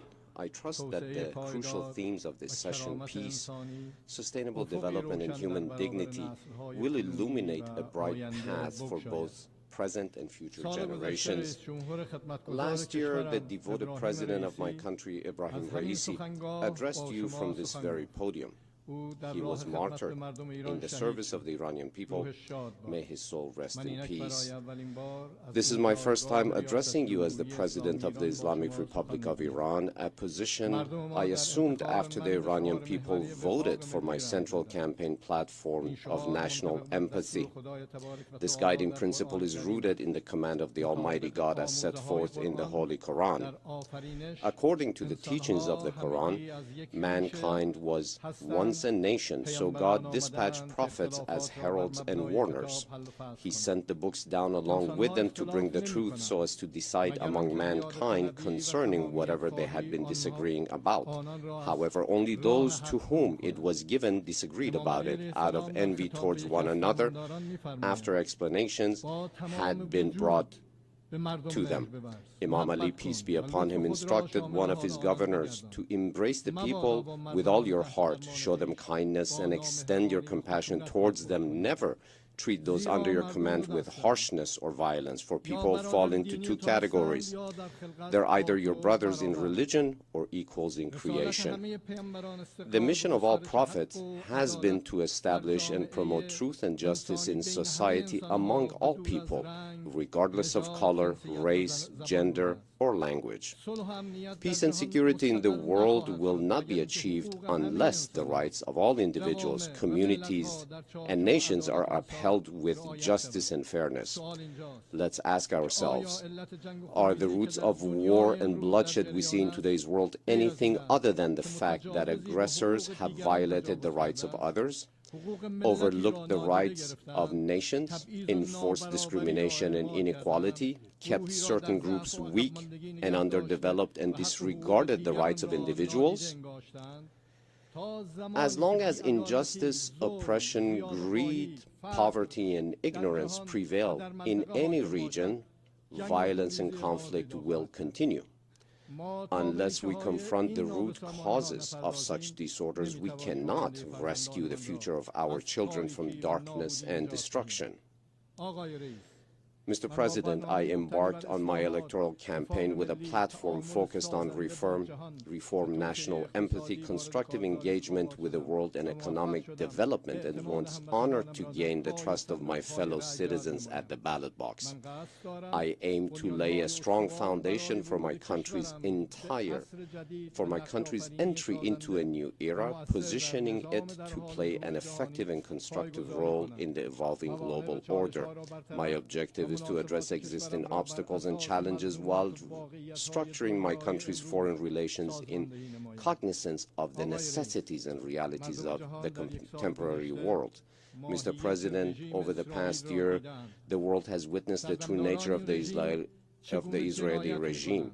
It has witnessed how the regime carries out atrocities in Gaza, and in 11 months has murdered in cold blood over 41,000 innocent people, mostly women and children. Its leaders label this genocide, the killing of children, war crimes, and state terrorism as legitimate self-defense. They label hospitals, kindergartens, and schools as legitimate military targets. They label the freedom-loving and brave people around the world who protest against their genocide as anti-Semitic. They label and oppress people who have stood up against 7 decades of occupation and humiliation as terrorists. It is Israel that has assassinated our scientists, diplomats, and even guests on our soil, and supported, both covertly and overtly, terrorist groups like ISIS. Iran, in contrast, has supported popular liberation movements of people that have been victims of 4 generations of the crimes and colonialism of the Israeli regime. We have been siding with the people across the world who have flooded the streets in outrage against Israeli atrocities. We condemn Israeli crimes against humanity. It is imperative that the international community should immediately stop the violence and bring about a permanent ceasefire in Gaza and bring an end to the desperate barbarism of Israel in Lebanon before it engulfs the region and the world. Israel has been defeated in Gaza, and no amount of barbaric violence can restore its myth of invincibility.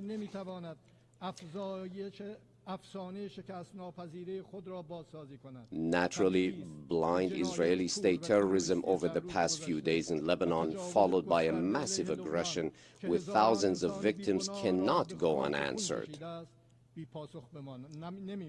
The responsibility for all consequences will be borne by those governments who have thwarted all global efforts to end this horrific catastrophe and have the audacity to call themselves champions of human rights. The only path to end this 70-years-old nightmare in West Asia and the world is to restore the right of all Palestinians to self-determination. We propose that all people of Palestine, both those who live in their motherland as well as those who have been forced into its diaspora, determine their future in a referendum. We are confident that through this mechanism we can achieve a lasting peace with Muslims, Christians, and Jews living alongside one another in one land in tranquility and peace and away from racism and apartheid. Excellencies, examine the contemporary history of the region. Iran has never initiated a war. It has only defended itself heroically against external aggression, causing the aggressors to regret their actions. Iran has never occupied the territory of any nation. It has not sought the resources of any country. It has repeatedly offered various proposals to its neighbors and international fora aimed at establishing lasting peace and stability. We have emphasized the importance of unity in the region and establishing a strong region. A strong region rests on several fundamental principles. First, we must recognize that we are neighbors, and because of this bond, we will always remain together. The presence of foreign powers in our region is temporary and leads to instability. Our development and progress are interconnected, and outsourcing security to extra-regional powers will not benefit any of us. Second, the new regional order must be inclusive and beneficial for all neighbors. An order that fails to safeguard the interests of each neighboring country cannot be sustained. Third, neighboring and brotherly countries should not waste their valuable resources on attritional rivalries and arms races.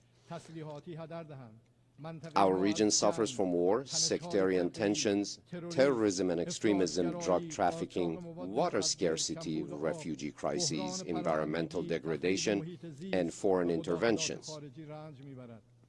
We can collectively address these common challenges for a better future for coming generations. I am the president of a country that has endured threats, war, occupation, and sanctions throughout its modern history. Others have neither come to our assistance nor respected our declared neutrality. Global powers have even sided with aggressors. We have learned that we can only rely on our own people and our own indigenous capabilities. The Islamic Republic of Iran seeks to safeguard its own security, not to create insecurity for others. We want peace for all and seek no war or quarrel with anyone. We seek lasting peace and security for the people of Ukraine and Russia. The Islamic Republic of Iran opposes war and emphasizes the urgent need to end military hostilities in Ukraine. We support all peaceful solutions and believe that dialogue is the only way to resolve this crisis. Mr. President, in the current globalized world, the security and interest of no country can be attained through undermining the security and interest of others. We need a new paradigm to address global challenges. Such a paradigm must focus on opportunities rather than being obsessed with perceived threats. Through such an engagement approach, we can find fresh opportunities for cooperation. Iran and global powers achieved a historic nuclear deal in 2015. Through that fresh outlook, based on shared opportunities, Iran agreed to the highest unprecedented level of nuclear oversight in return for recognition of our rights and the lifting of sanctions within the framework of the JCPOA. Trump's unilateral withdrawal from the agreement manifested a threat-ridden approach in politics and a coercion-driven strategy in the economic domain. Unilateral sanctions targeted innocent people and seek to undermine the foundations of the Iranian economy. The goal is to securitize Iran, which instead leads to insecurity for all. The policy of the U.S. so-called maximum pressure was in fact implemented against the Iranian people when Iran was fulfilling all its obligations under the JCPOA, as was verified repeatedly by the IAEA. We are ready to engage with JCPOA participants if JCPOA commitments are implemented fully and in good faith. Dialogue on other issues can follow. Here I want to address the American people. It is not Iran that has established military bases along your borders. It is not Iran that has imposed sanctions on your country and obstructed your trade relations with the world. It is not Iran that prevents you from accessing medicine. It is not Iran that has restricted access to the global banking and financial system. It is not we who have targeted your military leaders. Rather, it is the United States that assassinated Iran's most revered military commander at the Baghdad airport. My message to all states pursuing a counterproductive strategy towards Iran is to learn from history. We have the opportunity to transcend these limitations and enter into a new era. This era will commence with the acknowledgement of Iran's security concerns and cooperation on mutual challenges. Sanctions are destructive and inhumane weapons designed to cripple a nation's economy. The deprivation of access to essential medications is one of the most painful consequences of the sanctions, endangering the lives of thousands of innocent people. This measure is not only a blatant violation of human rights, but also constitutes a crime against humanity. Our nation has demonstrated resilience in the face of numerous hardships throughout the past few years caused by sanctions. Although the wounds inflicted by these sanctions are deep within our society, confronting this bitter experience has transformed us into a stronger nation with unwavering resolve and self-confidence. In order to build a better future world, Iran stands prepared to foster meaningful economic, social, political, and security partnerships with global powers and its neighbors based on equal footing. The appropriate response to this message from Iran is not to impose more sanctions, but to fulfill existing obligations to remove sanctions, benefiting the Iranian people, hence laying the foundations for more constructive agreements. I hope that this message from Iran is carefully heard today. Thank you, Mr. President. On behalf of the Assembly, I wish to thank the President of the Islamic Republic of Iran.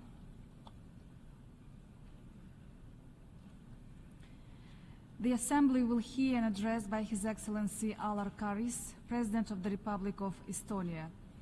I request protocol to escort His Excellency and invite him to address the Assembly.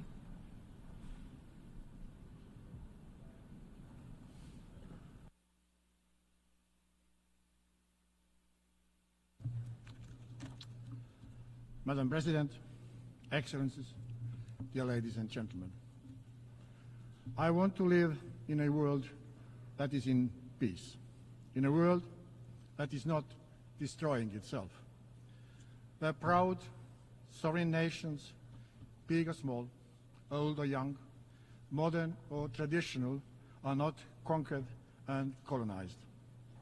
In a world where everybody can feel free, where AI serves and not hinders humanity, and where nobody has to fear oppression based on gender, race, nation, beliefs, or one's thoughts.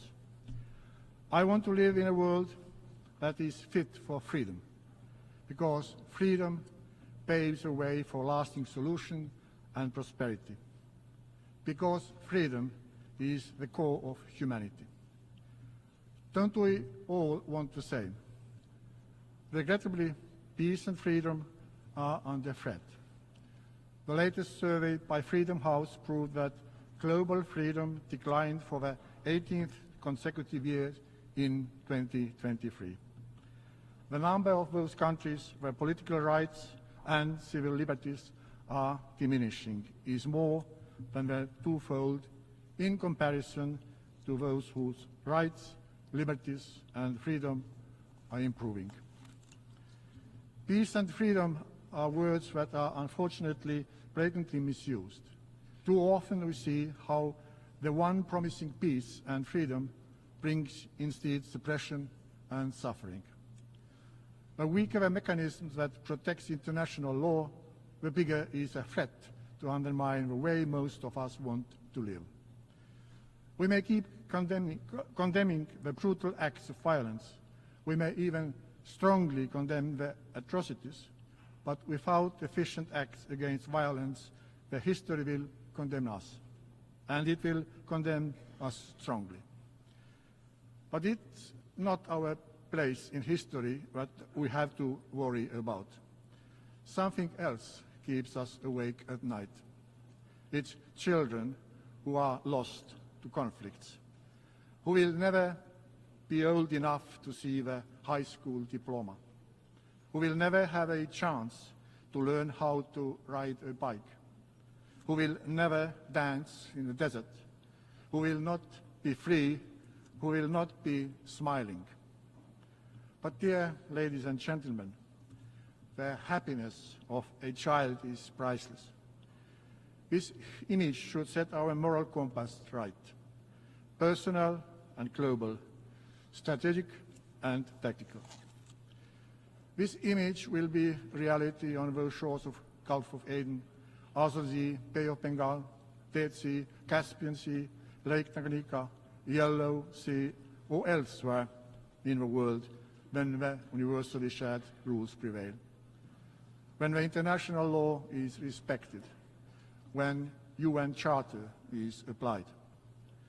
Therefore, we have no other option than to act and adjust the UN system so that it could live up to the demands and necessities of the 21st century.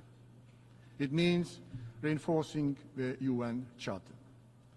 Restoring the credibility and reforming the UN should grant better and more efficient application of the Charter so that the peace and security is maintained in everyone's interest and everywhere in the world. The need to reform the UN and its Security Council has been discussed for decades. I am convinced that now more than ever, the renewal and strengthening of a multilateral world order with UN Charter at its core is in the interest of all of us. Pact for Future that we adopted at the Summit of the Future just a few days ago is a good start. It is guidelines showing us the way forward. Now we must implement all we have pledged. We should have been even more ambitious. The future Security Council has to be fit for purpose, efficient, transparent, open and accountable with a strengthened decision-making capacity. The Council's composition must adequately reflect the current world. It must also be inclusive in conducting its business to better respond to the current global threats. But there is no easy formula how to grant it. Otherwise, we would have a balanced, agile and effective Security Council already in place. One thing is certain, and it is acknowledged also by the Pact for the Future, that the scope and use of a veto right has to be limited. Estonia supports all efforts to limit the use of a veto, especially on actions aimed at ending or preventing mass atrocities. Currently, the veto right in the Security Council hands its holder a great power, a power also to put finding the solution of a standstill, as sometimes that solution might sharply be against the interest of the members of the Security Council itself. The deadlocks of the Security Council can be measured directly in lost and crippled human lives. This is not right, and this is unacceptable. We believe that all states collectively should have bigger say in maintaining peace and security than one member of the Security Council, especially in the case of a deadlock in the Security Council.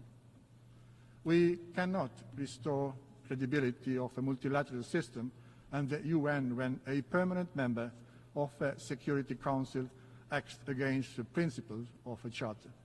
Therefore, let us wisely use the powers of the General Assembly. We, in the General Assembly, should be able to collectively overcome the veto in the Security Council, if the situation requires. Let us analyze the options how General Assembly could gain more prominence. In addition, I recommend taking this analysis to our capitals, to different conferences around the world, collecting new ideas from the inclusive global debate. Pact for the Future acknowledges the need for revitalizing the work of the General Assembly, also in connection of strengthening the coordination with Security Council. Among other things, it means that the future peace operations would be better respond to existing challenges and emerging realities. The preciseness and sharpness of the Pact for Future allows us to believe that the United Nations 2.0 is an idea that is also capable of meeting the current challenges on the ground. Dear ladies and gentlemen, the pain of losing a close one is grave. It hurts us no matter where it happens. The life will never be the same after such a tragedy. Russia's aggression against Ukraine causes inhumane suffering, as does the war in Gaza, or the worsening fighting in Sudan, or the tensions, instability, human rights violations in Sahel, the war in Syria, the unresolved Rohingya crisis, the humanitarian catastrophe in Yemen, or the suppression and torture of girls and women in Afghanistan. Since the horrific terrorist attacks by Hamas against Israel almost a year ago, there has been too much suffering in Gaza and the region. The destruction, loss of life and trauma is unimaginable. It only leads to a vicious cycle of violence and deepening hatred. We believe it is high time for an agreement that would establish a ceasefire and allow for the release of hostages. Without being naive or blind to regional complexity, Estonia is deeply convinced that the two-state solution is the only way to just and lasting peace. Israelis and Palestinians both deserve to live in a free, sovereign country with secure and recognized borders. We must step up efforts to achieve this goal. Ladies and gentlemen, in this very room, the global community has condemned Russia's aggression against Ukraine. Russia has attacked international peace and security and the UN Charter. That is a fact, confirmed also by General Assembly. We must also firmly condemn the actions of those who arm Russia in this aggression, Iran and North Korea. It has been becoming increasingly important not to lose the sight. We cannot and will not accept blurring the realities of the ground. Russia's war against Ukraine is a clear black and white situation. Russia is the aggressor and Ukraine is the victim. Russian violations against international law are brutal and widely documented. Russia has systematically killed civilians. Ukrainian children are deported to camps far away from their homes and parents in order to teach how to think correctly. Unfortunately, sending people in the so-called correction camps where they are taught right behavioral patterns are not precedent in today's world. It makes me wonder in which century do we actually live in.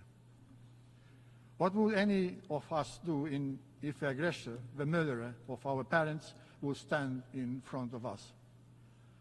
Would we demand justice, accountability, and the end of aggressive behavior, or would we call the aggressor for a chat, for a settled misunderstanding between us? Probably the smooth talk about dialogue and importance for Ukraine and Russia to engage in direct peace talks are only supporting Russian cause, especially when those so-called peace proposals fail to recognize who is one who has launched the aggression and who is the one suffering. We are not going to call Russia for coffee. Instead, we call them to accept President Zelensky's 10-point peace formula, which has wide international support. Russia has to end the aggression, withdraw the troops and military equipment from the territory of Ukraine. Ukraine's territorial integrity and sovereignty must be restored. We demand Russia to stop cynically and shamelessly exploiting various conflicts to its own advantage by fueling contradictions in Africa, Europe, America, or elsewhere. Russia attacks the coherence of our societies and generates instability. Misinformation is a widely used weapon for this purpose. We have to act decisively against systematic spread of lies. To succeed in this, we must develop critical thinking and knowledge. Therefore, granting the education globally for everybody is so strategically important. While drafting the UN resolutions, we must consider the new mechanisms that are weaponized and used to undermine international peace and security. The world has changed. Information is rushing in various digital formats, and we tend to live in fragmented bubbles. This can in turn be fertile ground to extremist terrorist groups or for neo-imperial expansionist ambitions. Similarly, refugees are sometimes used for destabilizing actions. Changing world poses new challenges. Let's make sure that UN methods, agencies and resolutions meet the requirements of the 21st century. Dear ladies and gentlemen, last year Estonia proposed the Fit for Freedom agenda that calls for global discussion. First, on how to reinforce multilateralism and international rule-based system with the UN Charter at its core. Second, how to foster inclusive decision-making of all states and societies. And third, how to ensure human rights and freedoms for all. The central idea of Fit for Freedom is simple. International law must be upheld the rules must apply. Only then we are all better off. We do not need global cataclysm to build something instead of the UN. We have learned from the past, and we are able to build on the structures of the UN already in place. Most of all, it takes political will to succeed. The possibilities to engage with the work of the Security Council and its subsidiary organs should be improved to all the members of the General Assembly. With a distinct help from technology, the accountability of the Security Council has to be enhanced. If a working culture would be more open, hypocrisy and lies would have indeed shorter legs. Promoting new open and swift models to work and administer is the second pillar how we can make the world freer. This year, Estonia chairs the Media Freedom Coalition, and next year, Freedom Online Coalition. We will build our conviction that fundamental freedoms and human rights should be the mainstream of international policies, even more forcefully and consciously than until today. If human fundamental rights are protected, then we may conclude that international law and UN Charter are not only maintained, but they are strengthened. Then international rules apply to everyone. The world is fit for freedom. Dear ladies and gentlemen, positive change is possible. Estonia's own story is a perfect illustration of that. We have built a digital, cyber-secure society where citizens feel that they themselves are a state, as it should be. We know from our own experience that freedom combined with a proper technology and innovation-oriented mindset are the best tools for finding long-term solutions. Yes, also free societies might need some updates from time to time, and the latest plugins from optimized user-friendly performance. But if maintained properly, they are not crashing and freezing like autocracies tend to do. Estonians have a vivid memory of the times when human rights were denied to us. This makes Estonia vigorous in standing up for those fighting for their rights today. We partner with those who have reached out for helping hand to enhance children's access to education and medicine. We unite with those who work tirelessly to grant women and girls equal rights with men and boys. And we are aligned with all who follow the principle of universal and indivisibility of human rights. My country stands for these principles as a candidate for the UN Human Rights Council for 2026 till 2028. Dear ladies and gentlemen, what kind of change are we going to see? We know the answer. It is up to us to fix the UN so that it could safeguard international peace and security and build a world fit for freedom. Let's get to work. Let's do something about it. Thank you.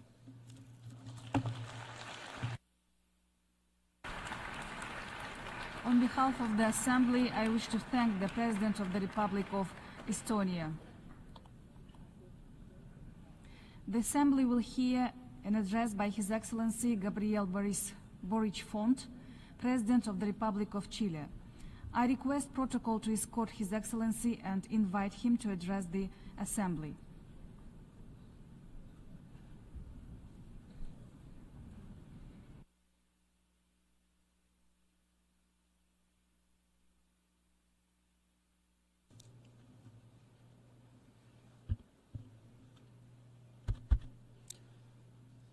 Señor Presidente, Mr. President, integrantes de la Asamblea General members of the de General Naciones Assembly, Unidas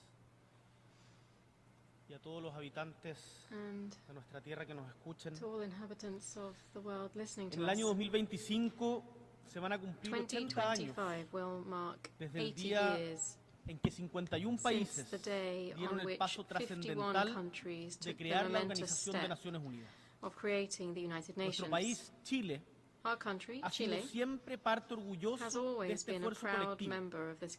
Fuimos en ese entonces uno de los países fundadores y hoy, casi 80 años después, almost 80 years later, we continue to defend democracy, peace, multilateralism, and integral respect for human rights. Since 1945, the world has changed a great deal. Indeed, it would have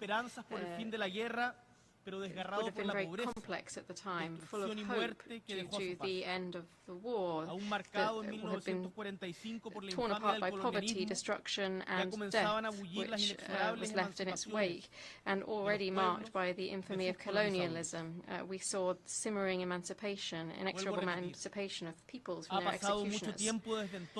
So much time has passed since then, and the world has changed radically. Just imagine if a 20-year-old from that time were to magically wake up in 2024.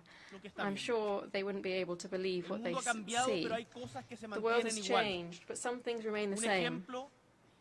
One example of this that has been repeated since this rostrum is the UN Security Council. 2024's world is not the same as 1945's. This morning, I listened to the UN Secretary General. I listened to President Lula from Brazil and President Biden from the United States. They all explicitly expressed their agreement to reforming the Security Council to adjust it to today. What or who is holding this up? Is anybody in this assembly opposed to this?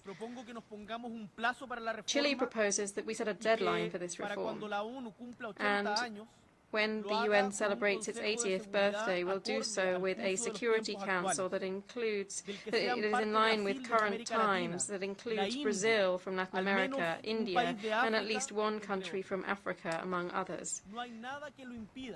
Nothing is stopping this except the lack of our own will.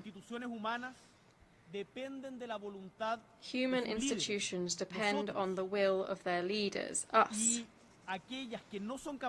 And those that are not able to adapt to their era run the risk of failing. It's worth remembering the swift collapse of the League of Nations. There are times at which change is the best way of ensuring the continuity of our history, and this is exactly one of those. The same goes for financial governance. We welcome the efforts that have been made by global financial institutions to modernize. But above all, Chile supports the proposal of Africa, led by Nigeria, to address tax evasion, illicit financial flows, and inequalities in tax collection through the establishment of a Convention on International Tax Cooperation. This would ensure that we have a more transparent and inclusive system, a global taxation system that supports the financing of the fight against climate change, in which countries but also large companies are held accountable for their movements and contribute what is due to those countries from which or whom they have obtained their wealth.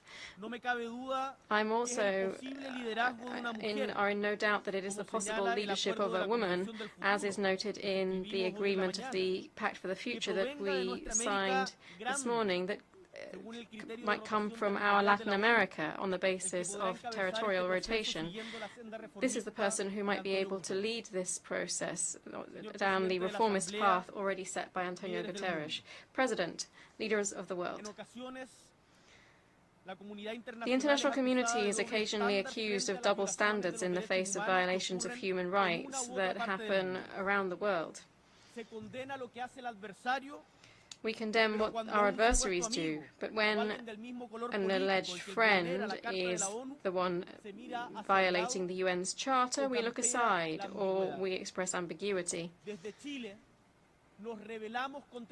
Chile rebels against double standards in human rights. As a young Latin American and left-wing president, I would clearly, strongly like to say that human rights must always be respected everywhere. We must demand this respect regardless of the political color of the dictator or the government that violates them. Because the Palestinian teenager murdered in Gaza, the Venezuelan worker who's forced to leave their homeland, the Ukrainian child abducted by Russia, the silenced opposition in Nicaragua, or the woman expelled from school in Afghanistan just for being a woman, are all, above all, human beings. And the voice of all nations, regardless of their political position, should be raised in their defense. This is a principles-based position beyond any geopolitical interest that we defend in Chile. For this reason, I refuse to choose between the terrorism of Hamas or the genocide carried out by Netanyahu's Israel. We have no reason to choose between barbarity. I choose humanity. We denounce the illegal occupation of Palestinian territory and the de facto denial of the existence of an independent Palestinian state by the occupying country. From Chile, we call for an immediate ceasefire in Gaza that would bring an end to the suffering and the massacre of the Palestinian population, which has already claimed more than 40,000 lives. And imagine just the number of wounded. We also clearly and unambiguously demand the immediate release of the hostages held by Hamas. We also note that Israel must respect international law, must halt the establishment and expansion of illegal settlements on occupied Palestinian territory, and bring an end to the massacre in Gaza and the indiscriminate attacks that it has been carrying out on the civilian population. And in line with our consistent state policy, we insist on the need to reach a sustainable two-state solution behind defined, secure, internationally recognized borders in line with 1967 borders. Furthermore, Russia's aggression on Ukraine must stop. The United Nations is the right body to bring an end to this flagrant transgression of international law. We can't accept the normalization of one country invading another and taking away part of its territory. For medium-sized countries such as ours, demanding respect for international law is the main safeguard that we have for the respect of our own sovereignty, respect for our own territorial integrity. And today, from this rostrum, I particularly wish to stress the situation of Ukrainian children abducted by Russia and taken onto Russian territory. They must be returned to their families. Before this assembly, Chile reaffirms its commitment to democracy, which remains always the only system able of maintaining peace, reaching sustainable development, and protecting dignity, rights, and fundamental freedoms. For this reason, we are concerned to see increasing disaffection among citizens at this form of government all around the world. We also are concerned to see the emergence of authoritarian leaders who persecute or insult those with ideas different to their own. It's our duty to speak up and fight against those who erode democracy, be it through authoritarianism or by disseminating fake news unashamedly. At the same time, we must respond to the needs and anxieties of our people to ensure that they can once again trust in democratic institutions and mechanisms. We are concerned to see how these threats are closing in on our region. Chile will continue to take steps to build bridges between diverse societies, seeking the integration of the voices from Latin America to promote peace and stability, as we've been doing recently in the meeting with the President of Spain and President of Brazil at the Summit of Progressive Leaders. This doesn't stop us from firmly condemning any violation of human rights or international law or violations of democracy in neighboring countries. We are particularly alert to the critical situation in Venezuela. Here we have a dictatorship which is trying to steal an election, which persecutes its opposition and is indifferent to the exile not only of thousands but rather millions of its citizens. We need a political outcome to this crisis, which recognizes the triumph of the opposition in the latest elections and undertakes peaceful transition towards a democracy. I also must say that unilateral sanctions imposed by the United States, as I personally said to President Biden, do not assist in resolving the conflict. Rather, on the contrary, they worsen it. That's because economic sanctions most affect the Venezuelan people. They affect the Venezuelan people more than their government. They affect the most humble, the workers. The political crisis combines with the economic crisis, and together these crises have pushed more than 7 million Venezuelans into exile. They've been forced to leave their country. Of these, around 800,000 are in Chile. And I'd like to be clear on this point, be responsible here. Chile is not in a position to receive more Venezuelan migrants. United States authorities, I call on you called on them to lift economic sanctions in the south because we know that they only cause more poverty for peoples and not for dictatorships. None of us, not even the most powerful, can face phenomena such as the climate crisis, pandemics, digital revolution, transnational organized crime, etc. alone. We need each other. We also need the United Nations and a stronger, more active international community. This is the vision that we've promoted through our involvement in various United Nations bodies. I'd particularly like to highlight Chile's recent presidency of the Economic and Social Council under Paula Narváez. I'm also speaking on behalf of all of my fellow Chileans in noting our concern at the rising transnational organized crime and the devastating effects of such crime on the security and development of countries, as well as on democracy and on people's lives. It's fundamental for our governments to act together and to coordinate public policies, strategies, and operational capacity to curb financial crime, drugs trafficking, trafficking in persons and in weapons, which all affect our countries. Security is currently the main concern of the majority of people in Chile, but also in the whole of Latin America. And states cannot surrender to nor normalize violence and organized crime. Standing steadfast against crime, steadfast against corruption, tireless in building communities and social cohesion in our societies. Chile is also committed to developing regulations to channel the progress of artificial intelligence ethically, transparently, and responsibly. Such a development should respect human rights but protect personal data and promote the integrity of information and its use in the digital era.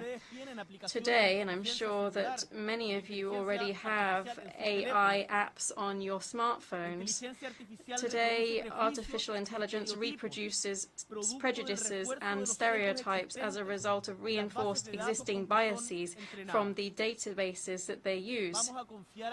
Should we trust that these large companies simply regulate themselves? History has taught us that this doesn't work.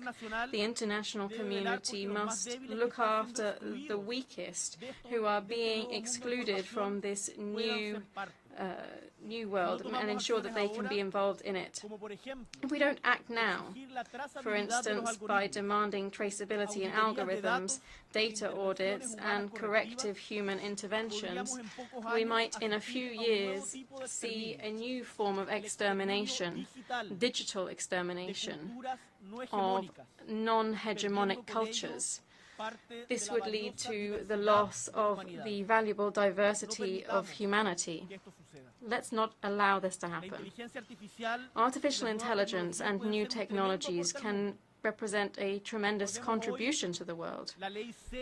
Today, it's worth remembering the zeroth law of Asimov's laws of robotics, which in literature the last century already forced us to establish that a robot cannot harm humanity or, through inaction, allow humanity to come to harm. And finally, I'm obliged to call your attention to the greatest challenge that we face as a generation, the climate emergency. Protecting and sustaining life on Earth is something that we need to do now. And I'm saying this from Chile, a country that has been affected by drought, floods, and fires that are increasingly frequent. But here, borders are irrelevant, as you're well aware, because we're all affected equally by, for instance, Cyclone Idai, which just a couple of years ago flattened Malawi and Mozambique.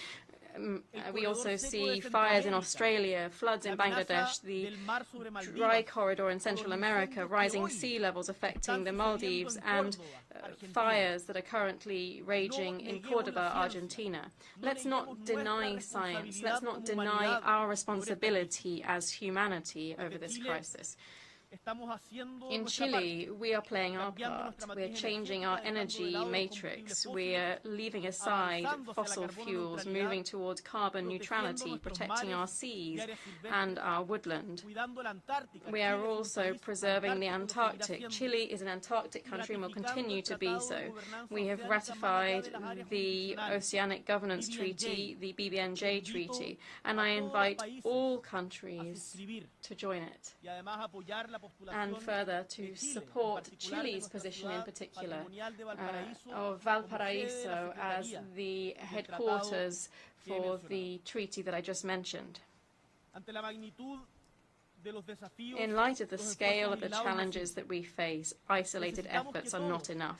We need all of us, particularly the big powers and those that benefit from the indiscriminate exploitation of natural resources around the planet and have done for decades, to shoulder their responsibility and to support with resources, not just good intentions, those who are left behind today. We can't forget that many of the countries that are developed today are so developed specifically because they plundered the wealth of other peoples for all too long and did so facing impunity.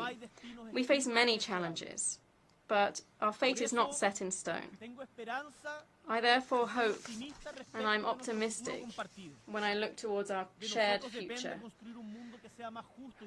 It falls to us to build a fairer and more dignified world for all of us and for future generations. A few weeks ago, Elvira Hernández became the second female Chilean poet to obtain the National Literature Prize since Gabriela Mistral, who has a Nobel Prize for Literature. And here I would like to paraphrase a warning contained in one of her poems. We are migratory birds, but we've become used to behaving as monuments. Let's not turn multilateralism and the United Nations into a monument, a sterile, static monument. Let us turn this great historic achievement, born out of the Second World War, into a renewed bright light for 2024, to be able to improve the quality of life of whole of humanity. Thank you very much. On behalf of the Assembly, I wish to thank the President of the Republic of Chile.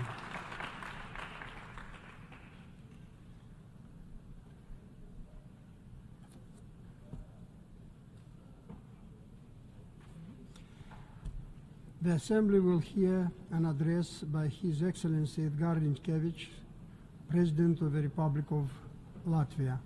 I request protocol to escort His Excellency and invite him to address the Assembly.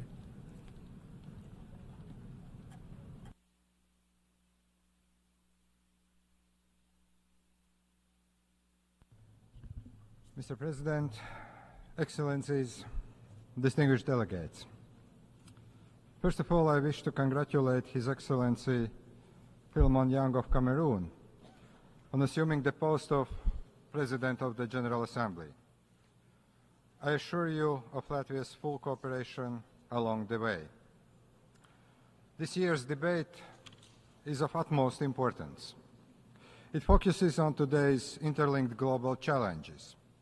It emphasizes the need for a comprehensive approach that is firmly rooted in the United Nations Charter. Allow me to highlight a few points. The future of the multilateral system and rules-based order is in all our hands. We shall not allow selective application or disregard of global norms.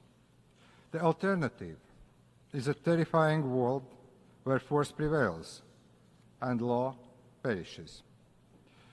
It is already the third year of Russia's unprovoked, full-scale war of aggression against Ukraine. Russia is still testing the global community's resilience and commitment to the rules-based order. This war gravely affects the stability of the region and beyond. It has far-reaching consequences for the principles that uphold sovereignty, territorial integrity, and international law. We must ensure that the global order remains resilient in the face of aggression, especially when the aggressor is a nuclear weapon state and a permanent member of the United Nations Security Council. Russia tries to tear down what has been built by all of us. Russia tries to rearrange the international system that only benefit aggressors. Having endured 50 years of Soviet occupation, Latvia deeply understands the value of freedom and independence, as do many other countries represented in this room. Latvia stands by Ukraine. We continue to call for an immediate and unconditional withdrawal of all Russian troops and military equipment from the entire territory of Ukraine. There can be no compromise regarding Ukraine's sovereignty and territorial integrity. Russia's unprovoked attack has widespread consequences beyond Ukraine's borders. It impacts global food security, nuclear safety, and humanitarian situation. Ladies and gentlemen, access to food is a human right. Hunger must never be used as a political tool. Latvia stands in solidarity with countries most affected by food crisis. Latvia has supported grain initiatives and released fertilizer cargoes. We implement partnerships for safe and responsible food production in Africa and Central Asia. Children's rights are human rights.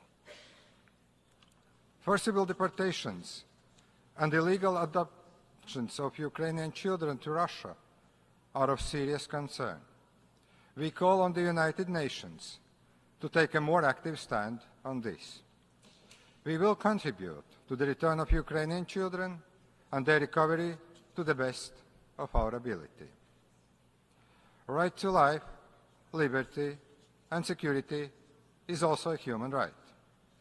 Russia continues to deliberately target civilian and critical infrastructure. Its brutal attacks are supported by Belarus, Iran, and North Korea.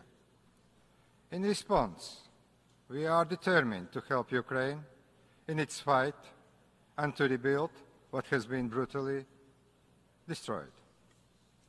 I call on all members of the United Nations to support and join the communiqué adopted at the Peace Summit in Switzerland, to start building a peace process based on the United Nations Charter principles. Russia must bear full legal and financial responsibility for its aggression.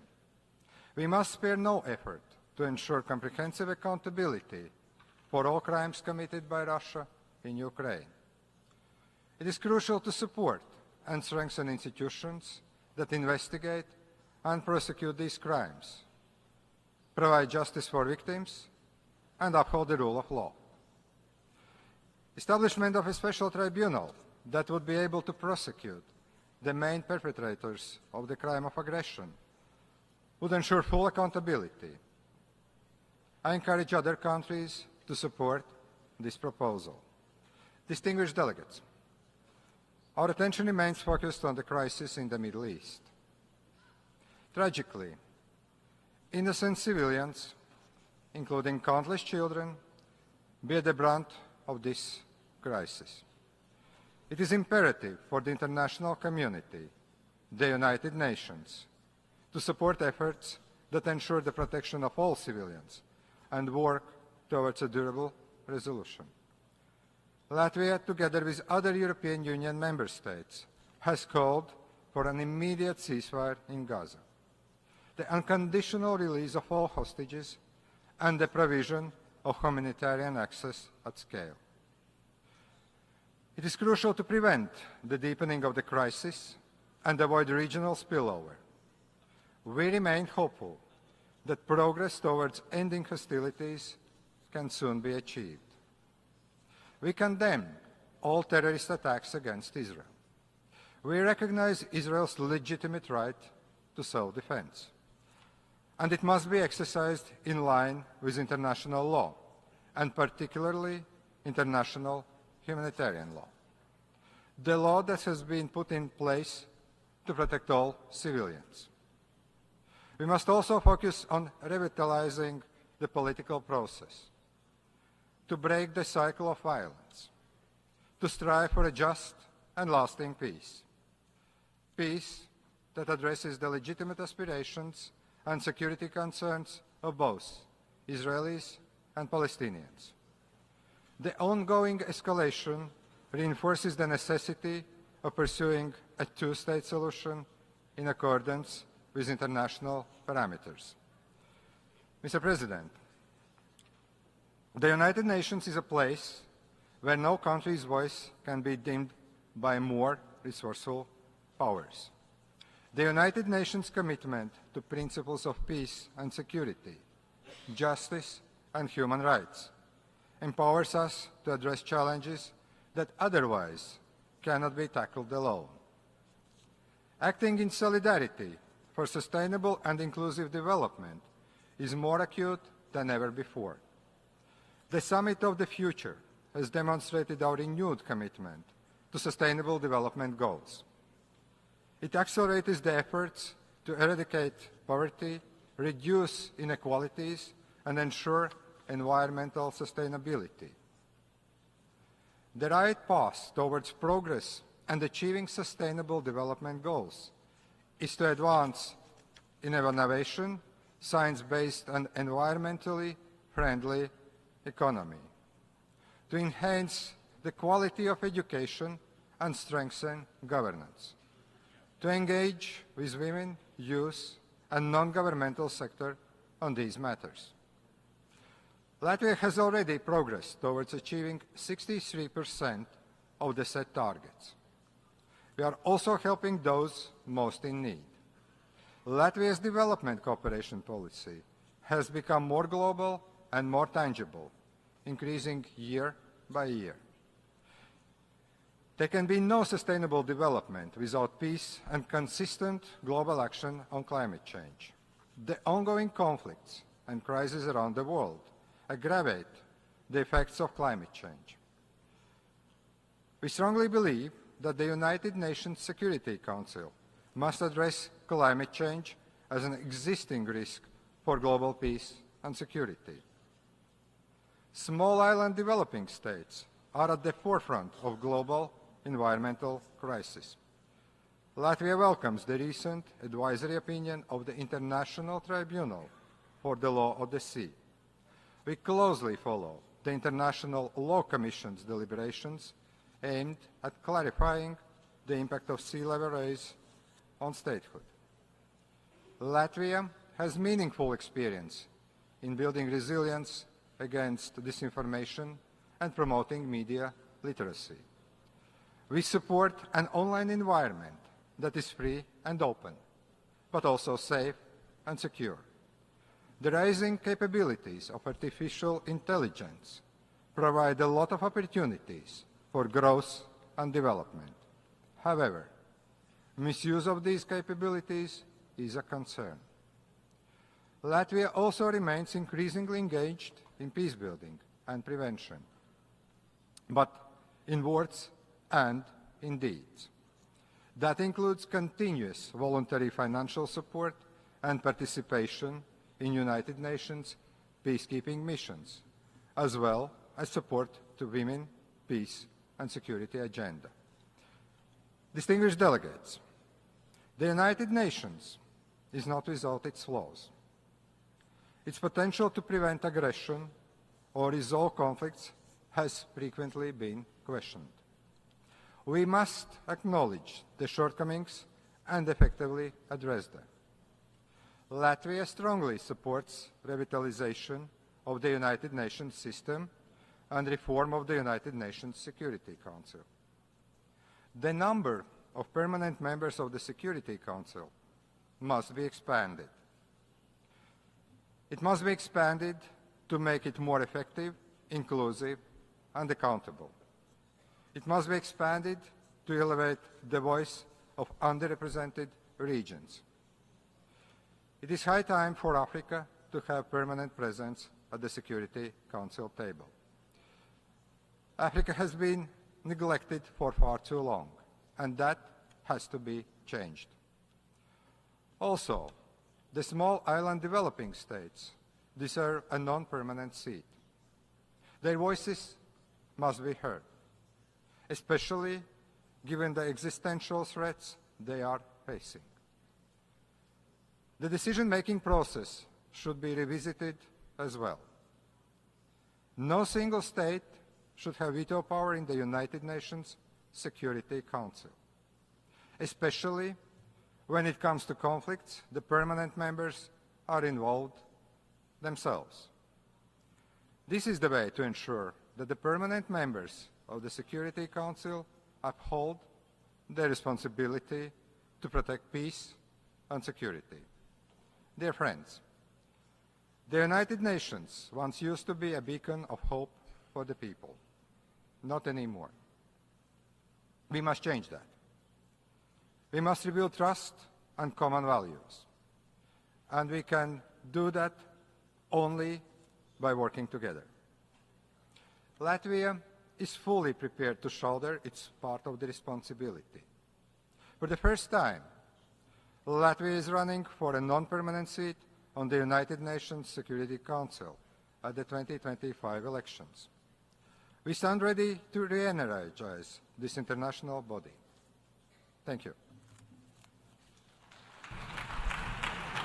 On behalf of the Assembly, I wish to thank the President of the Republic of Latvia.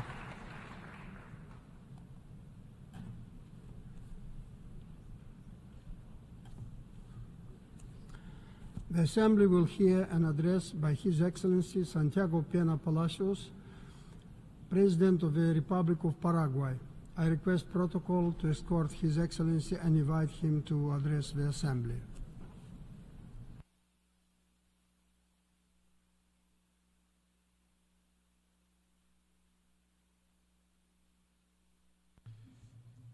Señor Presidente de la Asamblea General, President of the General Assembly, distinguished heads of state and government, distinguished ministers of foreign affairs, ladies and gentlemen, we live in a troubled, volatile world which is experiencing extremely difficult, unprecedented days and tremendous challenges, armed conflicts, tensions in every corner of the globe, crises of multilateral institutions and of the international system, attacks on the values of democracy by the twin threats of populism and authoritarianism, the risks of cyber security and the misuse of artificial intelligence, brutal inequity in the distribution of wealth, climate change, which is jeopardizing our very existence. These are just some of the immense problems that we face. I'm therefore afraid that I'm not here today to give a heartwarming speech, rather one that might generate discomfort and concern in light of what is happening.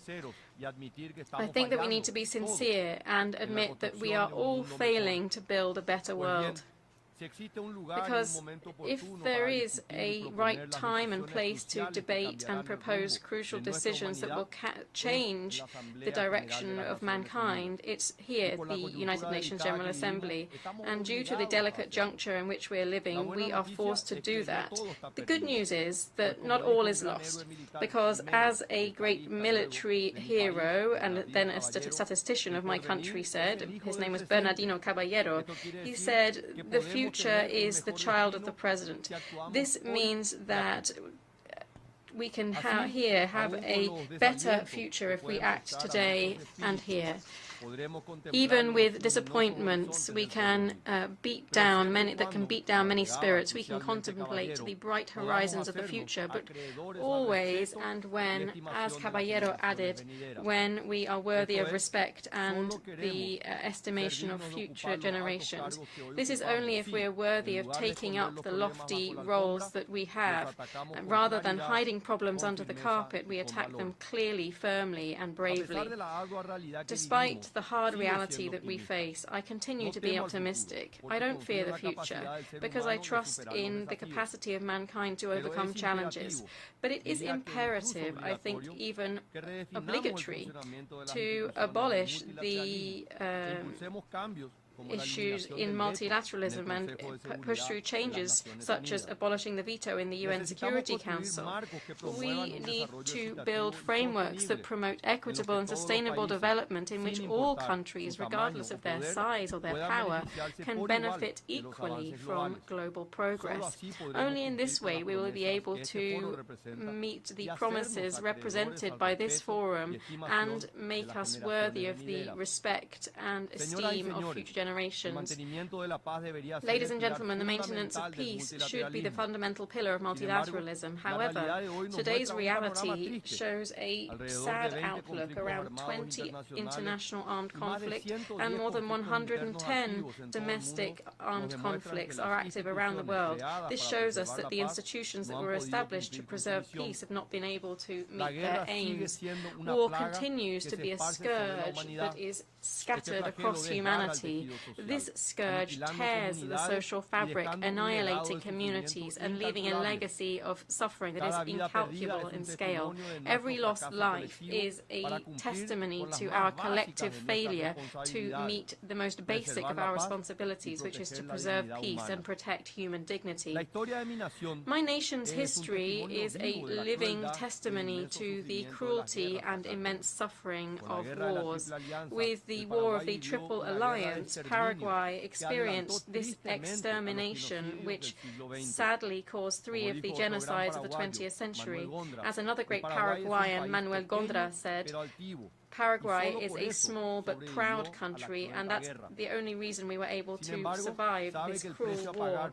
However, it is also a country that knows the price to pay due to knows that the price that can be paid through a conflict is very large. For this reason, Paraguay best understands that not only the calamity of war, but also what it means for a small country to be invaded or attacked by more powerful powers. That's why we express our most sincere solidarity with the victims of all armed conflicts, be they domestic or international in nature.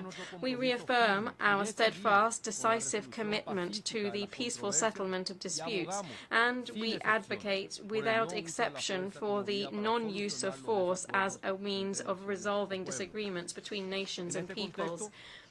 In this context, we reiterate our firm support for Ukraine, respecting their sovereignty and territorial integrity. We underscore the urgent need to find diplomatic solutions that lead to fair, comprehensive, lasting peace with the aim of bringing an end to this conflict and ensuring stability in the region. Just as in the case of Ukraine, we believe that conflicts must be resolved through dialogue and diplomacy, always through a quest for solutions that respect the fundamental rights of all involved parties. This belief also guides our position on the increasing crisis in the Middle East. Our relations with the State of Israel are underpinned by solid pillars such as faith and hope.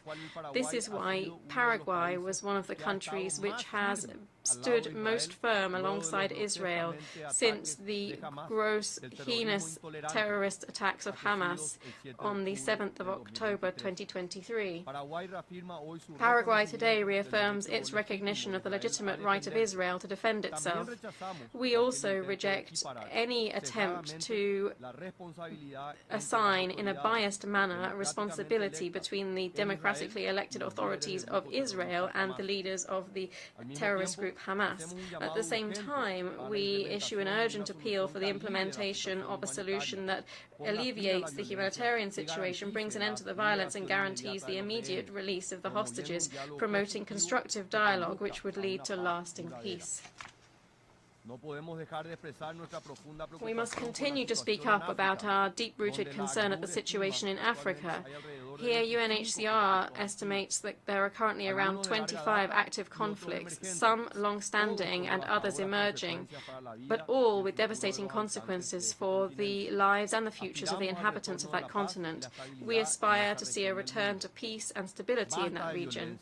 Enough violence, enough wars, but also enough mere words. As actors on the international stage, we must take firm and effective action. Today, I would also like to, as an aside, mention the hard situation in Haiti. This is a clear example of the shortcomings of multilateralism. Despite international efforts and interventions, attempts for global cooperation haven't led to peace, governance, and sustainable security that the Haitian people so needs and warrants. Today, gangs control a large part of Port-au-Prince, submerging the country into a spiral of violence that multilateral mechanisms have not been able to de-escalate effectively. Added to this situation, we see a catastrophic humanitarian reality. More than 5 million Haitians are suffering from food insecurity, and we see the re-emergence of illnesses such as cholera. Although multiple promises of aid have been made, the lack of financial resources and logistical difficulties have stopped humanitarian assistance arriving in a timely and opportune manner. There is a worrisome dissonance between what the international community promises and what really happens on the ground. We will stand alongside the Haitian people in every step towards helping this brother country. My country, as many other countries have done here, have passed through authoritarianism and dictatorships. For this reason, today, Paraguayans value the ideals of democracy and the rule of law more than ever. Paraguayans can talk with their own experience. Our country lived through the shadow of dictatorship, banishment, and exile for a long time. Today, however, our reality is different. Paraguay is reaffirming its democratic vocation through free elections, transparent elections, and it has done for more than 3 decades. Never before have we had so many years of democracy, and I'm pleased to be able to say, against the doomsayers and pessimists, that we have seen the happiest lives in my homeland. Perhaps Paraguayans don't agree on everything, but we can agree that there are no better ways to live together than through democracy and the rule of law. Democracy is simply innegotiable. For this reason, I must condemn today, loudly and strongly, what is happening to our Venezuelan brothers. I would like to reiterate Paraguay's position as to the electoral process in the Bolivarian Republic of Venezuela, which culminated on the 28th of July this year. This process overlooked the will of the Venezuelan people and was characterized by serious acts by the regime, which led to persecution of the main opposition actors and to arbitrary detentions. The deterioration of democracy in Venezuela is clear to see, such as are the systematic violations of human rights and fundamental freedoms. Added to that, we see action contrary to international law, particularly in diplomatic relations and the right to asylum.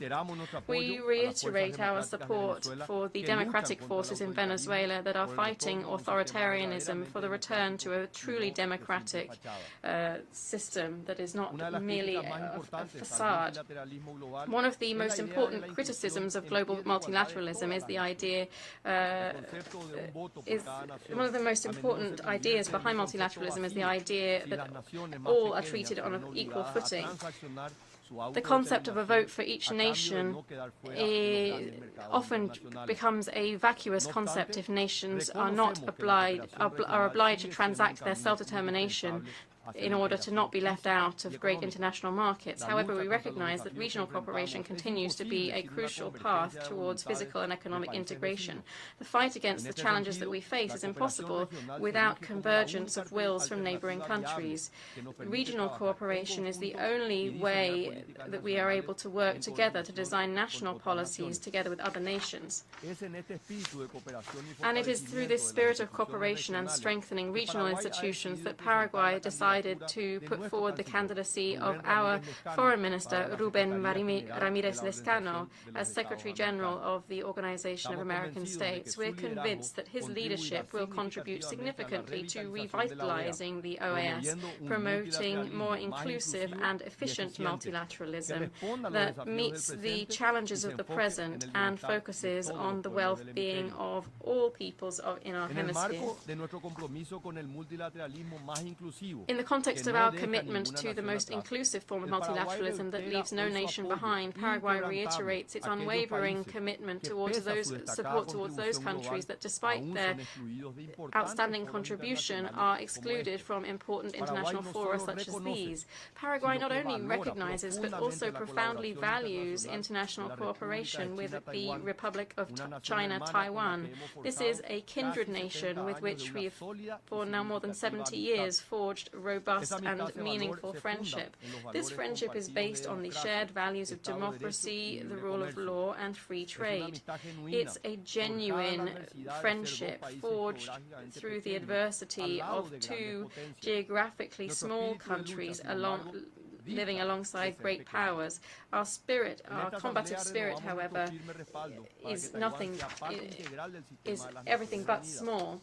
In this assembly, we renew our firm support for Taiwan to be a full part of the United Nations. We believe that their exclusion is an injustice that we can't overlook, because the values that we share and their contribution to the international community should be recognized. If there is a country that today should be a part of the United Nations and is not yet so, that is Taiwan.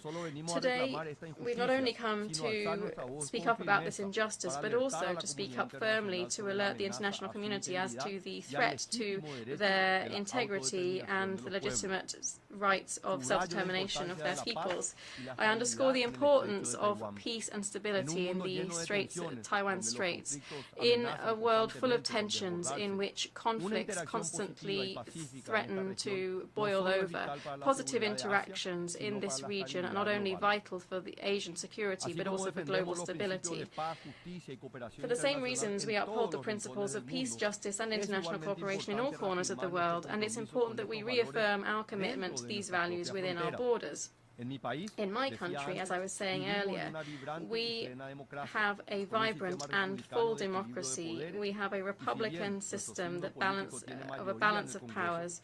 And while we have a political majority in the Congress, we continue to have dialogue with our opposition to carry out the great reforms that our country needs. We're convinced that democracy cannot be a vacuum. It should have content and, above all, results. Here, economic development is crucial to ensure the future strength of democracy. Prosperity, indeed, is the biggest enemy of crime, of division, of a lack of hope. Social policy, most effective of social policy, I always say, is economic prosperity. But to ensure that this prosperity reaches everyone, we need to invest in human capital and generate the right conditions for families to be able to work. And here I'd like to cite two of the programs of my government. Firstly, Zero Hunger in Schools. This aims to completely eradicate hunger in school-age children, because we believe that children who are hungry cannot learn. And we also have the Che Roga Pora program, which is the first policy giving access to housing focused on the working class. It will allow thousands of Paraguayan families to transform a monthly income into a family, a monthly payment into a family asset. If we don't have development, we have no security. This is a national level view and an international one. And we understand the cooperation with different national and international agencies. This is our vision as President of the Republic. Finally, we will continue to support institutions and transparency as fundamental preconditions for development. The recent obtention of investment grade by Paraguay is a clear reflection of our constant efforts to strengthen our institutions. Added to that, we have a long-standing economic stability that has been consolidated over the years. Dear friends, Paraguay wants to, can, and will be a true protagonist on the global stage. We are determined to play our role. Paraguay is a country that has abundant natural resources, valuable human capital, and has a clear approach in creating value chains that promote the green economy based on the development of sustainable technology. Our country is a beacon in the production of clean and renewable energy.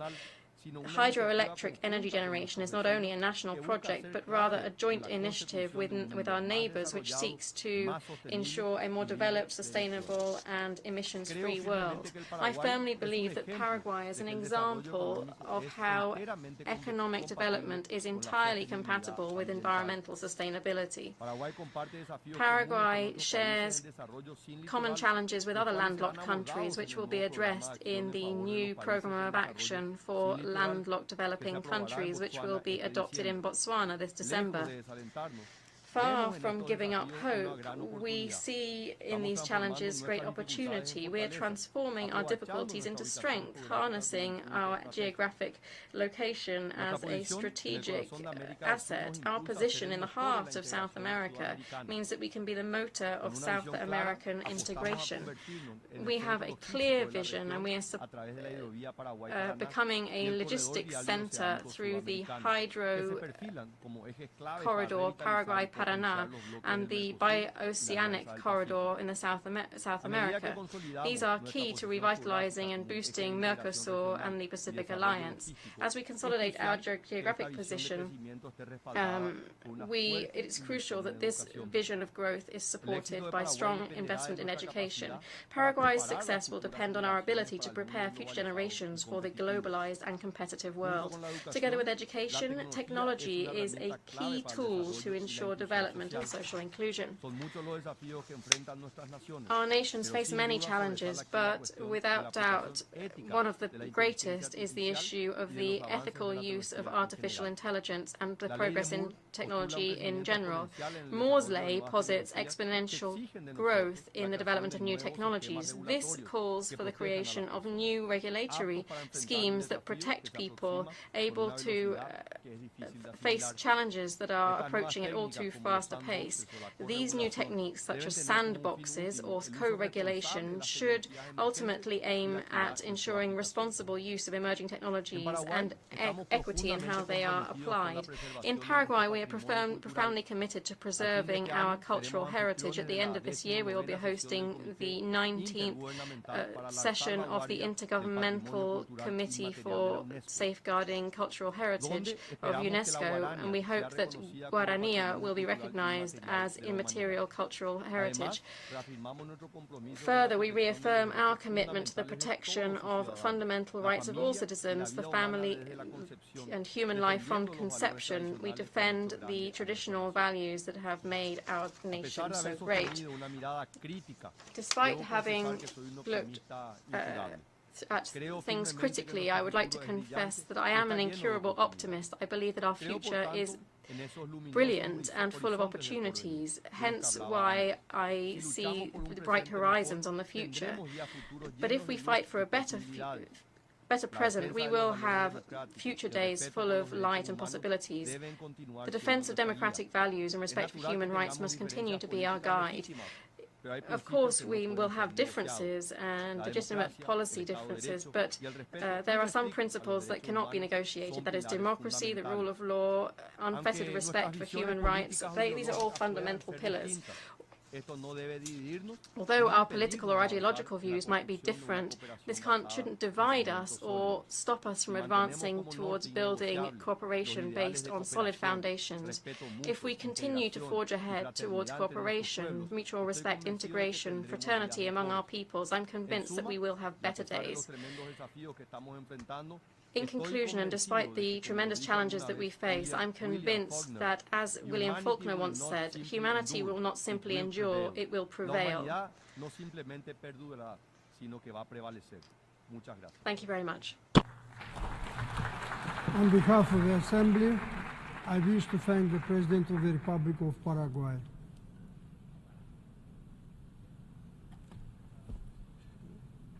The Assembly will hear an address by His Excellency Tu Lam, State President of the Socialist Republic of Vietnam. I request protocol to escort His Excellency and invite him to address the Assembly.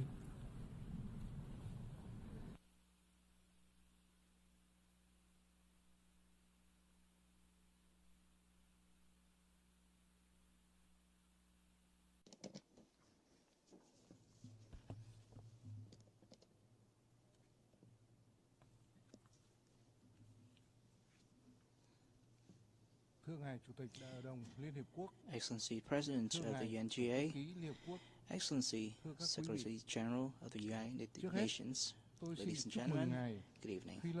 Let me first congratulate you, Excellency Philemon Yang, on your election as the President of the 79th session of the UNGA.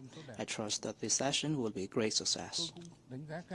I also commend Excellency Denis Francis, President of the 78th session, and Excellency Antonio Guterres, the UN Secretary General, for their contributions and efforts in coordinating UN endeavors to prevent wars, maintain peace, and promote global development cooperation. Ladies and gentlemen, the world is undergoing transformative changes of historic significance. Although peace, cooperation, and development remain the dominant trends, they're facing new and more serious challenges.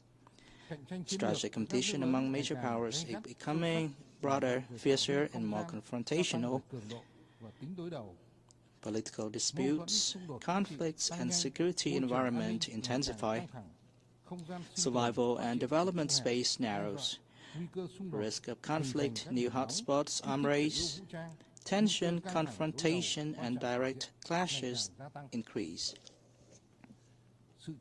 The rise of power politics, egoistic nationalism, are challenging international law, eroding multilateral institutions, and diminishing faith in global cooperation.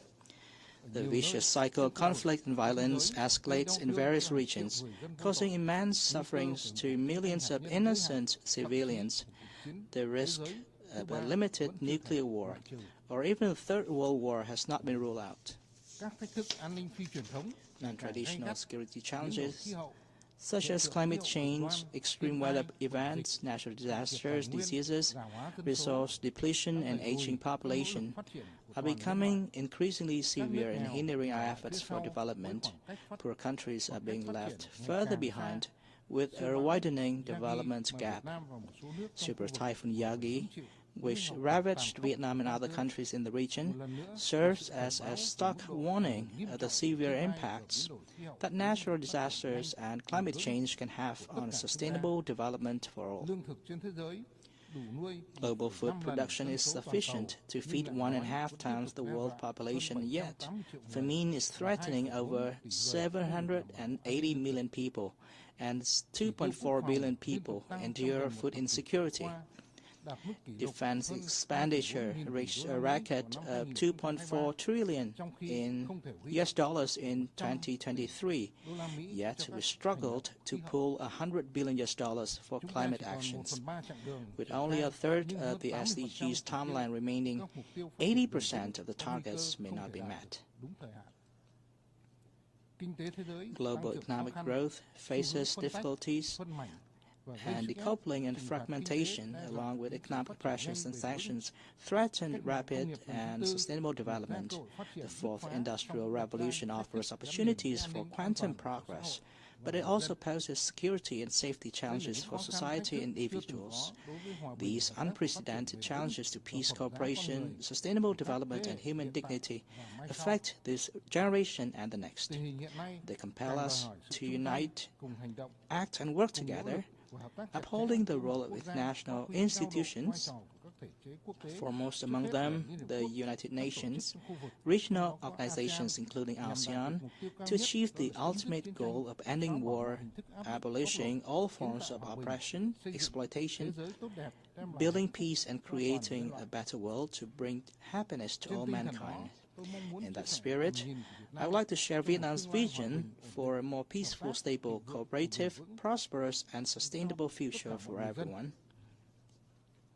First, as peace and stability are the foundation for a prosperous future, we must promote observance of international law and UN Charter by all states, particularly the major powers. Each state must act responsibly, fulfill its commitments, and abide by international law and UN Charter, including fundamental principles such as the peaceful settlement of disputes, non-use of force, sovereign equality, territorial integrity, and respect for the political systems chosen by the people of each nation. States should also contribute to the common work of the international community in line with their capabilities. We must strengthen solidarity, sincerity, and trust among nations, uphold dialogue, eliminate confrontation, and firmly oppose unilateral embargoes and sanctions that contravene international law and UN Charter. Second, we must ensure equitable development for every state, community, and individuals, and recognizing the diverse economic, social, and cultural conditions that they may have. Every resource must be effectively unleashed, marshaled, and utilized for development. According to each country's needs, we must prioritize resources where they're most needed for implementing the SDGs, with attention to assisting developing and less developed countries, especially through preferential loans, transfer of advanced technologies, investment and trade facilitation, and debt relief for poor countries. And third, we should urgently create smart global governance frameworks with long-term vision for science and technology, especially emerging technologies like AI.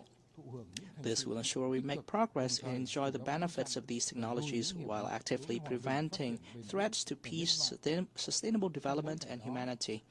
In that connection, I welcome the documents adopted at the Summit for the Future, especially the Global Digital Compact. This will serve as a crucial basis for advancing global governance and international cooperation in those areas. And fourth, we should adopt innovative thinking to build a transformative future across all sectors, focusing on digital transformation, green transition, and global governance transformation. Green transition and digital transformation are essential tools for countries, especially developing ones, to build resilience and self-reliance.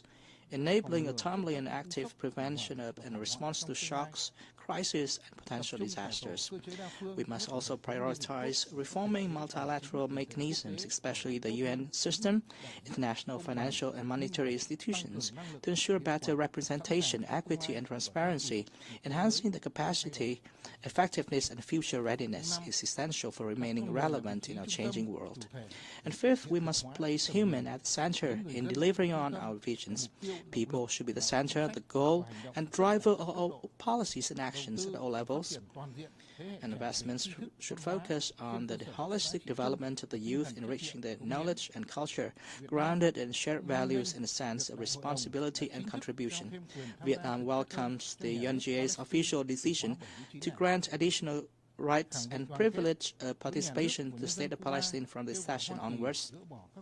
Vietnam reaffirms its solidarity with the state and people of Cuba and calls on the United States to lift embargoes and sanctions against Cuba and to remove Cuba from the list of state sponsors of terrorism.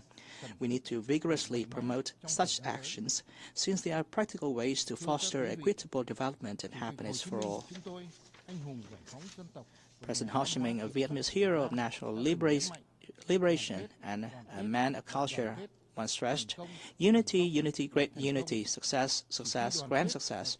Only through unity and cooperation with trust and by thinking and acting as one can we build a world of peace, sustainable development, and human dignity for the present and future generations, ensuring no one is left behind. In today's rapidly changing world, each state plays a vital role in the grand orchestration of our era. Vietnam is making every effort to move forward toward a future of peace, stability, prosperity, and sustainability, not only for all our people, but also for all nations worldwide. This is Vietnam's vision, goal, and strong commitments to the international community today and tomorrow. Thank you for your kind attention. On behalf of the Assembly, I wish to thank the State President of the Socialist Republic of Vietnam.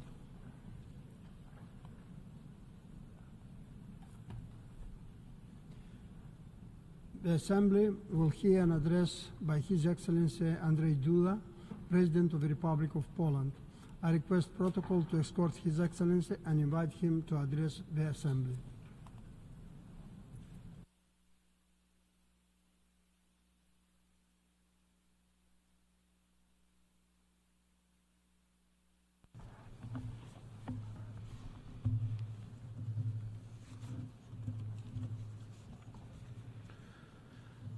Distinguished Mr. President, Your Excellencies, honorable delegates, I would like to express my sincere congratulations to His Excellency Mr. Philemon Yang on his election to the honorable position of President of the 79th session of the United Nations General Assembly.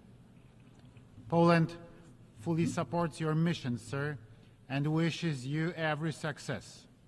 I also extend my thanks to His Excellency Mr. Denis Francis for his effective presidency during the previous 78th session. Mr. President, ladies and gentlemen, I'm honored to address the United Nations General Assembly for the 10th time as the President of Poland.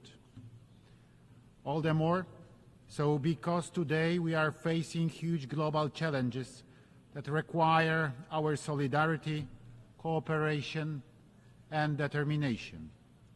Our presence here reminds us of the mission for the fulfillment of which the United Nations was established after the terrible tragedy of the World War II, to prevent further conflicts and ensure world peace. This year marks the 85th anniversary of the beginning of that massive conflict, the conflict which claimed millions of lives. It was Poland which became its first victim. On September the 1st, 1939, Nazi Germany attacked my homeland, starting World War II. 2 weeks later, on September the 17th, the Soviet Union also invaded my country. As the ally of Nazi Germany fulfilling the agreement between Hitler and Stalin, so-called Ribbentrop-Molotov Pact, both aggressors deprived us of our independence. Poland found itself in the midst of the brutal occupation of two totalitarianisms, becoming a witness and victim of war crimes that forever left a mark on our nation's and world's history.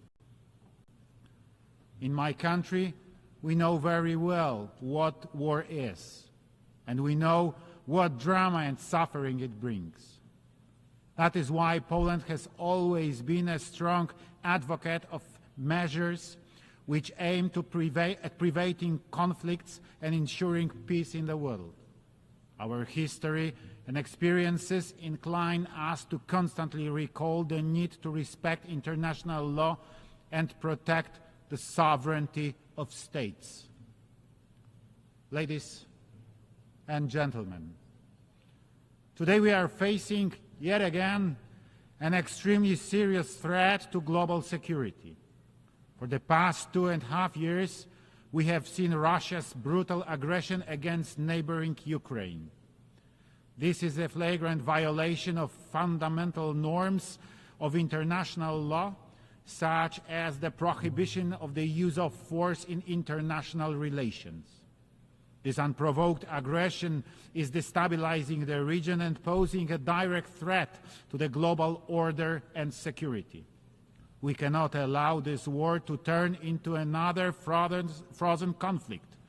This is the most important task for the future.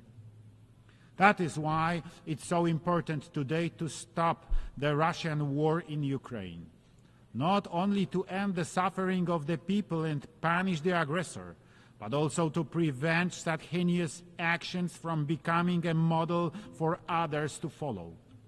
Ukraine's territorial integrity must be restored within its internationally recognized borders. The logic of conquest and disregard for international law must be stopped unless we agree to live in a world where any country can become a victim of aggression regardless of its size and geographic location. Poland is following with equal concern the situation in the Middle East, where due to the brutal Hamas attacks of October the 7th, 2023, the conflict has escalated. Israel, like any other state, has the right to self-defense. However, these actions must follow international humanitarian law.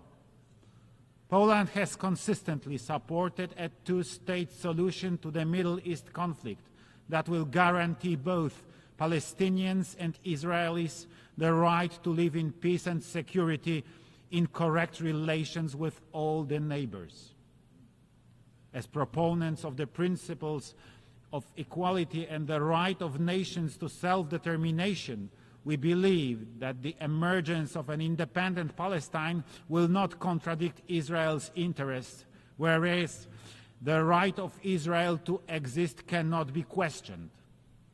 The two nations are united by space and time, which will remain their common destiny. The current situation in Yemen is also of deep concern to us. The ongoing humanitarian crisis affects millions of people, and the struggle for control in a country poses a threat to regional security and freedom of navigation in the Red Sea. The international community must do everything possible to ease the suffering of Yemeni people and restore stability in their country.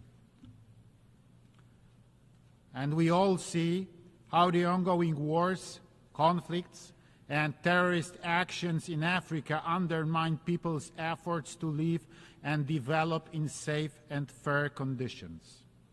The world must stand with all those affected by insecurity and help them to restore peace through reconciliation and social cohesion. Ladies and gentlemen, peace and security in the world will not be possible to achieve without respect for the law. As President of Poland, I consistently repeat the phrase peace through law, always emphasizing the fundamental role of international law in maintaining global order. Our history, our experiences teach us that only adherence to international norms and the protection of the rights of every human being can ensure stability and development. Poland, as a country of freedom and solidarity, will always demand respect for human rights regardless of geographic location. Therefore, Poland has decided to apply for a seat on the UN Human Rights Council for 2029-2031. Our candidacy is an expression of our commitment to the promotion and protection of human rights around the world. We believe that human rights are the foundation of peace and security.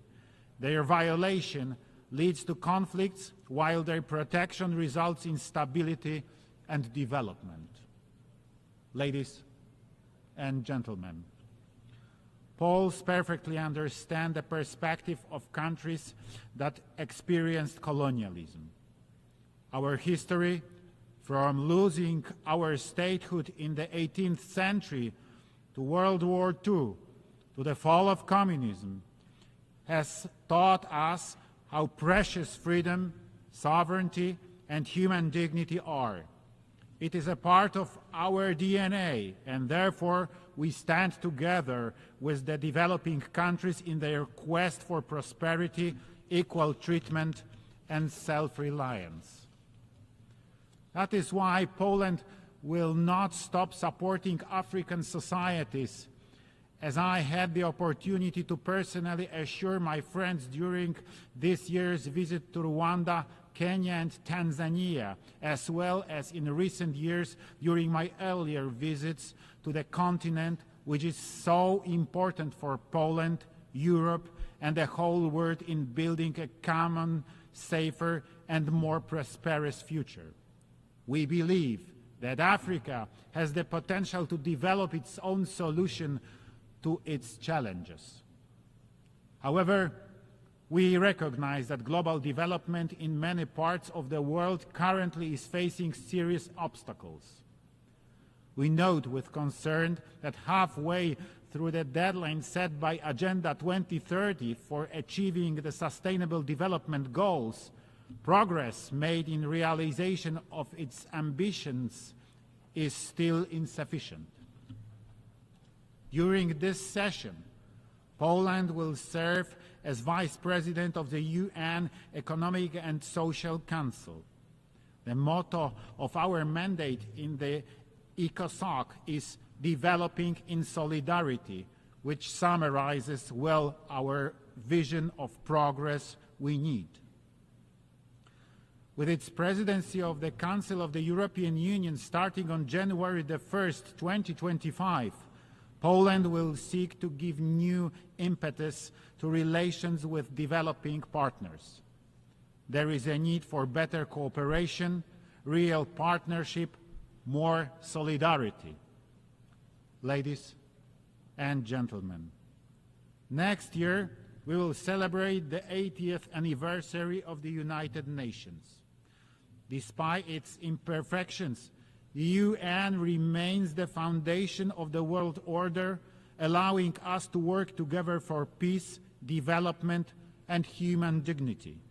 We believe that the Summit for the Future has given us an opportunity to reflect on the effectiveness of our work and the possibility of improving the UN structures to make them more responsive to contemporary challenges. Poland is ready to discuss reforms to the Security Council, other key UN bodies, as well as international financial institutions. The world is changing, and our system must change as well in order to better serve the global community. ladies and gentlemen, distinguished delegates, our common commitment enshrined in the UN Charter sounds to save succeeding generations from the scourge of war. Poland will remain faithful to this mission and will support efforts for peace, human rights, and sustainable development. Thank you for your attention, and I wish us all fruitful deliberations. Thank you. On behalf of the Assembly, I wish to thank the President of the Republic of Poland.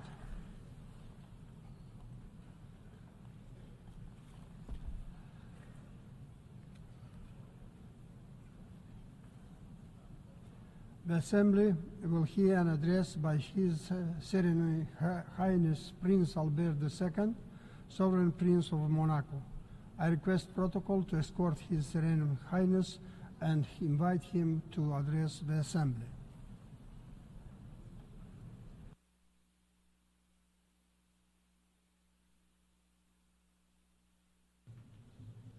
Mr. President of the General Assembly, Mr. Secretary General, Heads of State and Government, Excellencies, ladies and gentlemen. Almost 80 years ago, the United Nations Charter was born and laid the foundations of our organization to preserve future generations from the scourge of war. The founders then had a firm conviction that there was no power more legitimate than that we vested collectively in this new international organization.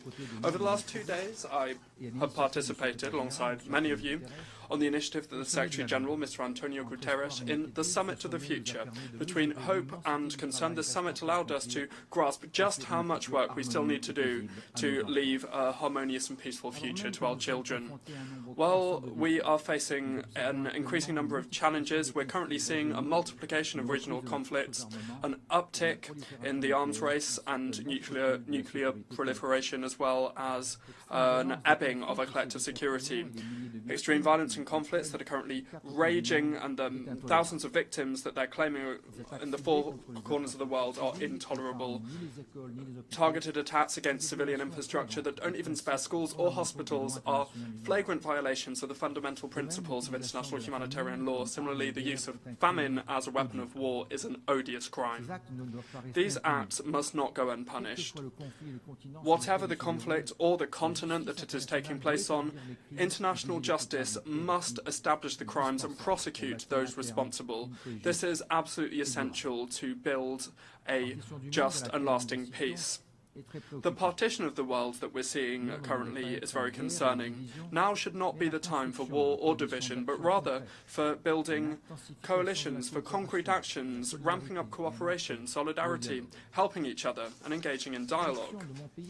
My country's conviction has always been that the way of multilateralism is the only way possible.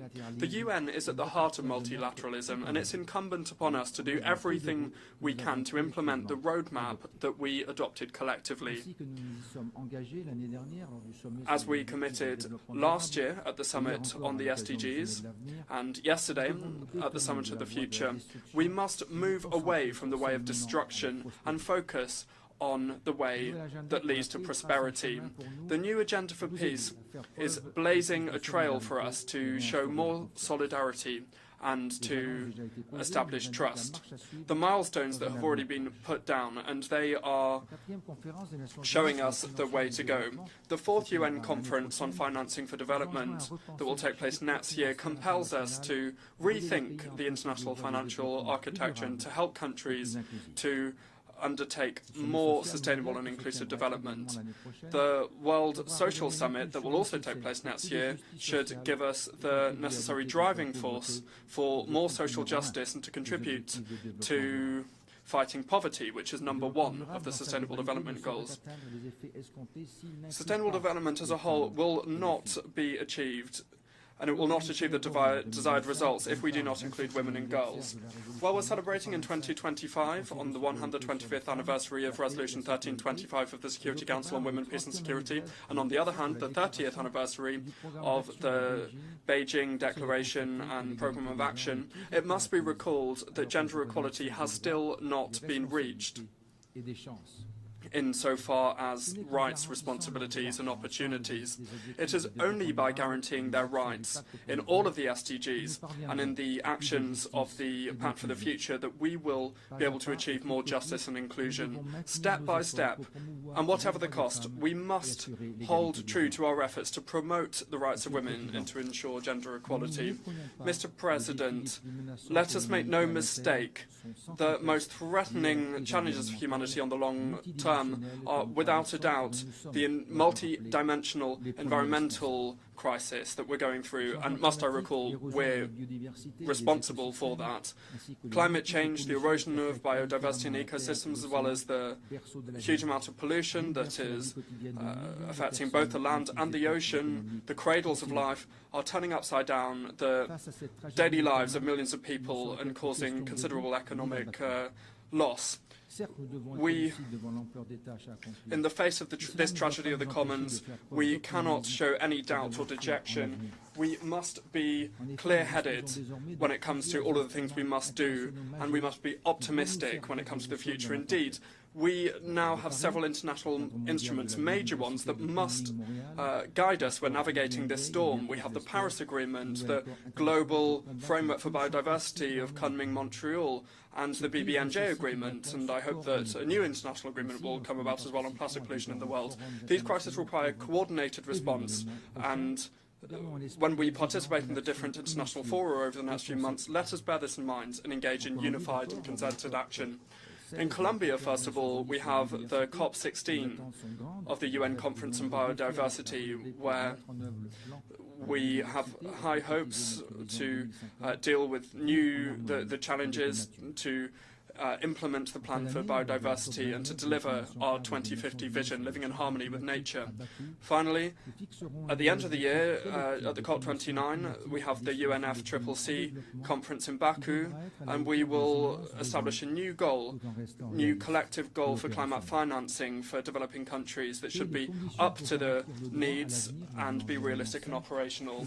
Creating the conditions for guaranteeing the right to a future in a healthy environment requires us to put an end to the upheaval of our ecosystems and also to show wisdom and knowledge and draw on the wisdom and knowledge of men and women present on the ground already suffering the consequences. For example, small island developing states that are particularly vulnerable to the consequences of rising sea levels, and they could potentially disappear. We could see a disappearance of habitable and productive land, and that's a real threat for their existence. The Principality of Monaco and its institutions committed to the preservation of the oceans is supporting the creation of an international panel of experts for ocean sustainability that would be headed by the Intergovernmental Oceanographic Commission of UNESCO.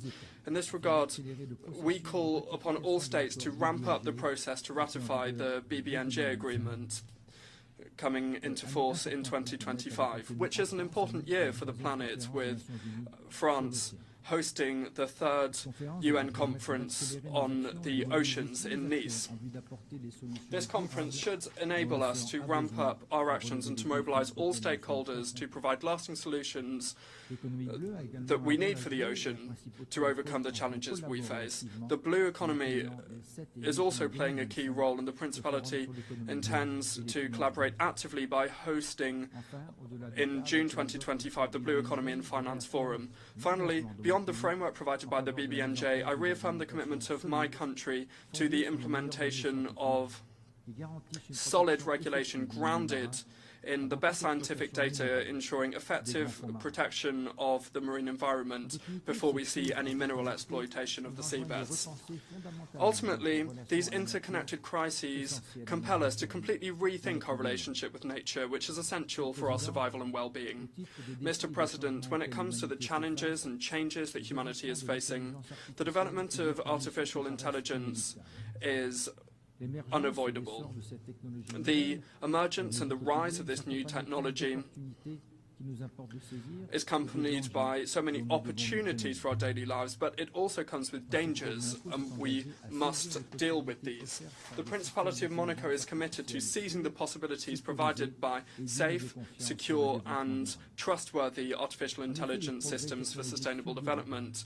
Indeed, the staggering technological progress that we're seeing can help to increase development, as well as it could provide fertile ground for organised crime and terrorism. So it's incumbent upon the international community now to establish the right regulations imposing ethical use of this technology that respects human rights and fundamental freedoms and ensure that it is not used or diverted for military or terrorist purposes. Further, disinformation today is one of the most insidious dangers for our societies. It is spreading rapidly, fed by social networks and digital platforms, sowing confusion and eroding trust in institutions and media. The consequences of this manipulation of information are grave, and they can include the destabilization of our states and the exacerbation of international tensions. It is therefore essential to bolster verification mechanisms, fact verification mechanisms, to protect the truth and to preserve the health of our democracies. Mr. President, we have the tools we need, whether they be legal, technological or scientific, to bring lasting and effective solutions to our contemporary challenges. The Pact for the Future and the 80th anniversary of the UN in 2025 offer us up an historic and unique opportunity to make progress in the intergovernmental process to reform the Security Council, to make our organisation more inclusive and representative of current realities in order to resolve the crises that we face. While the Olympic Games and Paralympic Games in Paris were a resounding success, the athletes showed us that efforts and perseverance, including in adversity, lead to victory. They gave us a lesson of humility by teaching us that while victory is the ultimate goal, the journey and good competition are equally as important accomplishments. Let us therefore commit together with a sense of determination to the process that we have defined, step by step. Let us overcome the obstacles without ever losing sight of our goal, which is to preserve peace between nations and to guarantee the well-being of the peoples of the United Nations. Thank you for your attention. On behalf of the Assembly, I wish to thank the Sovereign Prince of Monaco.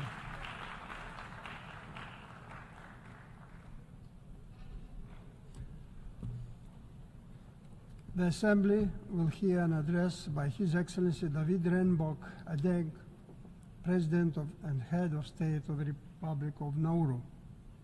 I request the protocol to escort His Excellency and invite him to address the Assembly.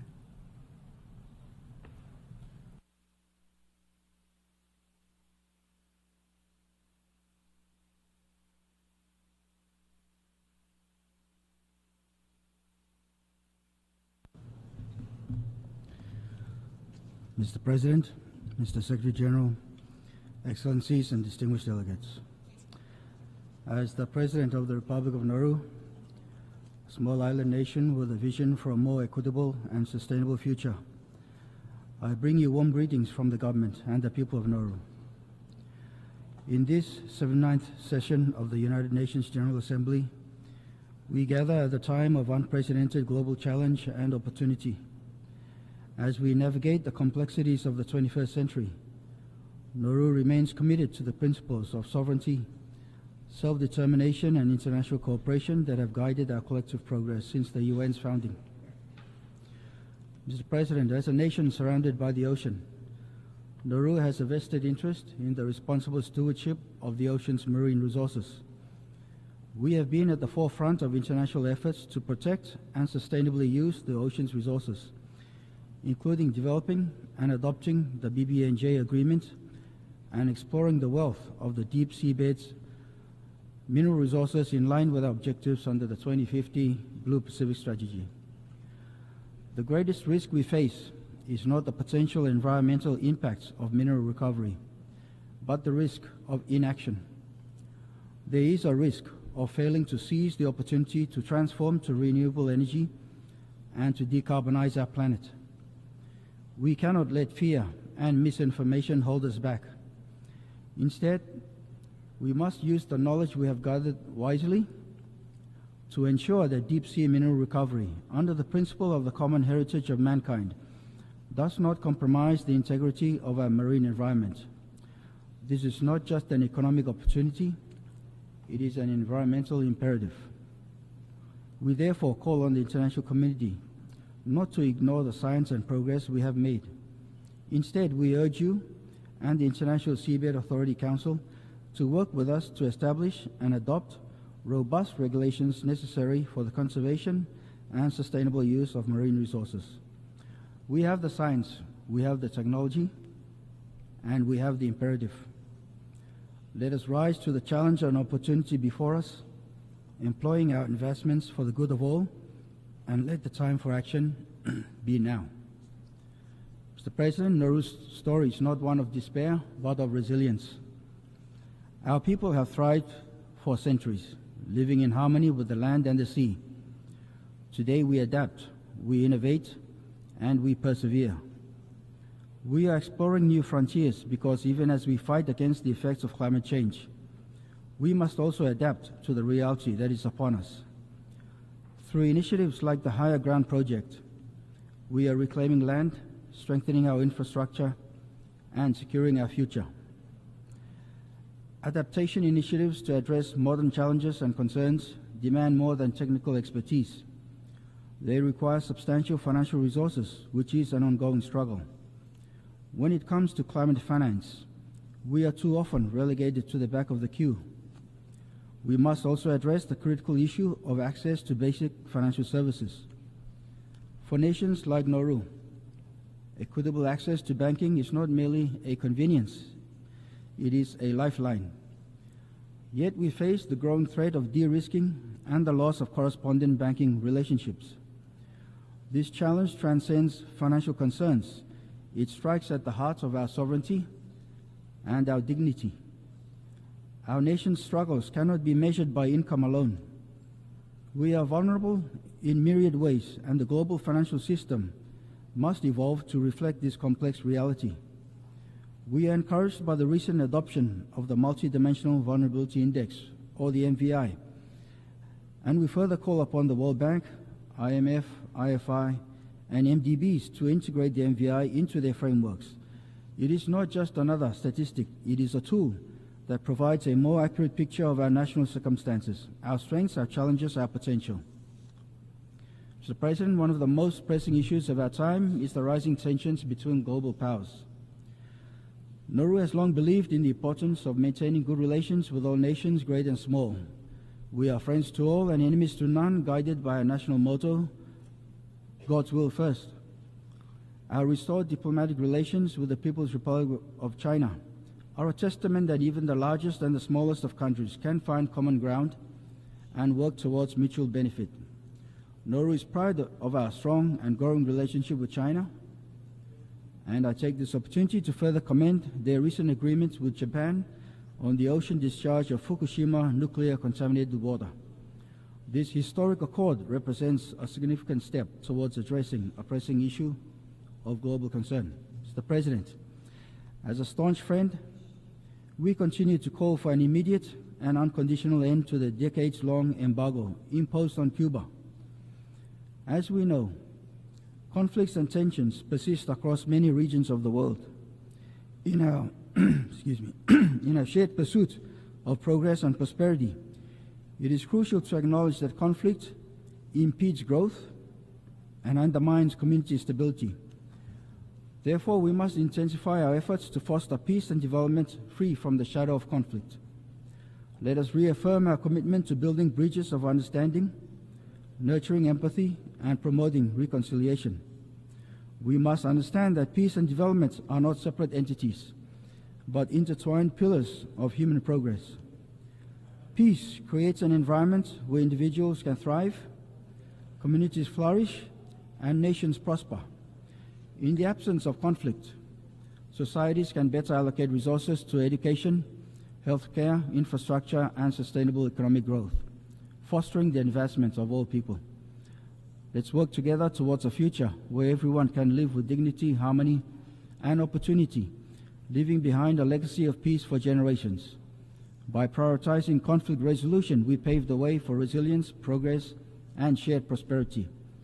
We must focus on building bridges, not walls, and work towards a more integrated, connected world. Inclusivity and engagement are vital as we strive for full economic and financial participation, ensuring that no country, large or small, regardless of its development status, is left behind. This is a call for collective action, a call we must all heed for the sake of our shared future.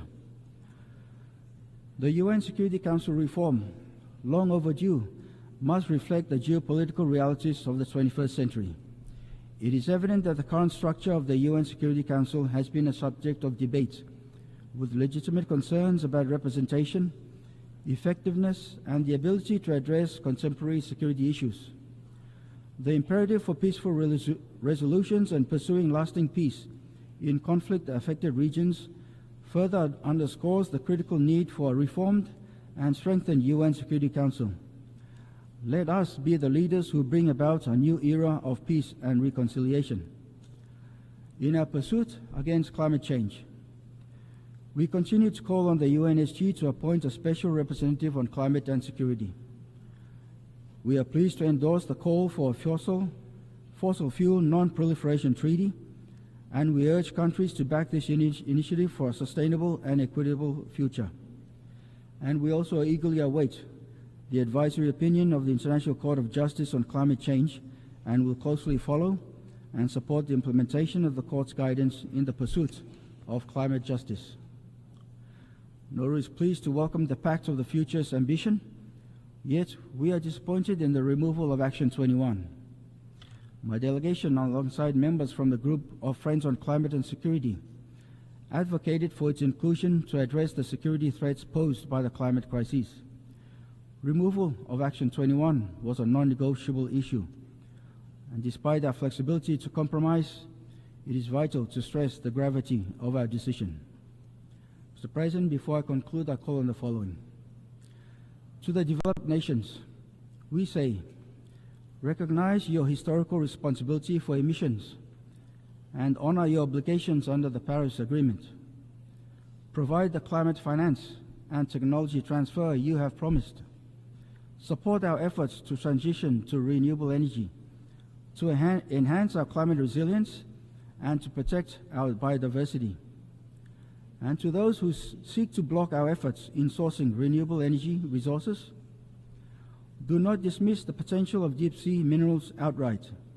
Do not ignore the science and the progress we have made. Instead, work with us to establish the robust regulations necessary for responsible mining. In line with this year's theme, we must accelerate our efforts without delay, because the climate crisis will not wait for us to get our acts together.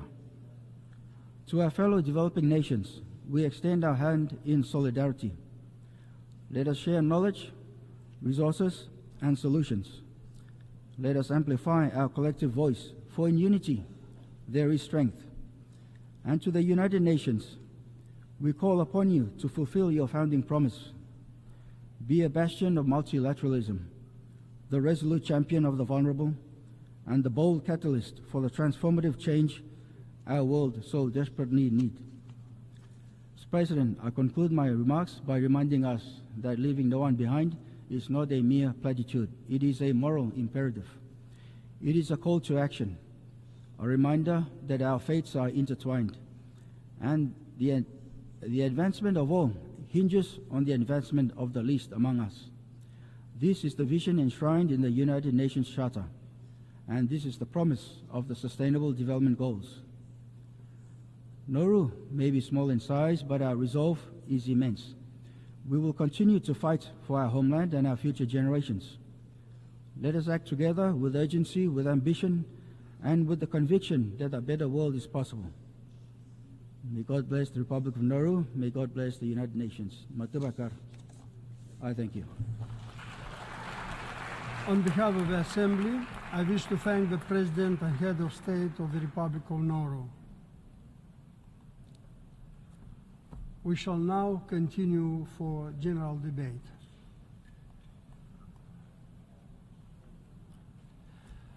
The Assembly will hear an address by His Excellency Kashim Shettima, Vice President of the Federal Republic of Nigeria. I request protocol to escort His Excellency and invite him to address the Assembly.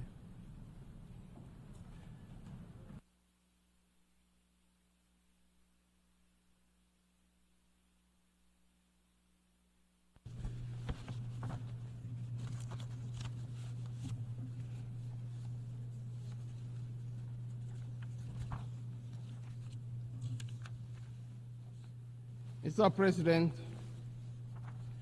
Your Excellencies, heads of delegation, distinguished ladies and gentlemen. Mr. President, as you assume the leadership of this august assembly, our world is confronted by profound moral questions that will require more than the habitual remarks from this elevated podium to resolve. These are questions about the ultimate purpose of our organization, the United Nations itself, and how it can remain relevant and resilient.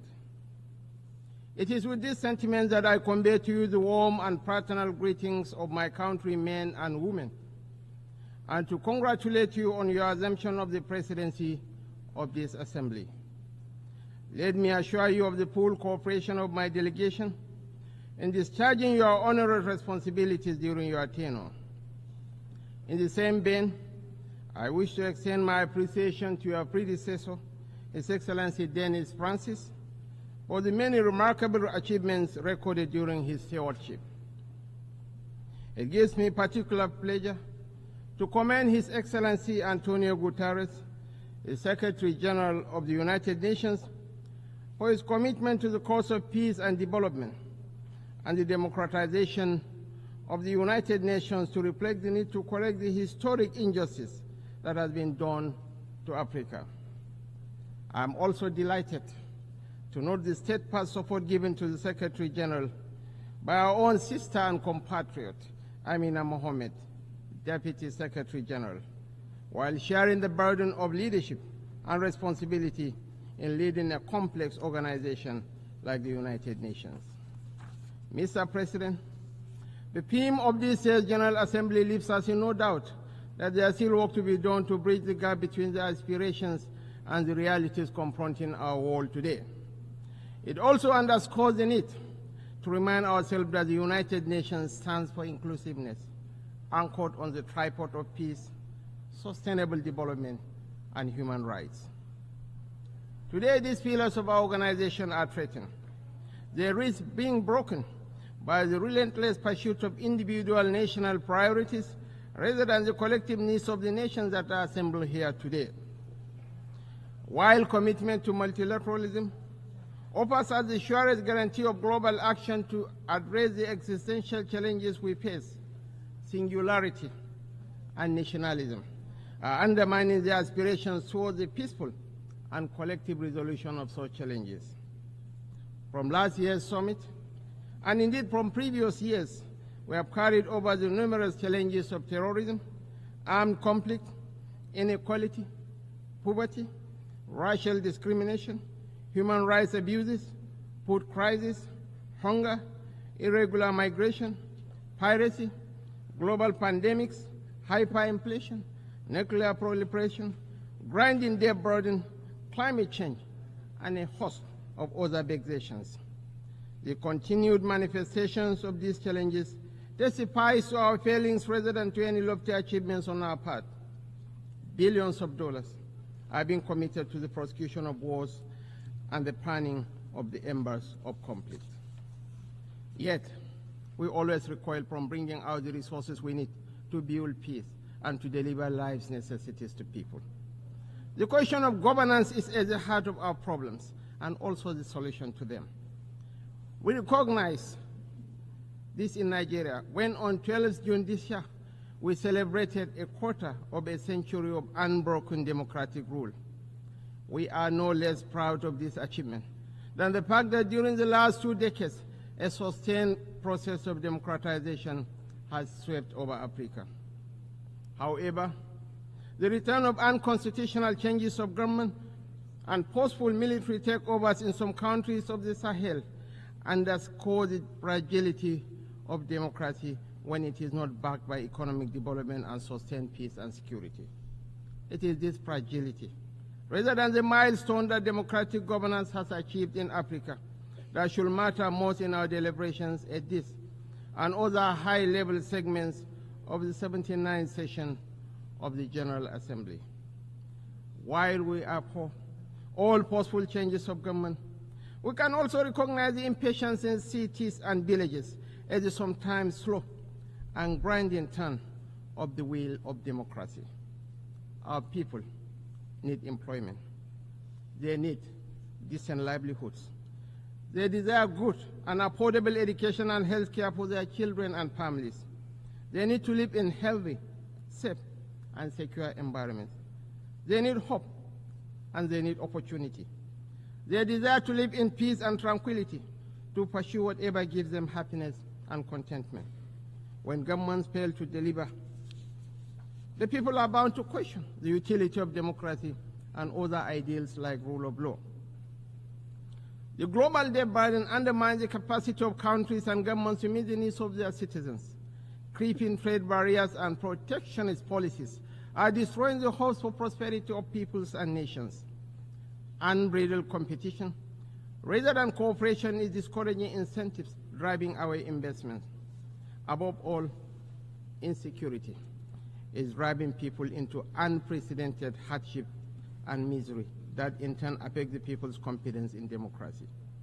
It is the duty of the international community to bring back confidence in democratic rule and constitutional order by paying more attention to the needs and aspirations of the people, rather than paying lip service to human rights, sustainable development, and peace. We need the sustenance of democracy, not just the form. We cannot build durable societies with the threats of terrorism, banditry, and insurgency growing in our countries and regions. Indeed, violent extremism remains an existential threat to both national and international peace, security, and development. We are making concerted efforts to contain and roll back this threat. The high-level African counter-terrorism meeting hosted by Nigeria in April 2024 and its outcome, the Abuja Declaration, promises to provide solutions to the challenges presented by terrorists and insurgents. Your Excellencies, distinguished ladies and gentlemen, climate change is a driver of insecurity, which also poses a veritable challenge to sustainable development. A few weeks ago, large areas of my country were inundated by seasonal flood waters, including one of our largest cities, Maiduguri, in the northeast. Other parts of Nigeria also experienced similar tragedies, occasioning the loss of lives and property. We need not remind ourselves to remain faithful to the implementation of the commitments that we all gave voluntarily at the various COP meetings. Failure to do so is merely to postpone the inevitable. No country is immune from the effects of climate change. It is better that we cooperate and collaborate to meet this ever-increasing challenge, rather than remaining in our shells, waiting for the inevitable to happen. A common challenge requires a common solution. Nigeria stands ready to meet our obligations in terms of mitigation and adaptation measures nationally and regionally, with the active participation of other countries and international partners. Mr. President, conflict resolution is the main reason why the UN exists, but the task of prevention becomes all the more difficult when conflict becomes normalized, when even the condemnation of violence and civilian casualties and calls for a ceasefire are somehow regarded as controversial. As we emphasize at the Abuja high-level ministerial meeting, we must renew our focus on conflict prevention. Indeed, addressing the root causes of conflict is often the first step towards providing long-term solutions. Clearly, some of the root causes of conflicts are social in nature, including poverty, hunger, ignorance, inequality, and exclusion, as well as other forms of injustice. In the Sudan, other parts of our continent, and further afield, foreign actors are exacerbating these tensions to prolong conflict and deepen the suffering of innocent people. Today, we are all witnesses to the heart-wrenching situation in Gaza and other Palestinian territories. We cannot discuss war and peace, conflicts and resolution, or humanitarian imperatives today without reflecting on the Israeli-Palestinian conflict that has been raging since 7th August last year. Of course, the conflict predates this period and has been simmering for a better part of half a century. What it tells us is that the international community has failed to live up to the spirit and aspirations of the United Nations to rid the world of inequality, violence, and domination of one people by another.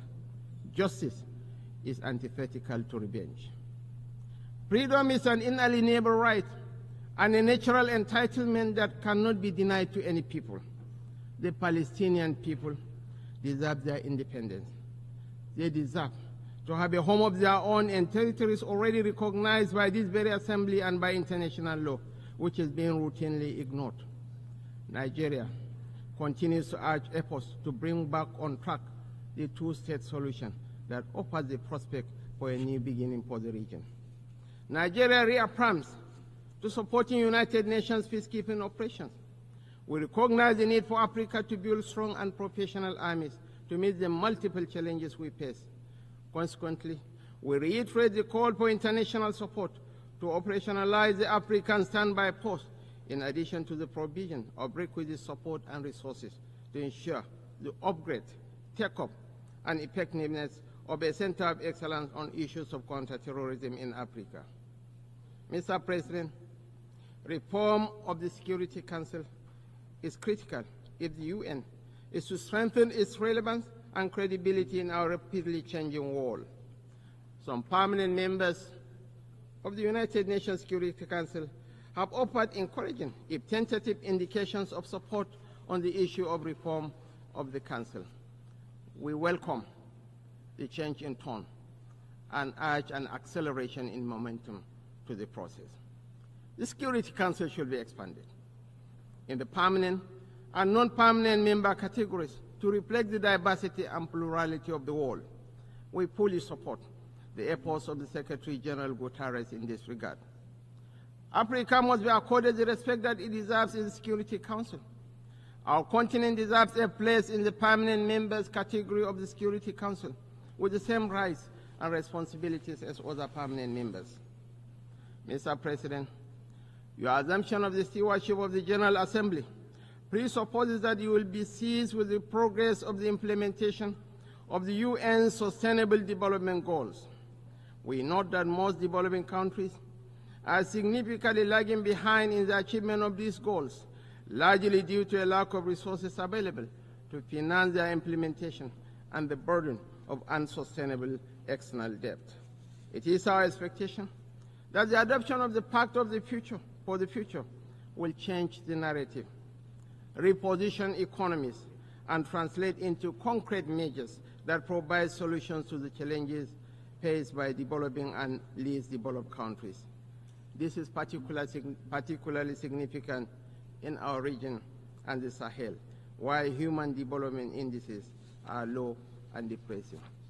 It is for this reason that we reiterate the call by countries, especially of the Global South, for reform of the international financial architecture and promotion of a rules-based, non-discriminatory, open, fair, inclusive, equitable, and transparent multilateral trading system. We are aware of the debilitating impacts of corruption on global prosperity and national progress. Process of corruption and illicit financial flows constitute a huge chunk of resources needed for sustainable development. The recovery and return of such funds to states of origin is a fundamental principle of the United Nations Convention Against Corruption. Therefore, the international community must promote practical measures to strengthen international cooperation to recover and return stolen assets and to eradicate safe havens that facilitate illicit flows of funds from developing countries to the developed economies. There is also the urgent need to promote fair and inclusive tax regimes in the world. Nigeria helped introduce the resolution on promotion of inclusive and effective international tax cooperation at the UN. We acknowledge the progress made in the adoption of the terms of reference of the UN Framework Convention on Tax Cooperation. We should deepen this initiative and work towards a UN Framework Convention on Tax Cooperation. Similarly, we must ensure that any reform of the international financial system includes comprehensive debt relief measures to enable sustainable financing for development. Countries of the Global South cannot make meaningful economic progress without special concessions and a review of their current debt burden. The present administration pays due regard to the imperatives of creating a conducive national environment for investment and the ease of doing business. Last year, President Bola Ahmed Tinubu signed 4 executive orders to curb double taxation. The government also established the Presidential Task Force on review of fiscal policy and tax reform. These measures are geared towards not only boosting investor confidence in Nigeria, but also to ensure investors make reasonable profit from their investments. Mr. President, Your Excellencies, distinguished ladies and gentlemen, while the world is transitioning into the 4th industrial revolution, Africa remains energy deficient.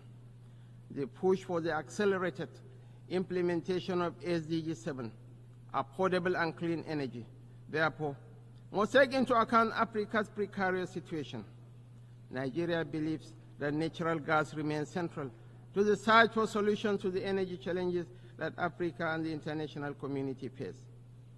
Access to affordable, reliable, cleaner sources of energy is more than an environmental or developmental issue. It is a key factor in social peace and international security. Mr. President, Nigeria remains unwavering in its commitment to SDG 13, climate action, including the net zero ambition and transition from fossil fuel energy to clean energy. As a demonstration of this commitment, the government established the Presidential Committee on Climate Action and Green Economy Solutions and appointed a special presidential envoy on climate action. We will redouble our efforts to address the challenges posed by climate change, including the urgent need to transition from fossil fuel energy.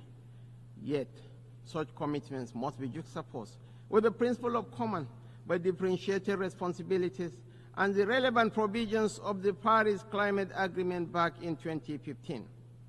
The Paris Agreement provided for developed countries to take the lead in the quest to achieve net zero and to offer support, including finance, to developing countries for the actualization of the climate change goal. Worthy of note is the loss and damage funding for vulnerable countries secured at COP27 in Egypt and expanded in COP28 in the United Arab Emirates. It is our expectation that this year's 79th session of the UN General Assembly and the upcoming COP29 in Azerbaijan this November will go a step further by providing developing countries, especially African countries, with access to the loss and damage funds, including the $100 billion pledged by developed countries to mitigate the negative impacts of climate change. Mr. President, in this age of digital innovation, we must address the emerging divide between the global south and the global north, which, with the evolution of artificial intelligence, risks becoming wider still. The UN should work towards eliminating barriers to digital economy in Africa, such as high cost of internet services and intellectual property rights. More so, there is a need to work towards common global standards to regulate cryptocurrency trading platforms. This is the most effective way to provide confidence in these markets and limit the potential for instability. Our own experience in Nigeria, as in other countries, shows that new technologies, when not properly regulated, can facilitate organized crime, violent extremism, and human trafficking. In our own case, the trading of cryptocurrency helped fuel speculation and undermine macroeconomic reforms. Separately, we have also witnessed in rich and poor countries alike the corrosive impact of unfiltered hate speech and fake news across social media. There is much more that we could and should do together to strengthen those guardrails that will help release the most progressive elements of the new technologies shaping our world and curb those more destructive tendencies. Mr. President, we are particularly mindful of the imperatives of achieving the advancement of youth and women as a factor in national development, peace, and security. Nigeria has developed its own national action plan on women and security, as well as a national action plan on youth, peace, and security to ensure the participation of both women and youth in the peace and security sector. The summit of the future cannot be deemed successful without setting clear, ambitious, and achievable developmental goals to address the various challenges facing our youth. In line with this aspiration, the Nigerian government will continue to invest in Nigerian youth through initiatives like the revitalization of the National Youth Investment Fund for 2024, focused on youth employment and entrepreneurship.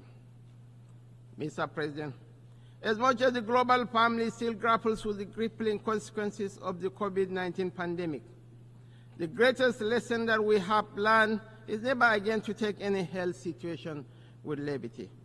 In line with SDG 3, we must continue to work together to ensure the good health and well-being of all. There is no disease that should be relegated to the background due to some passive classification of their seriousness or importance. Mr. President, migration is a complex and polarizing issue that impacts on rich and poor countries alike. Nigeria is a country of origin, transit, and destination. We are a major stakeholder in the global migration dynamic and understand the challenges and benefits it brings. Accordingly, I wish to reiterate our support for the Global Compact for Safe, Orderly, and Regular Migration, GCM. The GCM, which all of us should continue to support, represents our collective efforts at providing major safeguards for the treatment of migrants. Mr. President, I will conclude by reaffirming Nigeria's steadfast commitment to the deepening of multilateralism.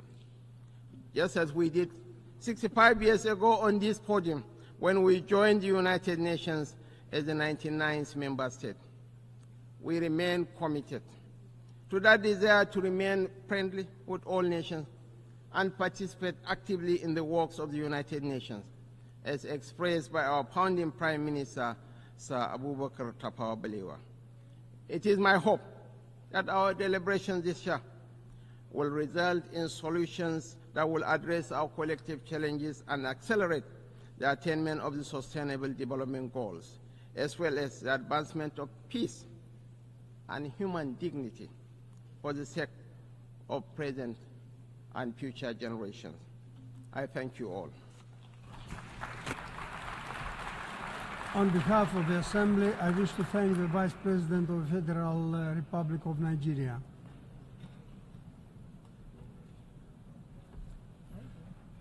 The Assembly will hear an address by His Royal Highness Prince Salman bin Hamad Al Khalifa, Crown Prince and Prime Minister of the Kingdom of Bahrain. I request protocol to escort His Royal Highness and invite him to address the Assembly.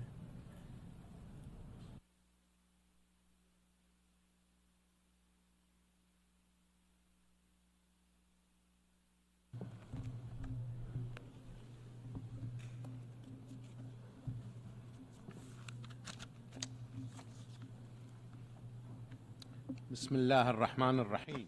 In the name of God, most compassionate, most merciful. Highnesses and Excellencies, Your Excellency, Mr. President of the General Assembly, Your Excellency, Secretary General Guterres, it is my honor to be here today and to convey to you the greetings and best wishes of His Majesty King Hamad bin Isa Al Khalifa, and I would like to begin by offering my congratulations to you, Mr. President, on your election as President of the 79th session of the General Assembly.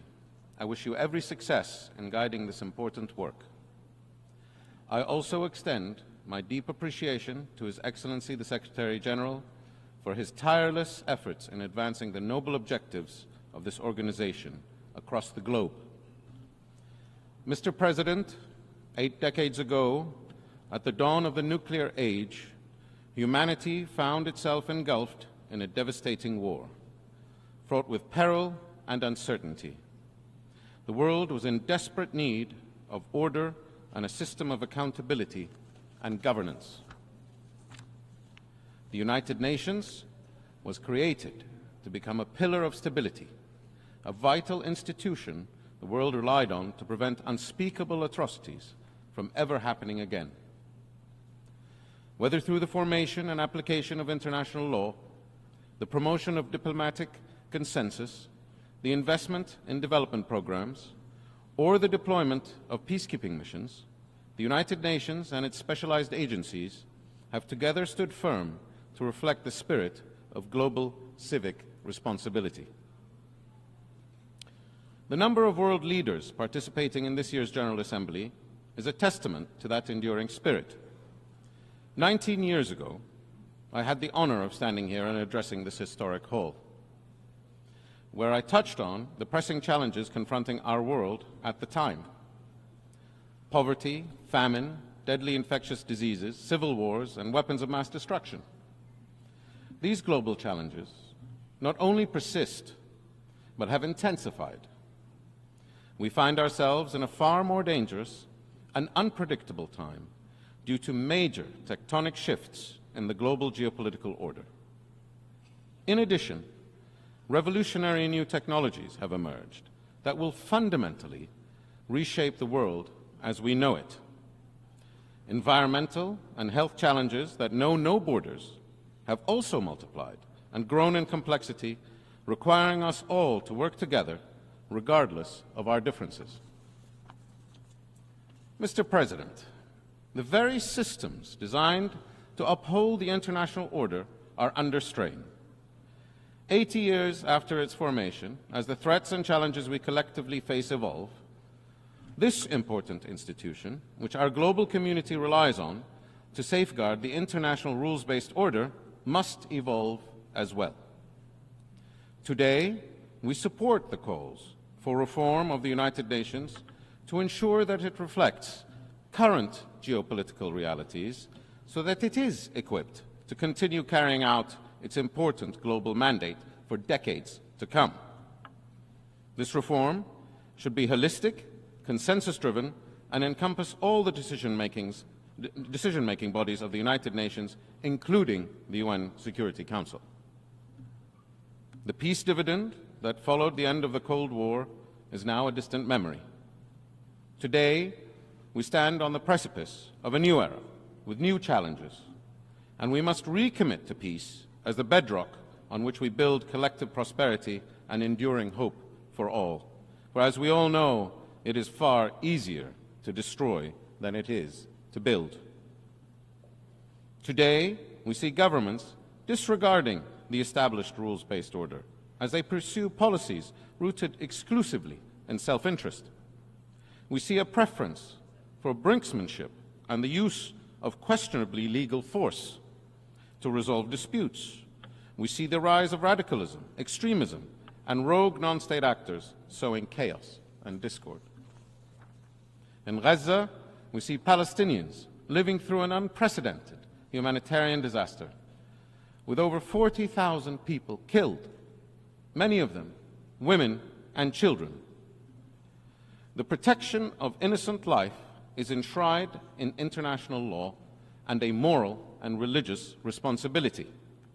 It is clear what is required is the implementation of an immediate ceasefire, the release of all hostages, and the adoption of an irrevocable path to the creation of a viable, independent Palestinian state. And it must happen now. This will achieve a comprehensive and lasting peace, deliver the security and prosperity to all nations in our region, and prevent the spread of a wider regional conflict. In the West, we witness widespread suffering as the intractable conflict in Ukraine persists. In the East, we see tensions continuing to rise in the South China Sea raising grave concerns of wider military escalation and the further erosion of the integrity of the international rules-based order.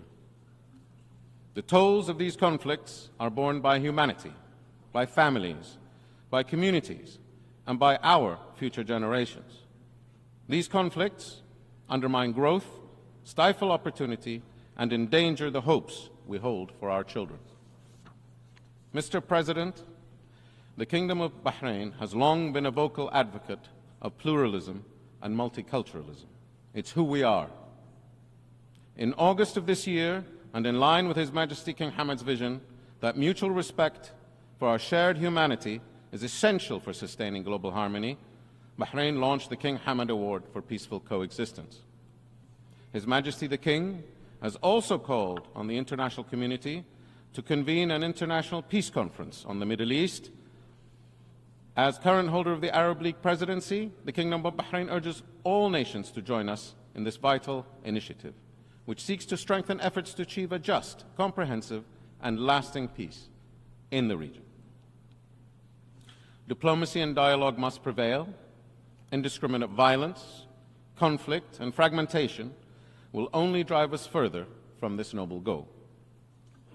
Mr. President, in the Kingdom of Bahrain, we have committed ourselves to ensuring that our citizens are at the core of all our national development programs. We have worked tirelessly to ensure that they are equipped with the skills necessary to deliver prosperity and growth to themselves and their community. As we look to the future, we will spare no effort to provide our citizens with opportunities to connect with the wider world, to compete, innovate, and succeed. We prioritize the issues that unite us all: housing, healthcare, education, and delivering jobs and prosperity. We focused our government ministries and agencies on a set of priorities, reached out to the private sector, civil society, and wove together a spirit of one team focused on delivering those programs. Mr. President, today's world is, in many ways, more fragile than the one that had emerged from World War II. This is because the global challenges today go beyond geopolitical conflict. We are seeing the devastating impacts of unsustainable development on the world's environment. And as a result of conflicts and fragmentation, we have seen a rise and a return of global hunger. We have also witnessed firsthand the alarming effects of diseases such as COVID-19, which showed how quickly the global order can be disrupted.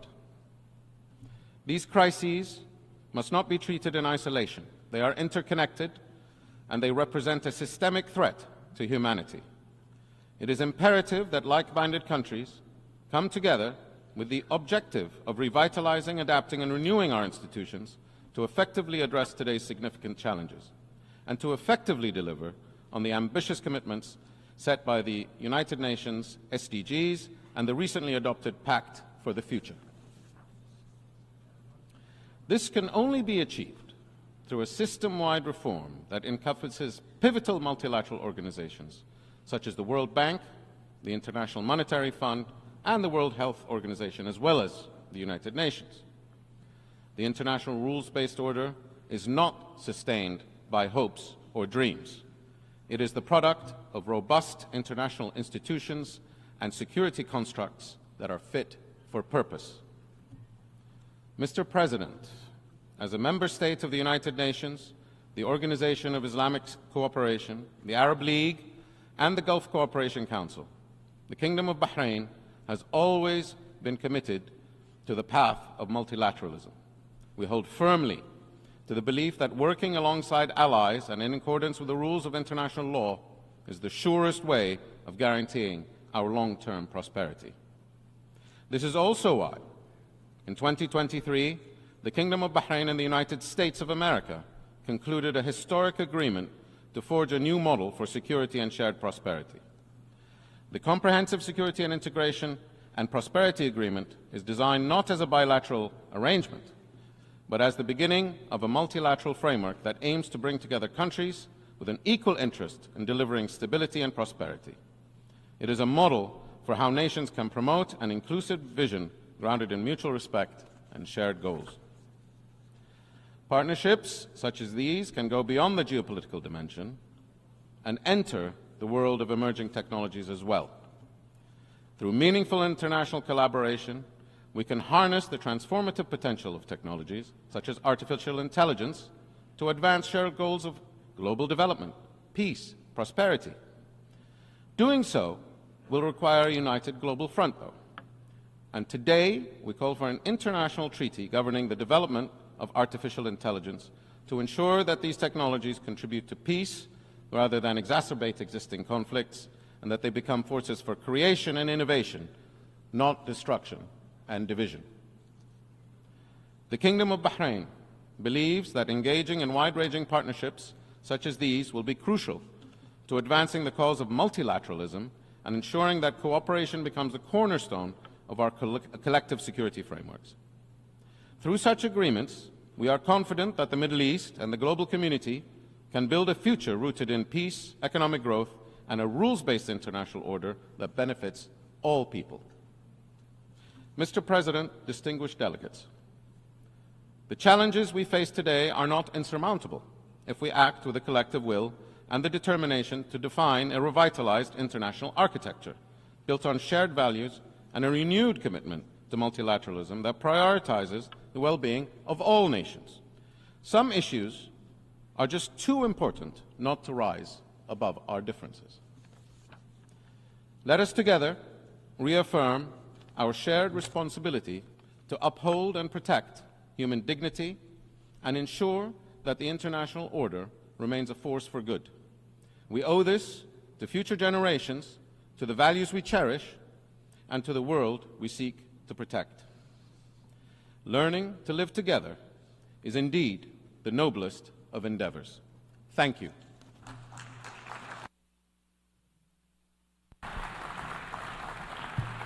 On behalf of the Assembly, I wish to thank the Crown Prince and Prime Minister of the Kingdom of Bahrain.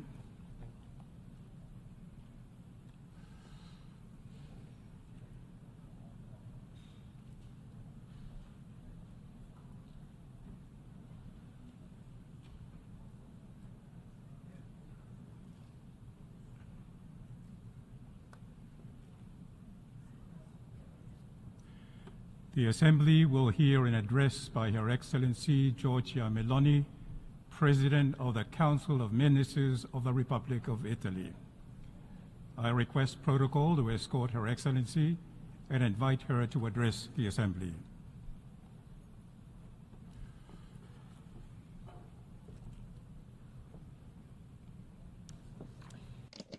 Mr. President, Mr. Secretary General, fellow delegates, ladies and gentlemen. The times we are living are very complex, and the common characteristics of the challenges of these times force us to think about things in a completely different way. The wound caused to the international framework founded on rules from the war of aggression of Russia on Ukraine is indeed having destabilizing effects well beyond the borders within which it is unfolding. And like a domino, it is contributing to reigniting or causing to explode other flashpoints of crisis. Democratic political systems are facing unprecedented dangers. Geoeconomic fragmentation is growing, bearing down consequences we must all deal with, especially the more fragile nations. The path toward a reduction in environmental emissions is at a crossroad in between ideological approaches and scarce solidarity, especially from the major emitters of greenhouse gases. The scarcity of water and energy have an ever deeper impact on development, on food security, and the social stability of entire communities. The instrumental use of religious faith has become a source of tensions, or worse, of persecution. There are hundreds of millions of people throughout the world that suffer due to their profession of faith. And at the top, as victims, there are Christians.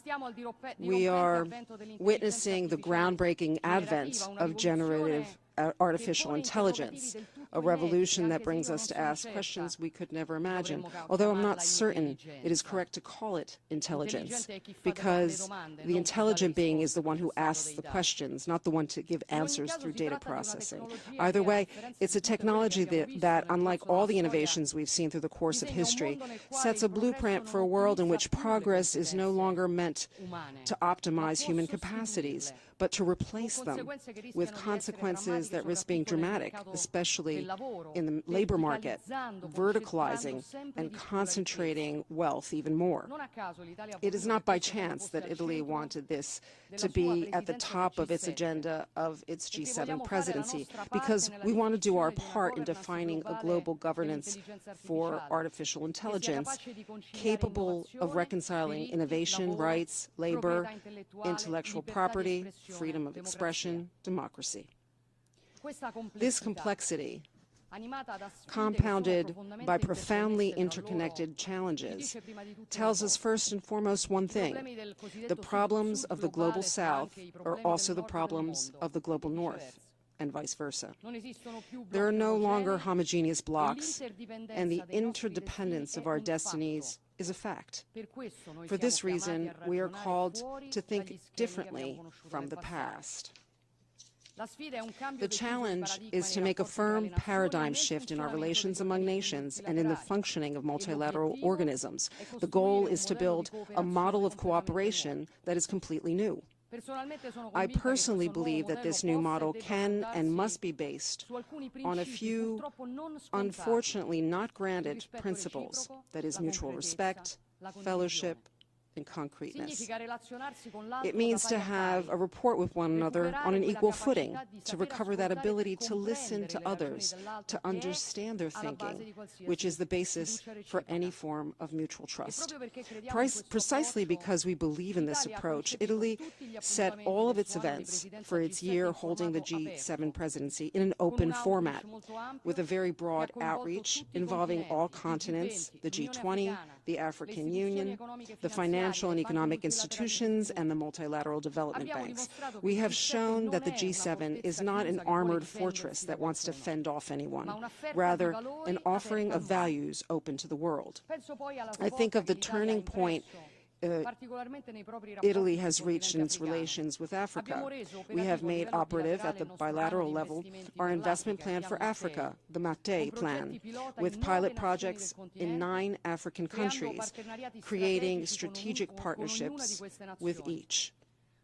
We structured operative synergies with the European Union's Global Gateway and the Partnership for Global Infrastructure and Investment of the G7. We built new financial instruments with the African Bank for Development and the World Bank to allow for a flow of public and private resources. We devised innovative solutions such as the Apulia Food Security Initiative to strengthen food production and food security, and the Energy for Growth in Africa to support the production and distribution of clean energy.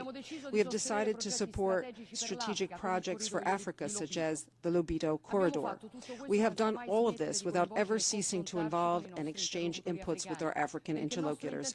We intend not to impose, but to share, and together choose priorities, sectors of intervention, areas of action where we could be an added value. We offered our perspective and our cooperation with projects that are already giving results. In Algeria, we will render fertile 36,000 hectares of desert land for crop cultivation and build a local facility for processing and production.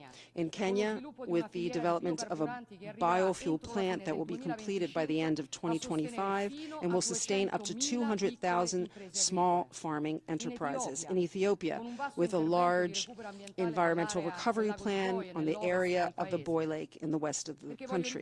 Because I want to reiterate this once again, our objective before tens of thousands of people who face desperate journeys to enter Europe illegally is to first guarantee their right to not have to emigrate and to not have to cut their ties with their homeland simply because they have no other choice. It's a desperation on which reckless criminal organizations that are more and more powerful and ramified profit.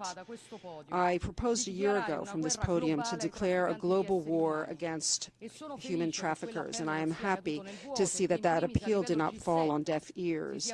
First, in the G7, we found an agreement that gave life to an agreement, coordination to dismantle criminal networks. The United Nations must do more, however, because these criminal organizations are reproposing themselves under other forms. For example, slavery, understood as the commercialization of the human being, that this assembly in other times had a fundamental role in ridding the world of this definitively. We are not turning back to the past. Defeating the slave trade of the third millennium is possible. We can do so if we join forces with greater cooperation and joint initiatives among our police forces, intelligence services, judicial authorities in adopting the formula, follow the money. This was an intuition of great Italian judges, Giovanni Falcone and Paolo Borsellino, that became a model even at the international level to combat criminal organizations. It is a method that Italy intends to use to strengthen its cooperation with Latin America, because there's a common denominator that ties organizations that profit on human trafficking in Africa and those who manage narco-trafficking in Latin America, or the abominable act of abducting children to render them sex slaves of rich men, depriving them of their present and their future. In America Latina, where, unfortunately, as it happens in other regions of the world, its legitimate aspirations of freedom and democracy, that of tens of millions of people, continue to be unfulfilled. I'm thinking in particular of the Venezuelan people, to which we give our full solidarity and support. The international community cannot just stand there and watch, as already after 2 months since the elections on the 28th of July, the election results have not been recognized, and at the same time there's been a brutal repression, the death of tens of protesters, the arbitrary arrest of thousands of political opponents, the incrimination and banishing of the presidential candidate of the opposition. It is our duty to raise our voices. Dear friends, in 2025 we will be celebrating the 80th anniversary of the Charter of the United Nations, the charter that enshrines the principles and values that at this time have been put into question by none other than a permanent member of the Security Council, but whose defense we will not back down, because these are principles and values that are made for all as a guarantee, especially countries that are less equipped to defend themselves. No one is above the law, but this is needed even more to defend the more vulnerable. And for this reason, we cannot turn our backs in front of the right of Ukraine to defend its borders, its sovereignty, its freedom. As we affirm the right of the State of Israel to defend itself from external attacks like the attack of the 7th of October, at the same time we ask Israel to respect international law, protecting civilian populations. It too a victim of Hamas and of its destructive choices. And following the same reasoning, we believe obviously in the right of the Palestinian people to their own state. But for this to happen, we need Palestinians to entrust it to a leadership that is inspired by dialogue, by stabilizing the Middle East, and autonomy. The Abraham Accords have shown the possibility of an advantageous coexistence and cooperation on the basis of mutual recognition. If this is the basis on which we all have to work, and it is, today the imperative is to reach without further delay a ceasefire in Gaza and the immediate release of Israeli hostages. We cannot witness any longer tragedies like we've seen in these days in the south and east of Lebanon, with the involvement of helpless civilians, many of which children. That said, the anniversary next year gives us a historic opportunity to be finally aware, whether we like it or not, that the problems that we have involve all of us, and we must be able to question ourselves with humility and awareness. And this imposes also a serious reflection about multilateralism, on the capacity of international organizations to be up to task in this era to the challenges that we're facing. I'm talking about the United Nations and its capacity to reform, starting with what is useful and necessary and not from what is easier. Italy firmly believes that whatever reform of the architecture and the functioning of the United Nations, starting with the Security Council, cannot go without considering the principles of equality, democracy, and representativeness. It would be a mistake to create new hierarchies with new permanent seats. We are open to discuss the reform without prejudice, but we want a reform that serves to represent everyone better, not to represent better only a few. Colleagues, delegates, ladies and gentlemen, it's a difficult time, the one we have been called in to govern our nations. Around us, we see all changes. Everything is put into question. The very few certainties we thought we had are no longer the same. Destiny is challenging us, but in the end, it is doing that to put us to the test. In the storm, we can show to be up to task in the work that we have to do. We can show citizens that we govern and show our children. We can show ourselves, probably ourselves even more importantly, as a great Italian patriot, Carlo Pisacane, the protagonist of the Risorgimento, said, compensation, every compensation will be found at the bottom of my conscience. We have to face problems instead of push them and kicking the can down, to look at what is important, what is useful. This is our duty. It's hard. It's a hard task, but it's necessary, and Italy, as always, is ready to do its part. Thank you.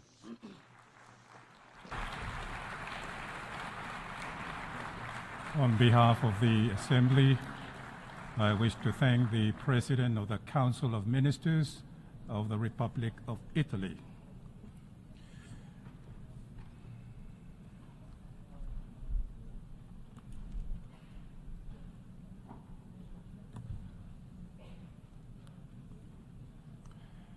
The Assembly will hear an address by His Excellency Aziz Akanouch, Head of Government of the Kingdom of Morocco. I request protocol to escort His Excellency and invite him to address the Assembly.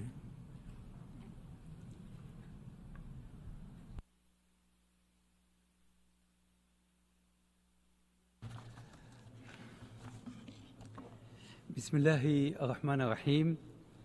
In the name of God, the compassionate, the merciful, President of the Assembly General, Secretary General of the United Nations, Your Majesties, Your Highnesses, Excellencies, ladies and gentlemen, it gives me great pleasure to begin by congratulating Mr. Philemon Young upon his election to the helm of the 79th session of the General Assembly of the United Nations. I wish him every success in his mandate.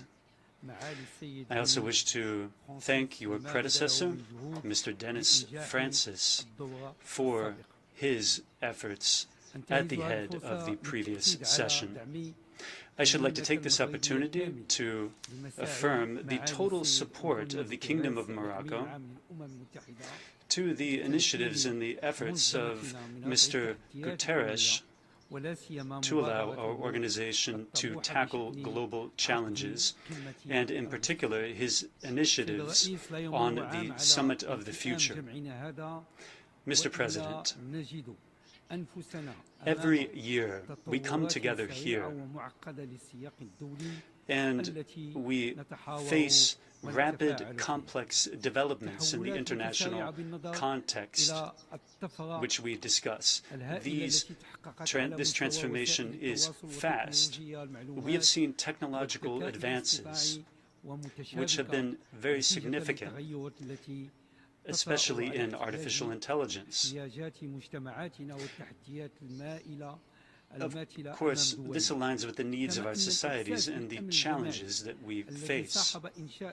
The sense of collective security with regard to the very creation of the United Nations has given way to uncertainty now in many areas.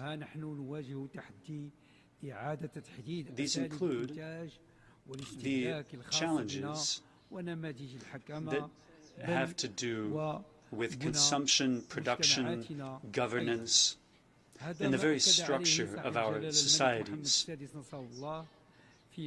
This is what King Mohammed VI said, may God assist him, in the meeting of the World Bank and the IMF in Marrakesh. I have quoted the gist of what he said. Our planet faces climate change, which has imposed a new reality. In this context, data has shown that the problems that we are confronting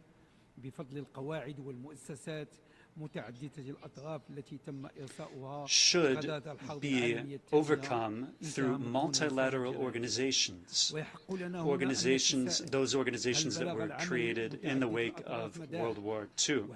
End of quote. What we're asking ourselves today is, has multilateralism run up against its limits today? Do we need to change between, do we need to choose between multilateral action and the values and the principles that bring us together, the ideals, our ideals? Mr. President, the diplomatic doctrine of the Kingdom of Morocco is multilateral in its core. We focus on the ambition, clarity, and realism. We do this in order to achieve cooperation with our historic partners, a partnership that allows us to set up the necessary framework on the basis of effective solidarity and the sharing of experience. The goal of this being to tackle security and development challenges at the same time. The Kingdom of Morocco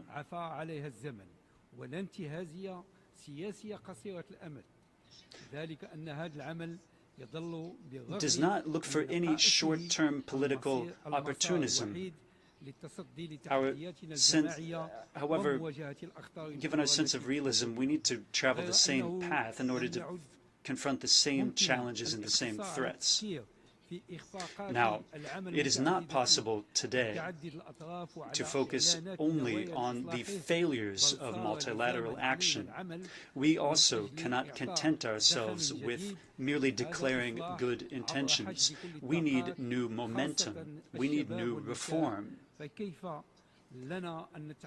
to which all segments, all strata of society, including women and young people, can contribute.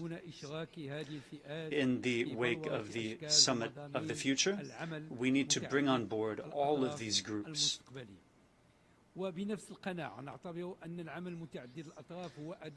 In order to implement a comprehensive multilateral program, this is what developing countries need, including what they need is for us to bring our experience to bear for their benefit.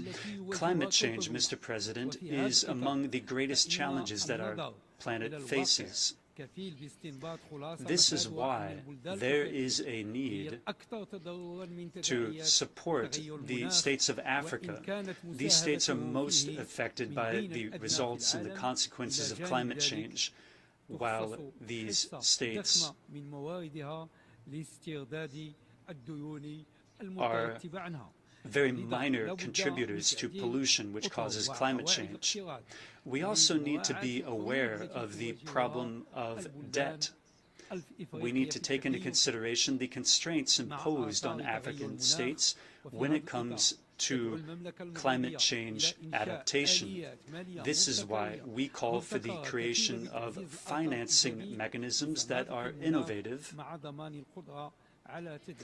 in order to allow for a resolution of debt crises. We also need to reform the international financial architecture. This in order to help developing countries achieve financing that allows for their economies to recover. These countries should also contribute to multilateral development banks, and these institutions must become more democratic in order to address debt crises more effectively. Indeed, such crises have a major impact on African countries' economies. This is why the Kingdom of Morocco, which chairs the group of middle-income countries, reiterates its call for multilateral actions to be taken, actions aiming to preserve the economic momentum that has been accumulated by these countries. Mr. President, in keeping with the vision of His Majesty King Mohammed VI, may God assist him, Morocco calls for pragmatic, realistic multilateralism to serve the needs of the African continent. This through effective mechanisms as regards decision-making. This is the approach of the Kingdom of Morocco. And this is why the government of Morocco has applied this approach in various areas. These areas include climate change and combating terrorism, inter alia. We work to implement social justice through structural workshops, which we have provided major resources to. Millions of people can benefit from direct social aid through this push. Mr. President, Morocco is has turned toward the Atlantic. This is why we want to make the Sahel region an economically integrated area, a truly continental region. This is why King Mohammed VI, may God assist him, has worked to bolster collaboration between African countries through the Atlantic Initiative for the Sahel. This initiative is in keeping with the cooperation between countries of the South and aims to show solidarity to make the Atlantic and African area an area of peace, stability, and development. Furthermore, His Majesty launched an ambitious initiative, that aims to facilitate the access of Sahel countries to the Atlantic, buoyed by the conviction that these countries have the right to participate in the global economy. This initiative is a pillar for development, peace, and prosperity in this part of the African continent. Furthermore, building on this same solidarity, we have worked to create an agreement linking Nigeria and Morocco in order to ensure regional economic integration, to promote the development of the Atlantic coast with 13 African states. The wisdom of our leaders and innovation that has been shown by our young people has allowed us to move forward, and we need further international solidarity in order to tackle all the challenges that we face. The Kingdom of Morocco is staunchly committed to the peaceful resolution of conflicts. We have thus been working in order to achieve a peaceful solution to the issue of Moroccan Sahara, and this on the basis of the Morocco Autonomy Initiative in the context of Moroccan sovereignty, which will allow for the development of this region. Indeed, we will continue. And we've seen the support from many countries to this autonomy plan. That sends a clear message to the states and to the United Nations. Indeed, it is time to act. It is time to put in place a political solution on this basis through the various roundtables that have been organized and in keeping with the relevant resolutions of the Security Council as well. We support the efforts of the Secretary General of the United Nations and those of his Special Envoy to relaunch the political roundtables with the participation of the 4 parties concerned in order to achieve a realistic, sustainable political solution based on consensus and based on the relevant Security Council resolution. His Majesty King Mohammed VI, may God assist him, has told the Secretary General that there can be no political process outside of these roundtables. The parameters of these roundtables have been set out by the United Nations with comprehensive participation by Algeria as well. No solution other than this Morocco autonomy plan can happen. No political process without a ceasefire of the armed militias is possible. This was recalled by the members of the Security Council as well.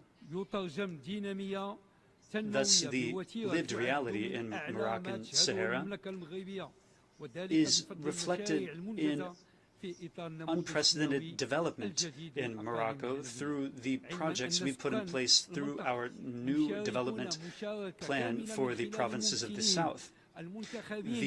This region has benefited from comprehensive assistance through people that are democratically elected through local councils at all levels and at all areas of political decision making.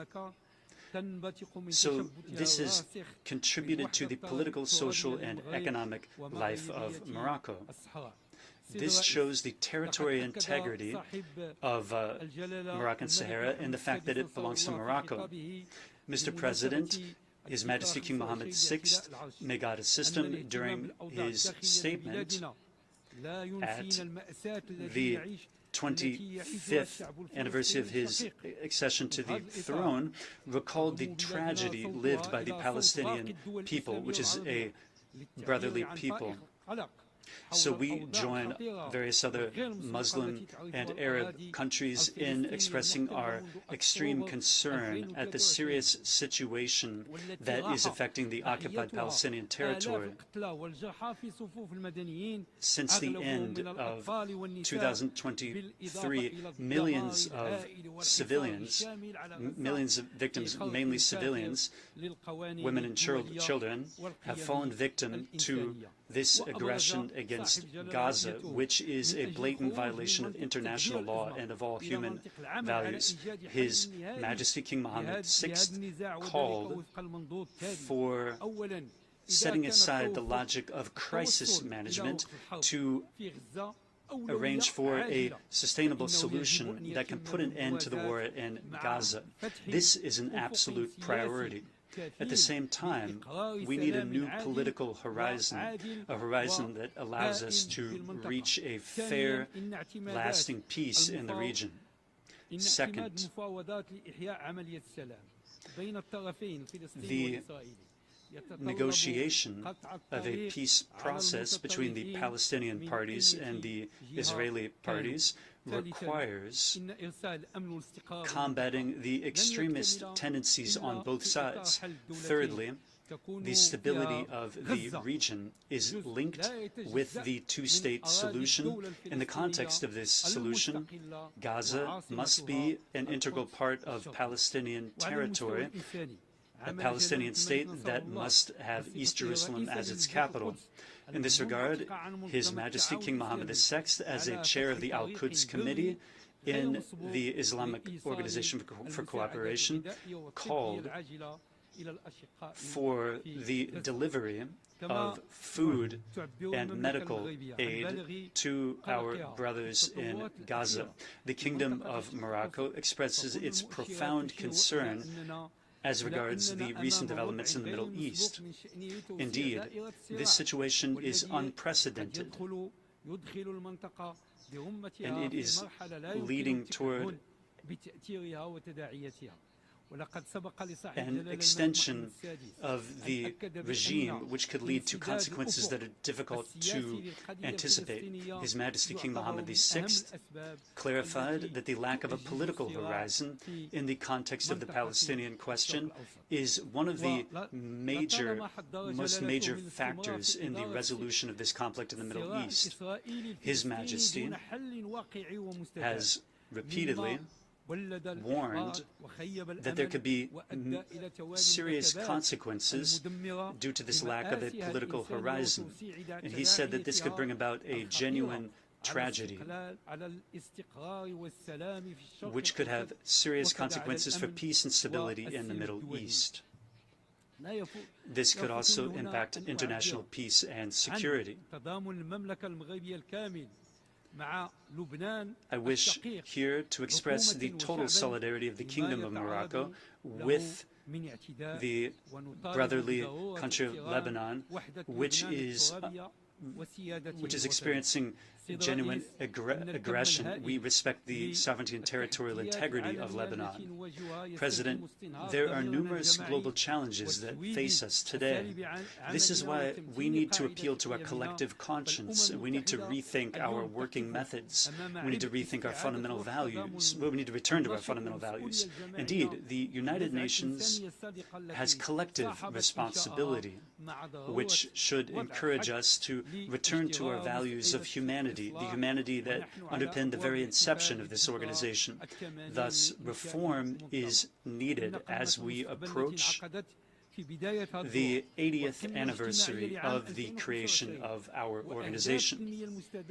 The Social Summit to be held in 2025, the Sustainable Development Goals, the 2030 Agenda, these are all a vision and a roadmap for the work and for collective action to be done in order to avoid further delays in development. I thank you, and may the peace of God be upon you.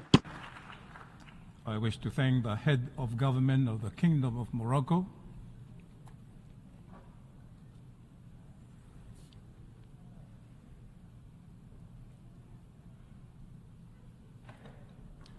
The Assembly will hear an address by His Excellency Alexander De Croo, Prime Minister of the Kingdom of Belgium. I request protocol to escort His Excellency and invite him to address the Assembly.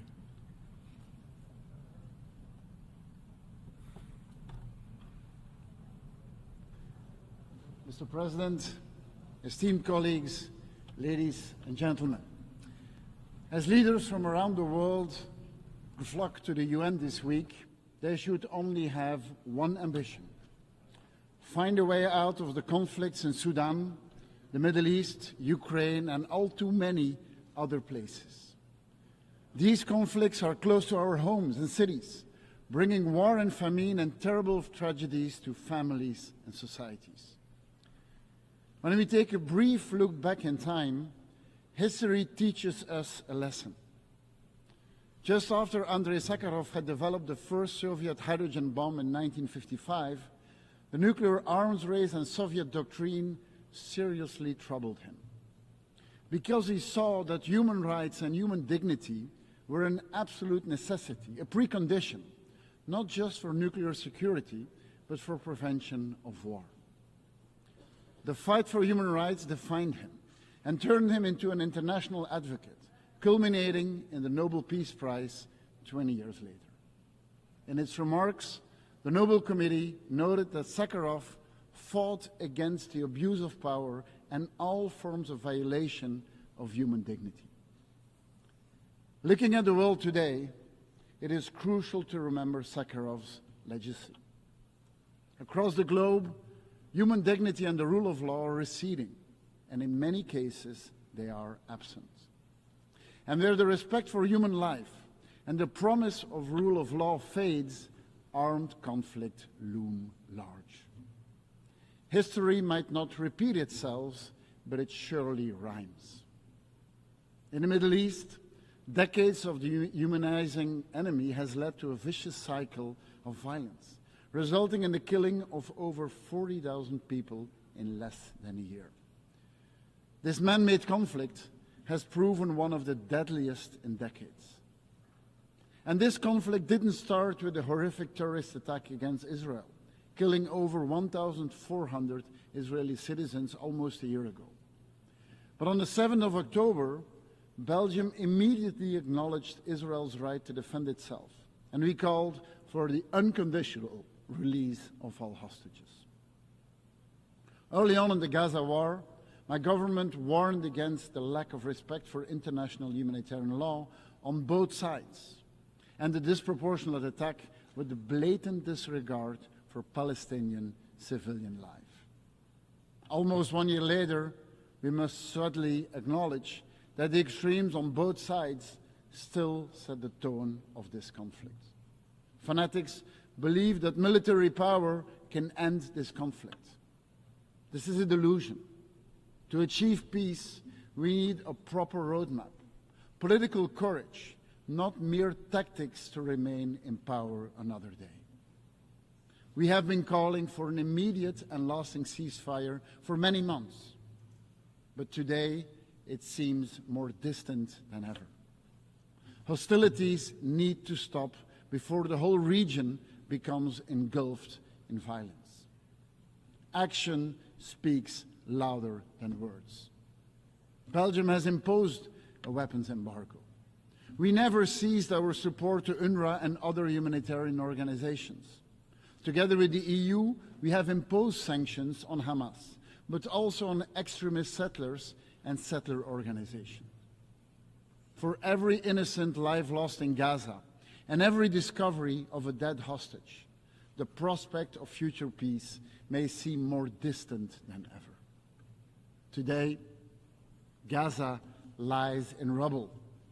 Over 15,000 people need prosthetics because of lost limbs. 10,000 of these victims are children. Where is human dignity in all of this? However, there is a way out. I'm convinced that it starts with the recognition of the right to exist of both Israel and Palestine based on the 1967 borders. We should all engage with Palestinian and Israeli leaders who recognize these rights and who oppose both anti-Semitism and anti-Palestinian feelings. Only then we can start articulating a viable pathway for a two-state solution. Mr. President, dear colleagues, Vladimir Putin has been waging war in Europe for more than 2 years now. And there is one simple truth. He can stop the illegal and unprovoked invasion of Ukraine right now. His madness continues to have devastating consequences for the Ukrainian people. One man alone can stop the killing of thousands of civilians, can end the continuous violence against Ukrainians whose future has been put on hold. Only he can end the shelling, end the bombing, the indiscriminate attacks on bridges, on roads, on energy infrastructure, on hospitals, on schools, and on people's houses. Widespread and disturbing brutality has been established by various independent international inquiries. None of us can and should look away. Over the past year, the Belgian-Ukraine Fund spent 1.7 billion euros on military equipment, humanitarian aid, and on the reconstruction of Ukraine's hardest-hit regions. Belgium's development agency is helping Ukraine's recovery and is preparing for joining the European Union. The people of Ukraine will be battling against another cold winter soon. That is why we are winterizing energy provision in hundreds of hospitals. Over the past 2 years, we have often pronounced the words, "for as long as it takes." We do not take this promise lightly. As the Russians continue to bomb cities, Ukraine's call for more air defense is pure self-protection. How else can they keep their citizens safe? The buildup of a strong Ukraine F-16 force is an integral part of our support. We will transfer all of our fighter jets when they leave the Belgian Air Force. The total amounts to at least 30 over the coming years. We want to help protect the people of Ukraine. The aggressor shall not win. And it is why our support for Ukraine stands strong.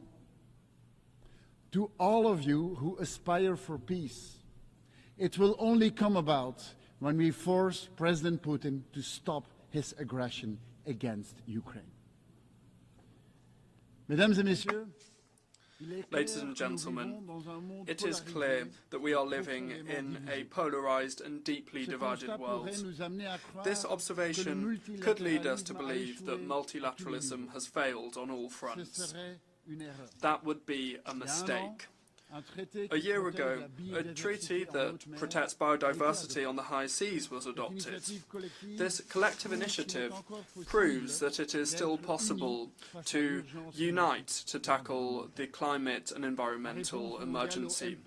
The global response to Mpox and the reaction of the African CDC to the epidemic are yet another example of progress. The European Union and Belgium have invested significantly in vaccine manufacturing and access in Africa. We require more solidarity and cooperation, and these words may seem idealistic and naive. However, we can only overcome common challenges by working together. The world over, extreme weather events are increasing. Just last week, heavy rainfall caused flooding across vast swathes of Central and Eastern Europe. Our planet and all forms of life that live on it face colossal challenges. Now, however, is not the time to despair and to scale back our ambitions. On the contrary, human ingenuity, sustainable competition and changing of deeply entrenched behaviour can mitigate the effects of climate change and help us to adapt. We have ramped up our efforts to further scale up our ambitions for the climate and for the oceans. We stand ready to work with our partners, in particular in the most vulnerable African countries, by providing them with financing and by providing them capacity building. This autumn, the COP on biodiversity in Cali and the COP on the climate in Baku will be yet more key moments for the future of the populations and the planet. Ladies and gentlemen, in all those years, talk about conflict prevention, peace building and peacekeeping has multiplied. Unfortunately, this has not stopped conflicts from becoming more numerous, deadly and enduring. The number of aid workers killed has reached record highs. Number of refugees continue to rise year after year. Our common humanity seems to be in a deep crisis. Which brings me back to the lessons of Andrei Sakharov, which he taught us. Where human rights and human dignity are absent, conflicts loom large, and the most vulnerable bear the brunt. A new beginning with the Pact for the Future calls for, and must therefore start with our recommitment to the UN Charter, to the rule of law, and to the respect for human dignity. I thank you.